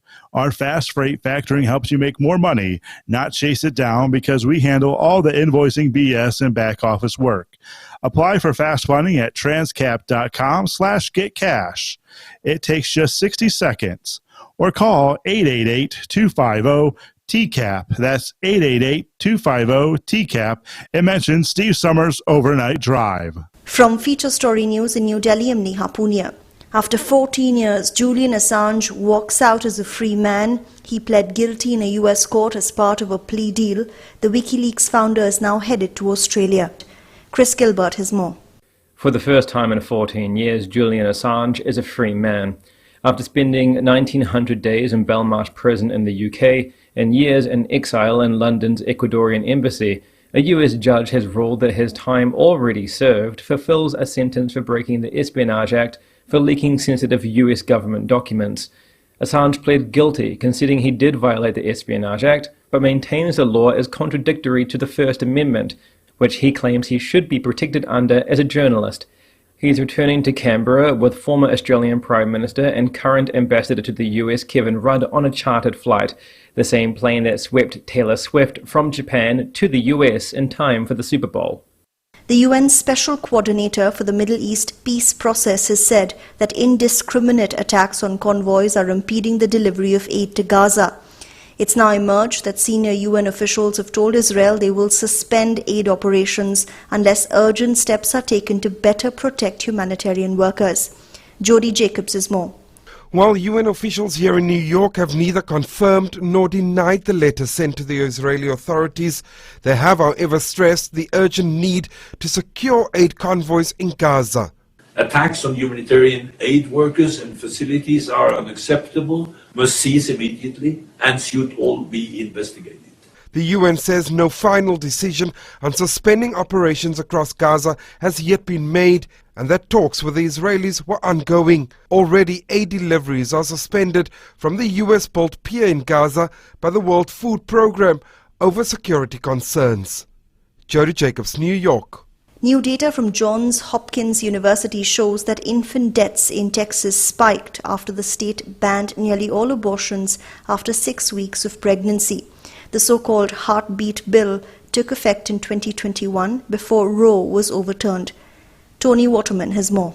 The study shows that infant deaths spiked nearly 13% in Texas in the year after the bill was passed, compared to a 2% increase nationwide. The researchers believe the likely cause was a corresponding jump in babies born with congenital anomalies, the leading cause of death in infants. The data could foreshadow what's happening in other states. Since Roe was overturned 2 years ago, 14 states have banned abortions outright, while 3 others have implemented their own heartbeat bills. Tony Waterman, Texas. From bureaus worldwide, this is FSN. With FSN Spotlight, I'm Simon Marks. Today, reaction to the release of WikiLeaks founder Julian Assange after he agreed to plead guilty to one charge of contravening America's Espionage Act more than 14 years after his legal battle began. Mr. Assange had spent the last 5 years in Belmarsh prison in the UK, following 7 years that he spent in Ecuador's embassy in London, refusing to surrender to British authorities. Alan Rusbridger is the former editor of The Guardian, one of the newspapers that worked with Assange on the original WikiLeaks disclosure of American secrets in 2010. The Australian government suddenly took a much more assertive interest in Assange, and to be honest, he had become something of an embarrassment all round. And I think Biden, or someone close to Biden, eventually thought it's just not worth it. The point has been made. It's a bit worrying that he had to cop to a charge under the Espionage Act. And that's what should worry journalists, because it has been very, very rare to use the Espionage Act directly against journalists. And I think that's going to become a more common thing. And of course, the point about that is not only do you do a long time in prison, but there's no defense. You're not allowed to mount any kind of public interest defence. But critics of Assange are assailing the White House for agreeing to the plea deal, with former Vice President Mike Pence calling it a miscarriage of justice. With FSN Spotlight, I'm Simon Marks. The main news again. After 14 years, Julian Assange walks out as a free man. He pled guilty in a US court as part of a plea deal. The WikiLeaks founder is now headed to Australia.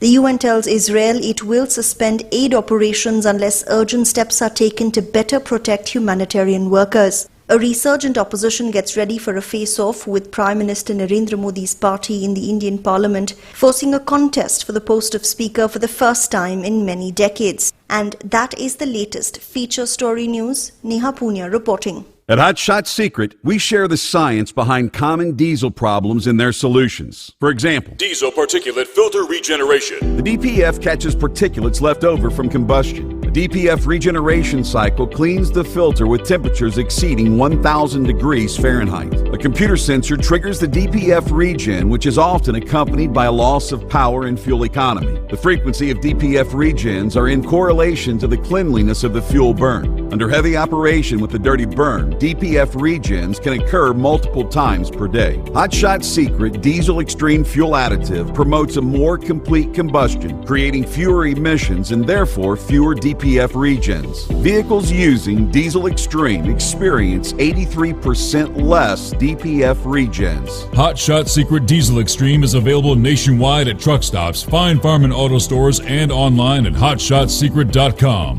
Hot Shot Secret, powered by science.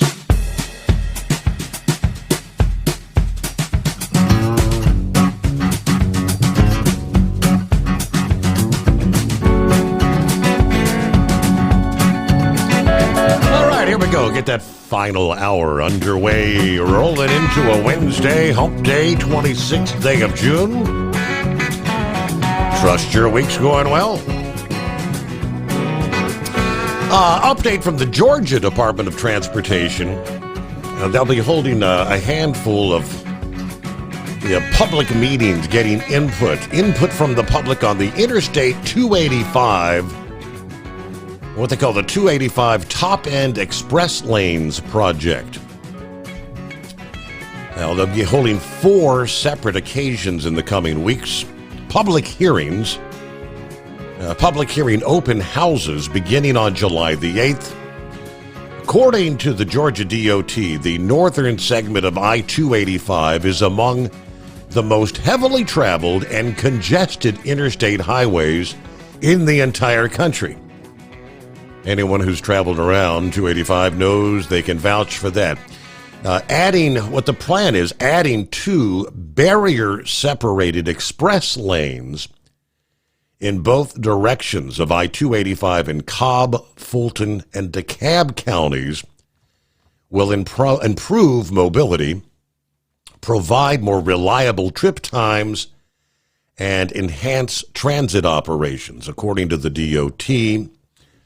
So the project will add 2, as I said, barrier-separated express lanes in both directions between South Atlanta Road and Henderson Road, as well as on State Route 400 from south of the Glen Ridge Connector to the vicinity of the North Springs Metropolitan Atlanta Rapid Transit Authority station.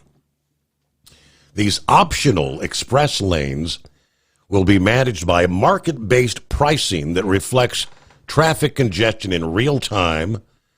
According to transportation officials, a Peach Pass is required to use any current and future express lanes. Updated concept layouts, design features, environmental impact findings, and a proposed mitigation plan will be presented at each of those 4 public meetings coming up. They say no formal presentations are scheduled, but officials will be on hand to answer questions. I won't bore you with all the slated times and dates, because if you don't live there, you won't be wanting to give input anyway. But I'm sure if you drive through and around Atlanta, of course, the big truck's required to go around unless you're making a delivery in or picking up inside the loop. You'd love to see things improved to get around that 285. All right, we hang it in there, Eagle. Yeah, I'm still here.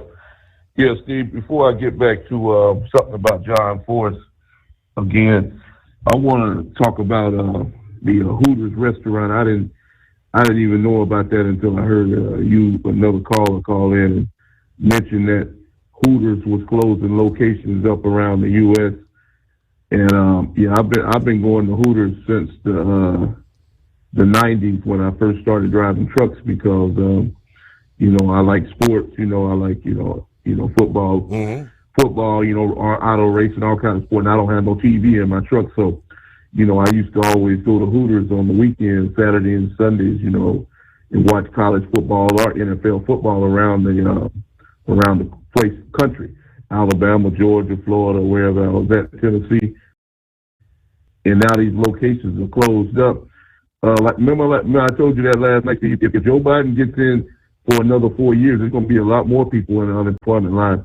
This is not the first restaurants that have closed up. There are several other locations, family restaurants that have closed up, since Biden has been in. Some people blame it on the COVID virus that a lot of restaurants never recovered, because a lot of people got used to eating indoors. They got used to not going to restaurants because they wasn't allowed to go to restaurants during the COVID virus. And like I say, I've noticed that, over the last year or two, when I went to the Hooters, like even during the football season, I would be in Dallas at a Hooters in Dallas, and the damn place would be empty. There'd be about 5 or 10 people in the restaurant on a Sunday afternoon watching the damn game, and it used to be standing room only crowds in Hooters.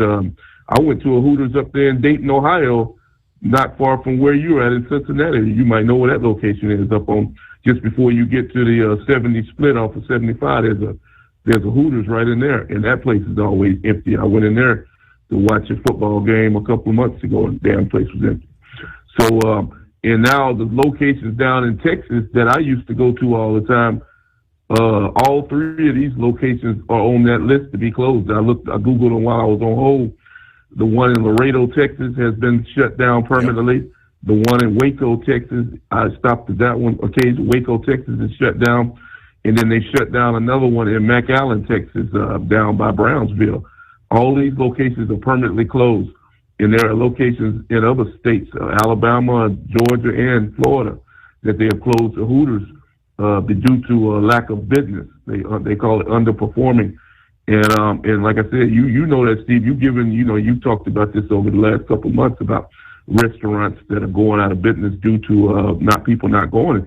And it's because people don't have money. There's a lot of people unemployed, and the food prices are sky high now. And you're going to see a lot more people going out of business. I don't know. Have you ever been to Hooters before, Steve? Oh yeah, absolutely. Yeah, many of them over the years. Yeah, especially down in Florida, because I know you go down to Florida on the cruises and stuff, and they're closing down locations in Florida, Hooters, and that's where Hooters got started in Clearwater, Florida area. As a matter of fact, down there where Donald Trump lived at, I think I seen West Palm Beach. Palm Beach, they had a Hooters in there. I've never been to that one, but they say that they're closing that location down. So, like I say, I didn't even know about it until I heard somebody on your show mention it tonight, that Hooters was closed, and then I Googled it on my phone, and he's damn sure right. So that's going to affect me this upcoming football season. As a matter of fact, I got to check the one in Tuscaloosa. They got a Hooters in Tuscaloosa, Alabama, and that place is always empty. I stopped in there a couple of times, and there'd be like about 10 customers in the damn restaurant. So I'll have to check the Tuscaloosa, Alabama Hooters location. But it shocked me when I heard that, and that also might affect Chase Elliott, because Hooters is one of his sponsors. Chase Elliott, the NASCAR driver, Hooters is one of his sponsors. So I don't know if they may not sponsor his car no more. They may drop their sponsorship. And then, like I said, you see what's happening, with Tony Stewart. Tony Stewart got out of racing, mainly due to financing and money and sponsorship and other things, and just to concentrate on drag race. So you're seeing a lot of bad things happening right now, Steve, with the economy. And, every time, like I told you a couple of weeks ago, every time I look at a YouTube video, if you go on YouTube, all you see is Prime drivers, Prime these idiots making these videos talking about they're not making money, talking about Prime is these guys sitting in truck stops 1 and 2 days waiting for loads. The freight is drying up right now, Steve. I told you a couple of weeks ago, truck stops back. You know, when I started driving, the damn truck stop parking lot would be empty in the middle of the day, 1 o'clock in the afternoon. Parking lot would be empty. You pull into a truck stop at 2 or 3 o'clock in the afternoon now that you can't even find a damn parking space at 2 o'clock in the afternoon because trucks are sitting there all day long, bobtails, trucks without a trailer, just sitting there waiting on the damn load because there's no freight to haul right now. It's real bad.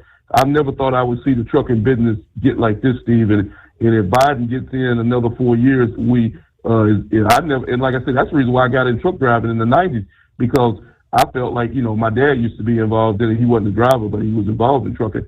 And I always felt, well, you got a lifetime job, because people are always going to need freight. People are always going to need food and water. And that's what I thought. I never thought I would see truck driving business come, it's the way it is right now. It's really a shock to me to see what's going on. And one quick note about John Ford, Steve. I heard the other guy that got it from Florida. He's a real smart guy. He says I didn't know he liked NASCAR. I didn't know he liked drag racing, but he knows what he's talking about. And I never thought about this situation. People were saying, how come John Force's chutes didn't come out? I thought that they had an automatic chute mechanism if the engine blew, but maybe they don't. But he said that John Force might have been knocked out. When that explosion might have knocked him out for a half a second, and he might not have even been able to pull his damn chutes.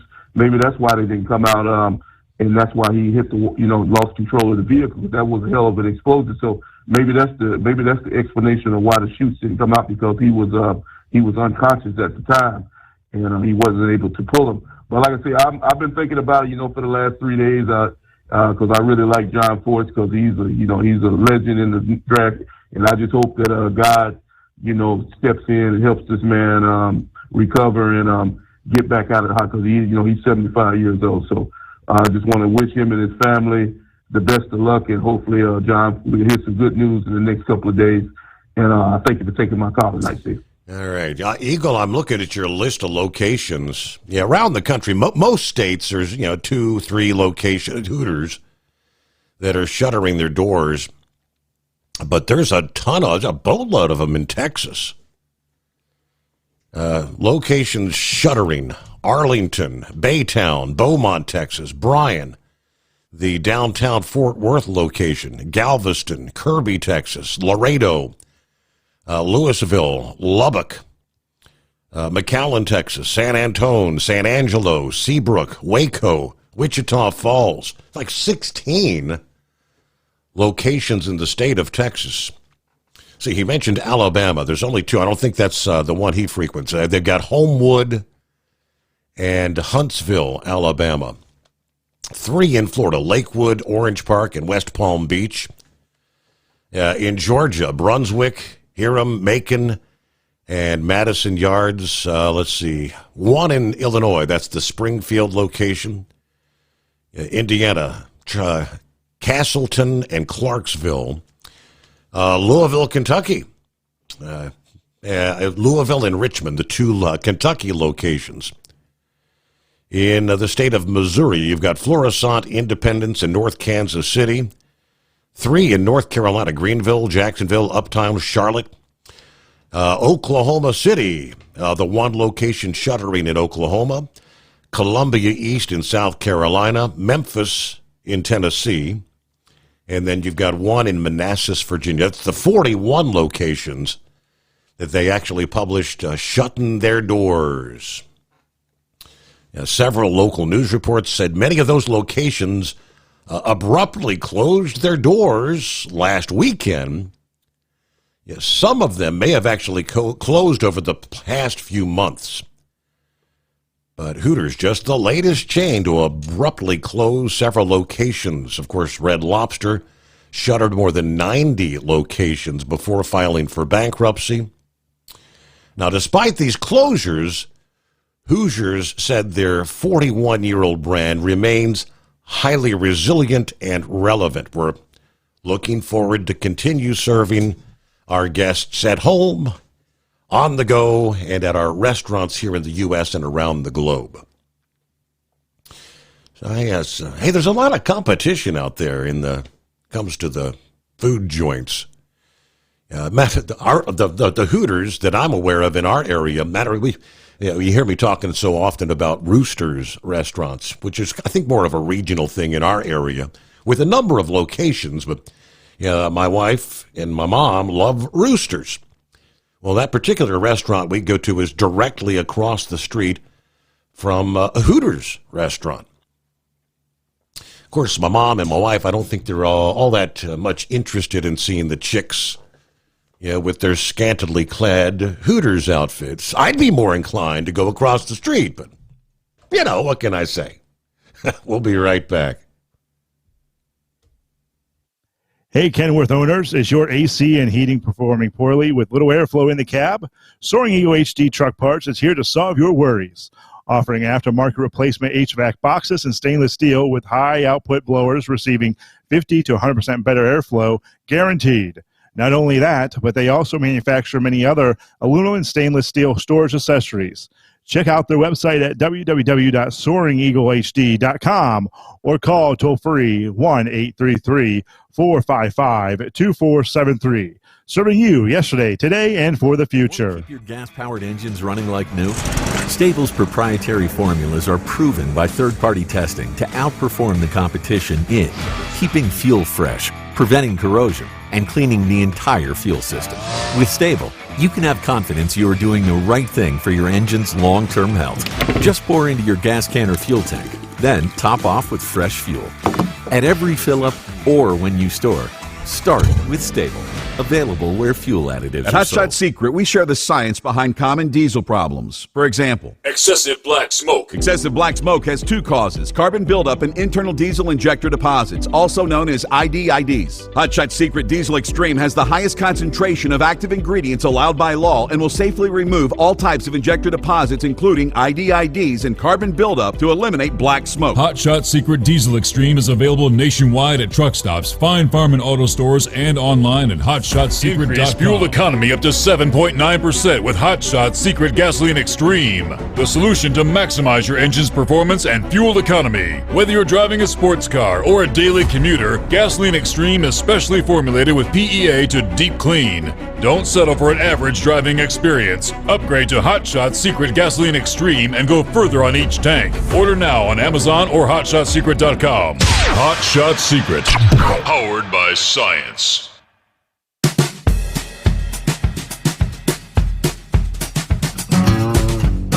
Alrighty, let's head out west.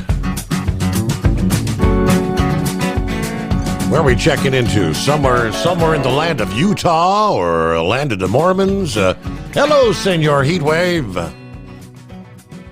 Good morning, Senor. Yeah, I'm getting close here to Green River, Utah.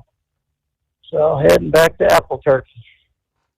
Well, let's see here. Congratulations to the Volunteers. They put up a good fight and a good show, and A&M finished second in the College World Series. Did you hear that head coach of Texas A&M baseball is going to the University of Texas? He's going to become a damn tea sipper. He's going to be there with the rest of the liberal idiots, drinking his hot tea with a pinky in the air and having cream and sugar with it. That's something else, I tell you. There just ain't no damn loyalty these days. So, anyways, and as far as Hooters is concerned, well, at least there's Twin Peaks. Y'all got them down your way? I've heard of them. I'm not familiar if there's one in our area, but I've never been to one. Well, I've never been to one either, but I sure see them. I see a lot of Twin Peaks out there, that's for sure. And we ain't talking restaurants. So, anyways. Well, what else we got going on? Yeah, I'm looking forward to the debate. I wonder if they're going to treat Trump the same way as they treated his campaign manager on CNN when she was trying to, read off and speak the truth about Tapper. They shut her down. You know, being anti-Trump. Shut her yeah, down. yeah. So the question is that what they're going to do to Trump when he starts speaking the truth about Biden's presidency, which is, we all know, is a damn disaster. Thank you, Captain Obvious. I tell you, it's a crying damn shame. But, you know, he wanted a debate. And CNN said, well, you know, what if we offer it to him? He'll never agree to it. I think they're surprised that he said, yeah. And like, now what do we do? I'm glad Fox has got it, want to have it televised on their stations. I don't know what they call that, but, you know, when you're televising from another broadcasting agency. But I'll guarantee you one thing. They'll have more viewers watching on Fox, the simulcast, that's the word, of the CNN debate. So that ought to be interesting. Patty, we were talking, I was listening, and I'm sorry, my headset's all messed up. I was listening to Patrick today, and he was talking about me saying something about the illegal aliens being in the military, do 4 years in citizenship. I saying at the time was, well, what are the military for 4 years? Are we going to have to provide interpreters from all different countries to yell at them the same way the drill instructor would yell at them?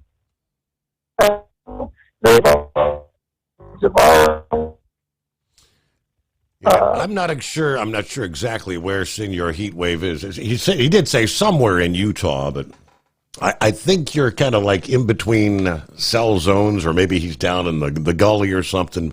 I'll put you on hold. We'll try to come back, okay? All right, when we news break just ahead. Chris is on board. We'll hear from the Scarecrow. Daryl Horsefeather is going to be checking in. Okay. First, let me take you. I know we do have always some Canadian listeners out there. And we've got some tuned in this morning. As a matter of fact, who we got here? We got, a handful in Australia. 11 Australians on board? Well, hi there. Good to have you with us. His name was not on the ballot, but Canadian Prime Minister Justin Trudeau is being cited as the big loser after his Liberal Party suffered a defeat in a special election to fill a seat in Canada's Parliament. Liberals have held this seat in Toronto, St. Paul's since 1993. But on Monday, the Liberal candidate Leslie Church, a former chief of staff to the finance minister, was defeated by the Conservative candidate Don Stewart. According to Politico, the former Conservative campaign manager called this election Trudeau's last stand. Another says, what a disaster for the Liberals. That's the editor-in-chief of the election projection website, 338 Canada. Liberals should be concerned that public opinion polls showing frustration with their party is not some sort of a blip or aberration. According to a professor at Acadia University in Nova Scotia, he said Conservatives who have previously failed to win in Canada's major urban cores have penetrated Fortress Toronto. Now, Canada is expected to hold national elections in the fall of next year. Justin's position is seriously weakened inside the party, and some are saying, the pressure on Trudeau to announce that he'll be stepping down is now insurmountable. They're calling for Justin Trudeau to resign. Big news north of the border there. From Feature Story News in New Delhi, I'm Neha Punia. After 14 years, Julian Assange walks out as a free man. He pled guilty in a US court as part of a plea deal. The WikiLeaks founder is now headed to Australia. He has won his freedom in exchange for pleading guilty to breaking the Espionage Act in a deal with the US government. Chris Gilbert has more. For the first time in 14 years, Julian Assange is a free man. After spending 1900 days in Belmarsh prison in the UK and years in exile in London's Ecuadorian embassy, a US judge has ruled that his time already served fulfills a sentence for breaking the Espionage Act for leaking sensitive US government documents. Assange pled guilty, conceding he did violate the Espionage Act, but maintains the law is contradictory to the First Amendment, which he claims he should be protected under as a journalist. He is returning to Canberra with former Australian Prime Minister and current Ambassador to the US Kevin Rudd on a chartered flight, the same plane that swept Taylor Swift from Japan to the US in time for the Super Bowl. The UN Special Coordinator for the Middle East peace process has said that indiscriminate attacks on convoys are impeding the delivery of aid to Gaza. It's now emerged that senior UN officials have told Israel they will suspend aid operations unless urgent steps are taken to better protect humanitarian workers. Jody Jacobs has more. While UN officials here in New York have neither confirmed nor denied the letter sent to the Israeli authorities, they have, however, stressed the urgent need to secure aid convoys in Gaza. Attacks on humanitarian aid workers and facilities are unacceptable, must cease immediately, and should all be investigated. The UN says no final decision on suspending operations across Gaza has yet been made, and that talks with the Israelis were ongoing. Already aid deliveries are suspended from the US-built pier in Gaza by the World Food Programme over security concerns. Jody Jacobs, New York. New data from Johns Hopkins University shows that infant deaths in Texas spiked after the state banned nearly all abortions after 6 weeks of pregnancy. The so-called Heartbeat Bill took effect in 2021 before Roe was overturned. Tony Waterman has more. The study shows that infant death spiked nearly 13% in Texas in the year after the bill was passed, compared to a 2% increase nationwide. The researchers believe the likely cause was a corresponding jump in babies born with congenital anomalies, the leading cause of death in infants. The data could foreshadow what's happening in other states. Since Roe was overturned 2 years ago, 14 states have banned abortions outright, while 3 others have implemented their own heartbeat bills. Tony Waterman, Texas. From bureaus worldwide, this is FSN. Ultimate comfort on the road. That's the Bostrom difference. And why so many drivers are upgrading their seats to Bostrom seating.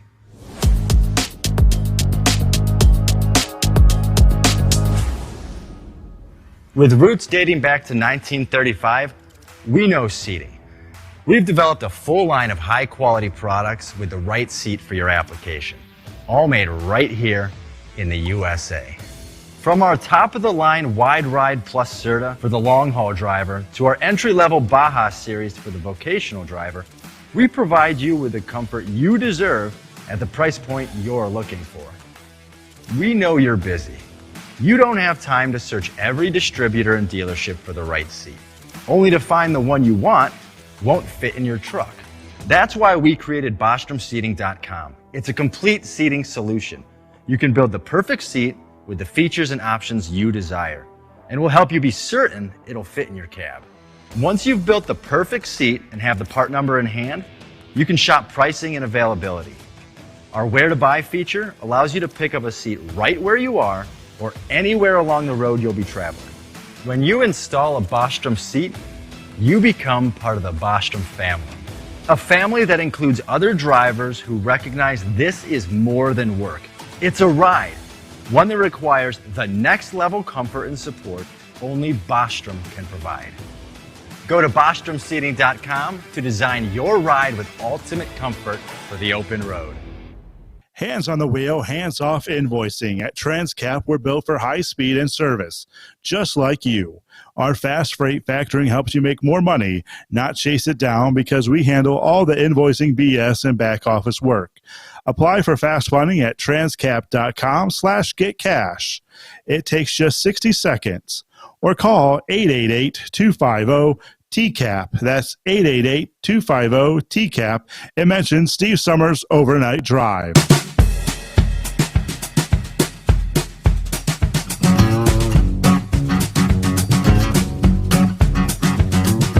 All right, let's get back at it here. Let me try again, see if he's got out of the cell hell. Are you back with us, Senor Heatwave?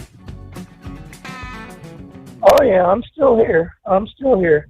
I just wish the voice was still there. Yeah, Pappy, I heard Pappy was saying that I had said something about illegal aliens doing 4 years in the military to get citizenship. And I think what I was saying at the time was, is that what the Democrats are going to propose? And, you know, if they don't speak English, how in the hell are they going to learn from an English-speaking drill instructor? Are they going to be bringing translators? And they've already shown that they cannot follow the rules. I mean, no, I think that's what I was trying to say. You know, get them out of here. Tell them you either come in the right way or you just don't come in here at all.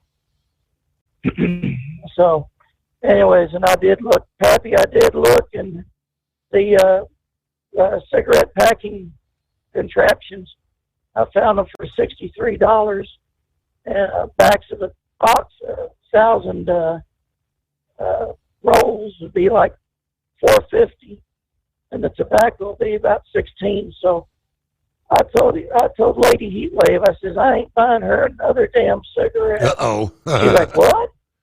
I said, you're going to be rolling your damn own. I says, I ain't going to be paying, you know, after the initial payout. I ain't going to be paying $70 for 2 damn cartons every time you want to smoke. So she was okay with it. Maybe that'll get her to quit. I don't know. So did you get a new service this week or something? Yes, that is as far as, you know, Feature Story News, FSN, which is kind of a global news outlet, yes. Well, they all talk like they got something shoved up their hind end, don't they? All prim and proper. I think they're, I mean, they've got, I mean, most of them, I think they're a British outlet. Well, that could be the reason why, you know, East Indians and British, oh well, they're a uppity bunch anyways. I had run into a situation in Cortez, Colorado with the Love's truck stop over there yesterday morning. I'd gone ahead and got fuel there. It read my fuel card, and it allegedly read my rewards card. When I went inside, I noticed on the receipt it didn't have my rewards. So when I asked them about it, they said they could not amend the rewards. And I said, well, why not? And they says, well, they've had some unscrupulous employees load up cards with points, even without getting fuel. Mm-hmm. And I said, well, that ain't my damn problem. I said, you know, I need you to do this now. They says, no, I had to call corporate. And I'm thinking, you know, that is pretty damn sad. You know, it's like, well, fire your damn employees that are doing this and ban them permanently from working at a Love's. Show something there that disincentivizes this kind of, you know, behavior. But damn, you know, so now I got to call corporate and get them to make amends for the fuel purchase that I had. I swear, you know, it's pretty damn sad. I told them, I says, well, next time I come in here, you're going to have everything under glass because you just can't trust any damn buddy. But I've only had that issue with Cortez, Colorado. That location over there by the port of entry. Everywhere else seems like they're okay, but I've not had a problem anywhere else with the loyalty card system. So, if bad luck was good luck, I'd be winning lotteries every other week. So I better let you go because my voice Yeah, you got to get another throat lozenge. I think we're going on like 2 months now, 2 months. Yeah, dealing with the vocal cord thing there. What's happening, Scarecrow? Steve, I hate to repeat the same old story over and over, but you were on the subject of Hooters there for a bit. Now, I know I shared this story, I don't know, 3 years back, but Steve, I saved a Hooters waitress from sure disaster. It would have been an awful, awful situation. I'd been in the men's room, and this particular restaurant had the coffee nook in a bad location.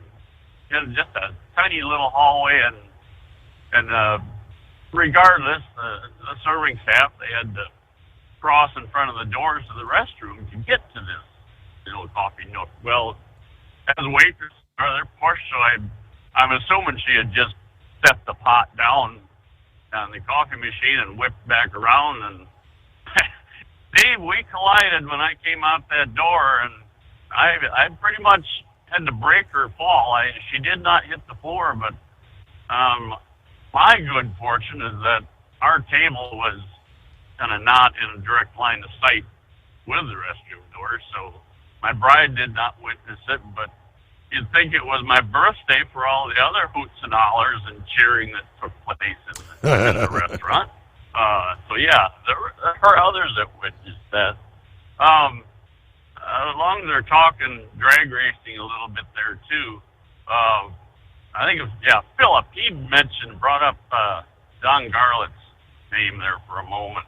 And I referenced before, certain individuals play such a key part in the history of drag racing, and Don Garlett's, if he's not at the very top, it's in the top 3 or 4. And yeah, it was actually a clutch explosion that took off part of his foot, and that's the last front motor dragster that he ever pedaled. He came up with the rear motor dragster, and they laughed and scoffed at him when he first brought that on the track, but you look at what that's developed into today. So yeah, he is a major player there. That's not to take anything away from John Force either. He is an amazing individual there. Kind of a side note about the clutch itself there, Steve. Now, that technology has certainly changed, and I have not kept up with it. There may be servos and such involved, in the action of that clutch, but unlike drag racing, tractor pulling, they use the same type of clutch. It's a slipper clutch. Tractor pulling, you're aiming to lock that up, whereas in drag racing, you are counting on that clutch to bleed off all that excess horsepower on the lower end. And that, if you were to try and throw that kind of horsepower at it right on the line, those tires, they would never, ever be able to, hook up. So a clutch man that knows his game, he is worth his weight in gold. It's been that way all through the years that, the races, won or not, right within the clutch there. If it locks up too soon, or if it doesn't, there's not enough pressure, so it slips too much and burns, scorches the plates. You'll see between rounds, they'll pull these discs out.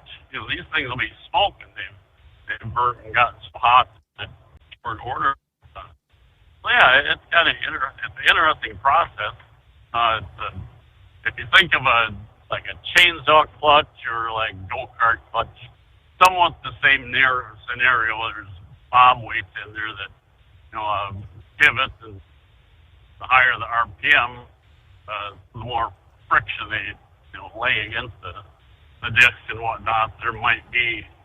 I think our tractor, it had 3 discs in, but it wouldn't surprise me if a nitro motor, they might have 6 or 7 discs or more. I think, say, technology fails me, but Steve, let's see, Angel Has Fallen.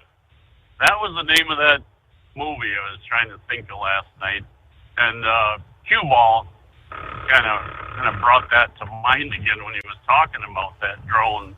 Now, Cue Ball, if you're still listening there, there's a movie came out a number of years back now in which a rogue Secret Service agent, he used facial recognition to target these drones with explosives on board, and he took all these faces from the presidential detail, and I'm guessing Angel was probably their code name for the president there, Steve. But yeah, that technology, as far-fetched as it seems, all these drones, they wiped out the presidential detail there, and it's technology. It's there today, and that's kind of scary, man. Where else was I going to go with this here? There's a lot of different directions here, Steve, but yeah, here we are. Well, I'm gonna have to. Oh yeah, that's right. Now back to Cue Ball again. He's talking about the fuel systems and such. Well, trucking companies in general, it's all about the nickel and dime. It's not about safety, period. Now, I've talked about my hate relationship to these pod-style mirrors that they put on these trucks today. Now, a wind tunnel will show, there's just a minuscule fuel improvement with these type of mirrors as opposed to the old West Coast. But Steve, I'm sitting here right now. I look over to my right. There's about a 24-inch long blind spot, with the exception of maybe about a 3-inch wide gap between the pillar and the head of the mirror. See, that blind spot, that'll hide a semi tractor trailer rig sitting in a stop sign or stop light. Now, where are the safety directors in these trucking firms across the country that, the OEMs, they can be forced to go back to the West Coast style mirror, if enough customers raise hell about it. But no, it's all about that extra nickel they might save on a day's operation. Right. Heck with the safety of the driver and convenience and all way. But we'll leave it at that for now. You said you got a couple others in the wings there, so we'll give them a little airtime and do it again tomorrow, man. All right, and that'll be Friday Eve, as a matter of fact. Yeah, it's already Hump Day. So, yeah, tomorrow, Friday Eve.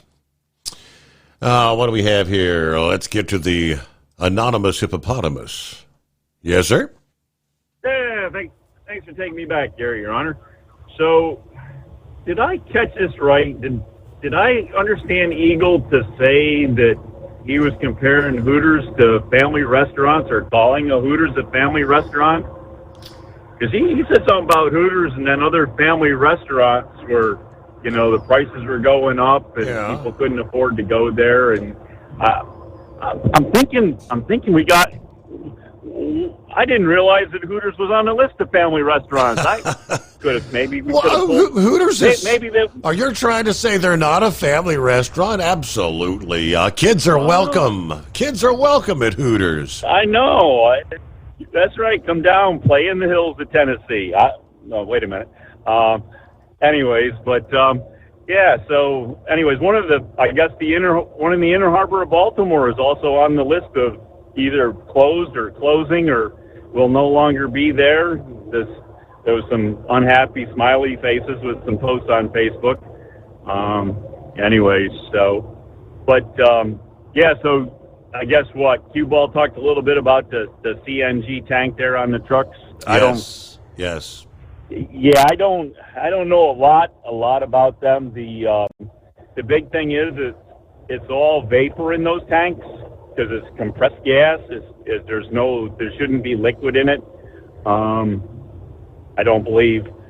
Says to say I'm not totally sure, but the thing is that's where my tank I run liquid. I have liquefied petroleum gas, and so what would normally vent off in an upright position, if anything happens and the trailer isn't in its normal upright position, then what vents off is liquid. It doesn't vent off as gas. And so you gotta kind of pay attention to where things are, and I would assume, I mean, I know when I've seen the deals there with the trucks with the big boxes on the back, and I think those are the liquid ones there. They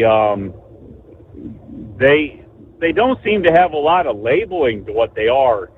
So number one, the general public, of course, they don't have a clue what I have going down the road looking at my trailer. Right. But a lot of people, you know, it's hard to recognize exactly what's in it. And the way those boxes look on the back of trucks, I mean, unless you really realize that's their fuel cell, you don't realize, and you know, you're probably not looking for a sticker or a label on it saying that it's, you know, something that's going to be really bad if it's involved in a fire and all that. So, well, before Q-Ball's call, and what prompted him to call, or you might have been out of the truck, that was the story where the firefighters that were injured in that massive explosion back in February there with the CNG truck that exploded there, they're suing. Yeah. They're suing now because they approached the truck and they said they didn't see any sort of markings letting them know that was natural gas, and you know, they also said something that the tank should have had some sort of a vent of some sort rather than exploding like that. And that's what you're not sure if they would have a vent on that or not? Yeah, they have to vent it. Somehow they have to have a vent in them. Now, whether the vent would work enough or whether what happens is a lot of times is when you have the rupture of that type of tank from heat, is the inside gets hotter than what the tank itself can handle. Now, I would assume those tanks are probably made out of stainless steel, but they would look a lot like a polished aluminum tank. So on approach to the truck, you wouldn't recognize them as being different than a diesel tank, and especially if you're out in any type of time when it's dark or anything, you wouldn't recognize those tanks as being anything different. So there should be, you know, there's going to have to be some sort of labeling or something that, you know, expresses that it's that, you know, different type of fuel system.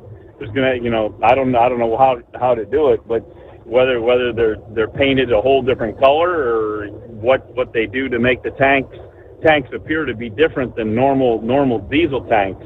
But the thing that goes with that is everybody paints their tanks if they want to, the diesel tanks, or polishes them up, or everybody makes them look their own way. So I don't know. It's going to be a hard thing to figure. But the thing is I think that truck was still in its upright position on its wheels, so there shouldn't have been an issue with venting if that was. But the only thing is that if it gets to the point that it's overheated enough that the venting can't handle all of it, then it finds the weakest point in the tank, and then that's what causes the rupture.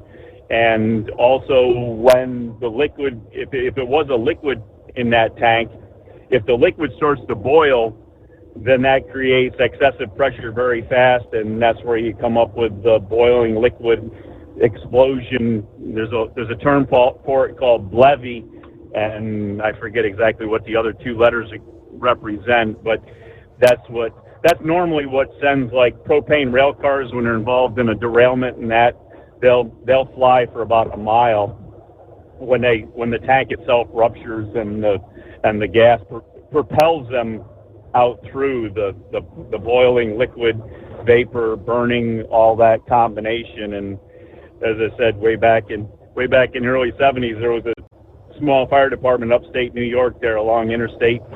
Before it was 88, it was US 7, but they actually lost their whole fire department due to a rail car explosion that way. So, and the rail car was just probably just shy of a mile away from the tracks where it finally landed. But anyways, it's very violent, and of course we saw that in all the videotape, just of that small tank that was a saddle tank of a truck. Yep. So, anyways, that's about all I can kind of do with that. I'll have to see if I can look into those a little bit more and see what I can dig up on that for you. So we'll see what we can come up with. Very good. Have a great morning there, Horse Feathers, and we'll chat maybe tomorrow night. Head on over to Daryl. Good morning. Good morning. How's Steve and how's Stryker? All doing well. Hump Day is here, and how about yourself? How you doing? I'm doing just fine. Celebrated 36 years of marriage yesterday and went out to the Miller on the Mill in Westchester. If you ever get out there, you can find you a great steak dinner. I had best steak that I've found in this area in years and years. Really? How is the young man's leg? How's the young man's leg that... For whatever reason, they would not sign off on the MRI Monday. I don't know. I haven't talked directly to him, but the princess wasn't real happy about it. So something about they've got to get the prior authorization, and they didn't give him the okay for the MRI. I don't know if they're waiting to give it a few days to see if it begins to naturally heal or what the hell they're doing. Man. Yeah. Well, he's in my prayers, and I know them things can be tricky. So I'll let you go.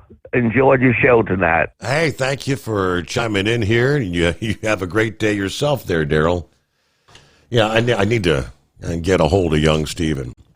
I think he was supposed to have the MRI on Monday, right? So, yeah, it was yesterday, last evening, Tuesday morning's show. I asked the princess how things went with the MRI, and she said they wouldn't sign off on it. I said, what do you mean? I don't know. Are they that costly? Or I don't know. Like I said, I'll have to get a hold of them and see what's going on. Well, one last tidbit. You ever think, what if you really did hit it big? What if the Carolina Monkey Gouger, who's out there in Reno as we speak, he said Lady Luck turned around and he was actually up a few $100. What if he really hit it big? Would you just keel over, like have a heart attack? A man reportedly suffering a heart attack after winning what would have been a $2.95 million U.S. or $4 million in their currency at a casino in Singapore. He didn't die, but the video showing the guy lying on the floor at the Marion Bay Sands Casino, where the video went viral. The unidentified man, believed to have been overly excited over his $3 million win, reportedly suffered cardiac arrest while staff and emergency responders tried to revive him amid all the screaming and the shouting of other patrons around him. Now, many social media have claimed that the guy died at the casino. No, he was taken to the hospital. He is recovering. He's expected to enjoy his riches once back to full health. And one asks, are casinos actually still obliged to pay out a jackpot if a gambler dies while winning but before collecting their cash? And the answer to that apparently is yes. A casino game is a contract, and believe it or not, death does not change a contract. All right, we'll see you back at the midnight hour tonight. Have a safe day out there. Thanks for joining us for the Steve Summers Overnight Drive.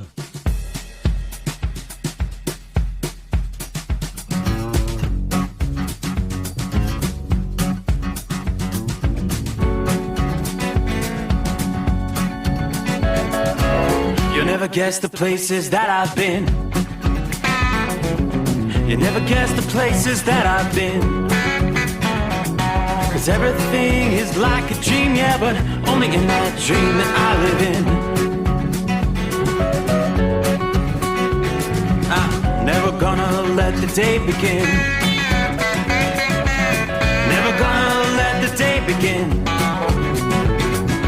'Cause everything is like a dream, yeah, but only in that dream that I live in.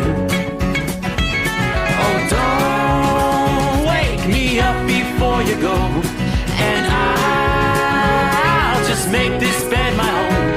Oh, darling, please just let me sleep. Give me my dreams.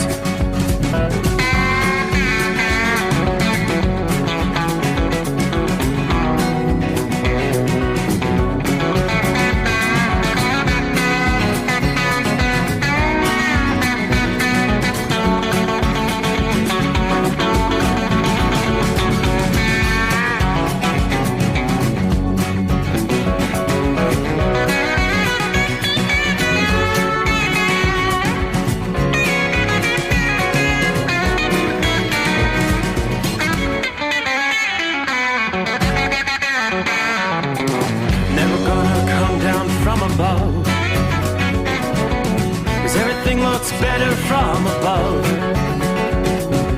Nothing's ever as it seems, yeah, except in that world that I dream of. Never gonna lose the ones I love. Never gonna lose the ones I love. 'Cause everything is like a dream, yeah, but only in that world that I dream of. Oh, don't before you go.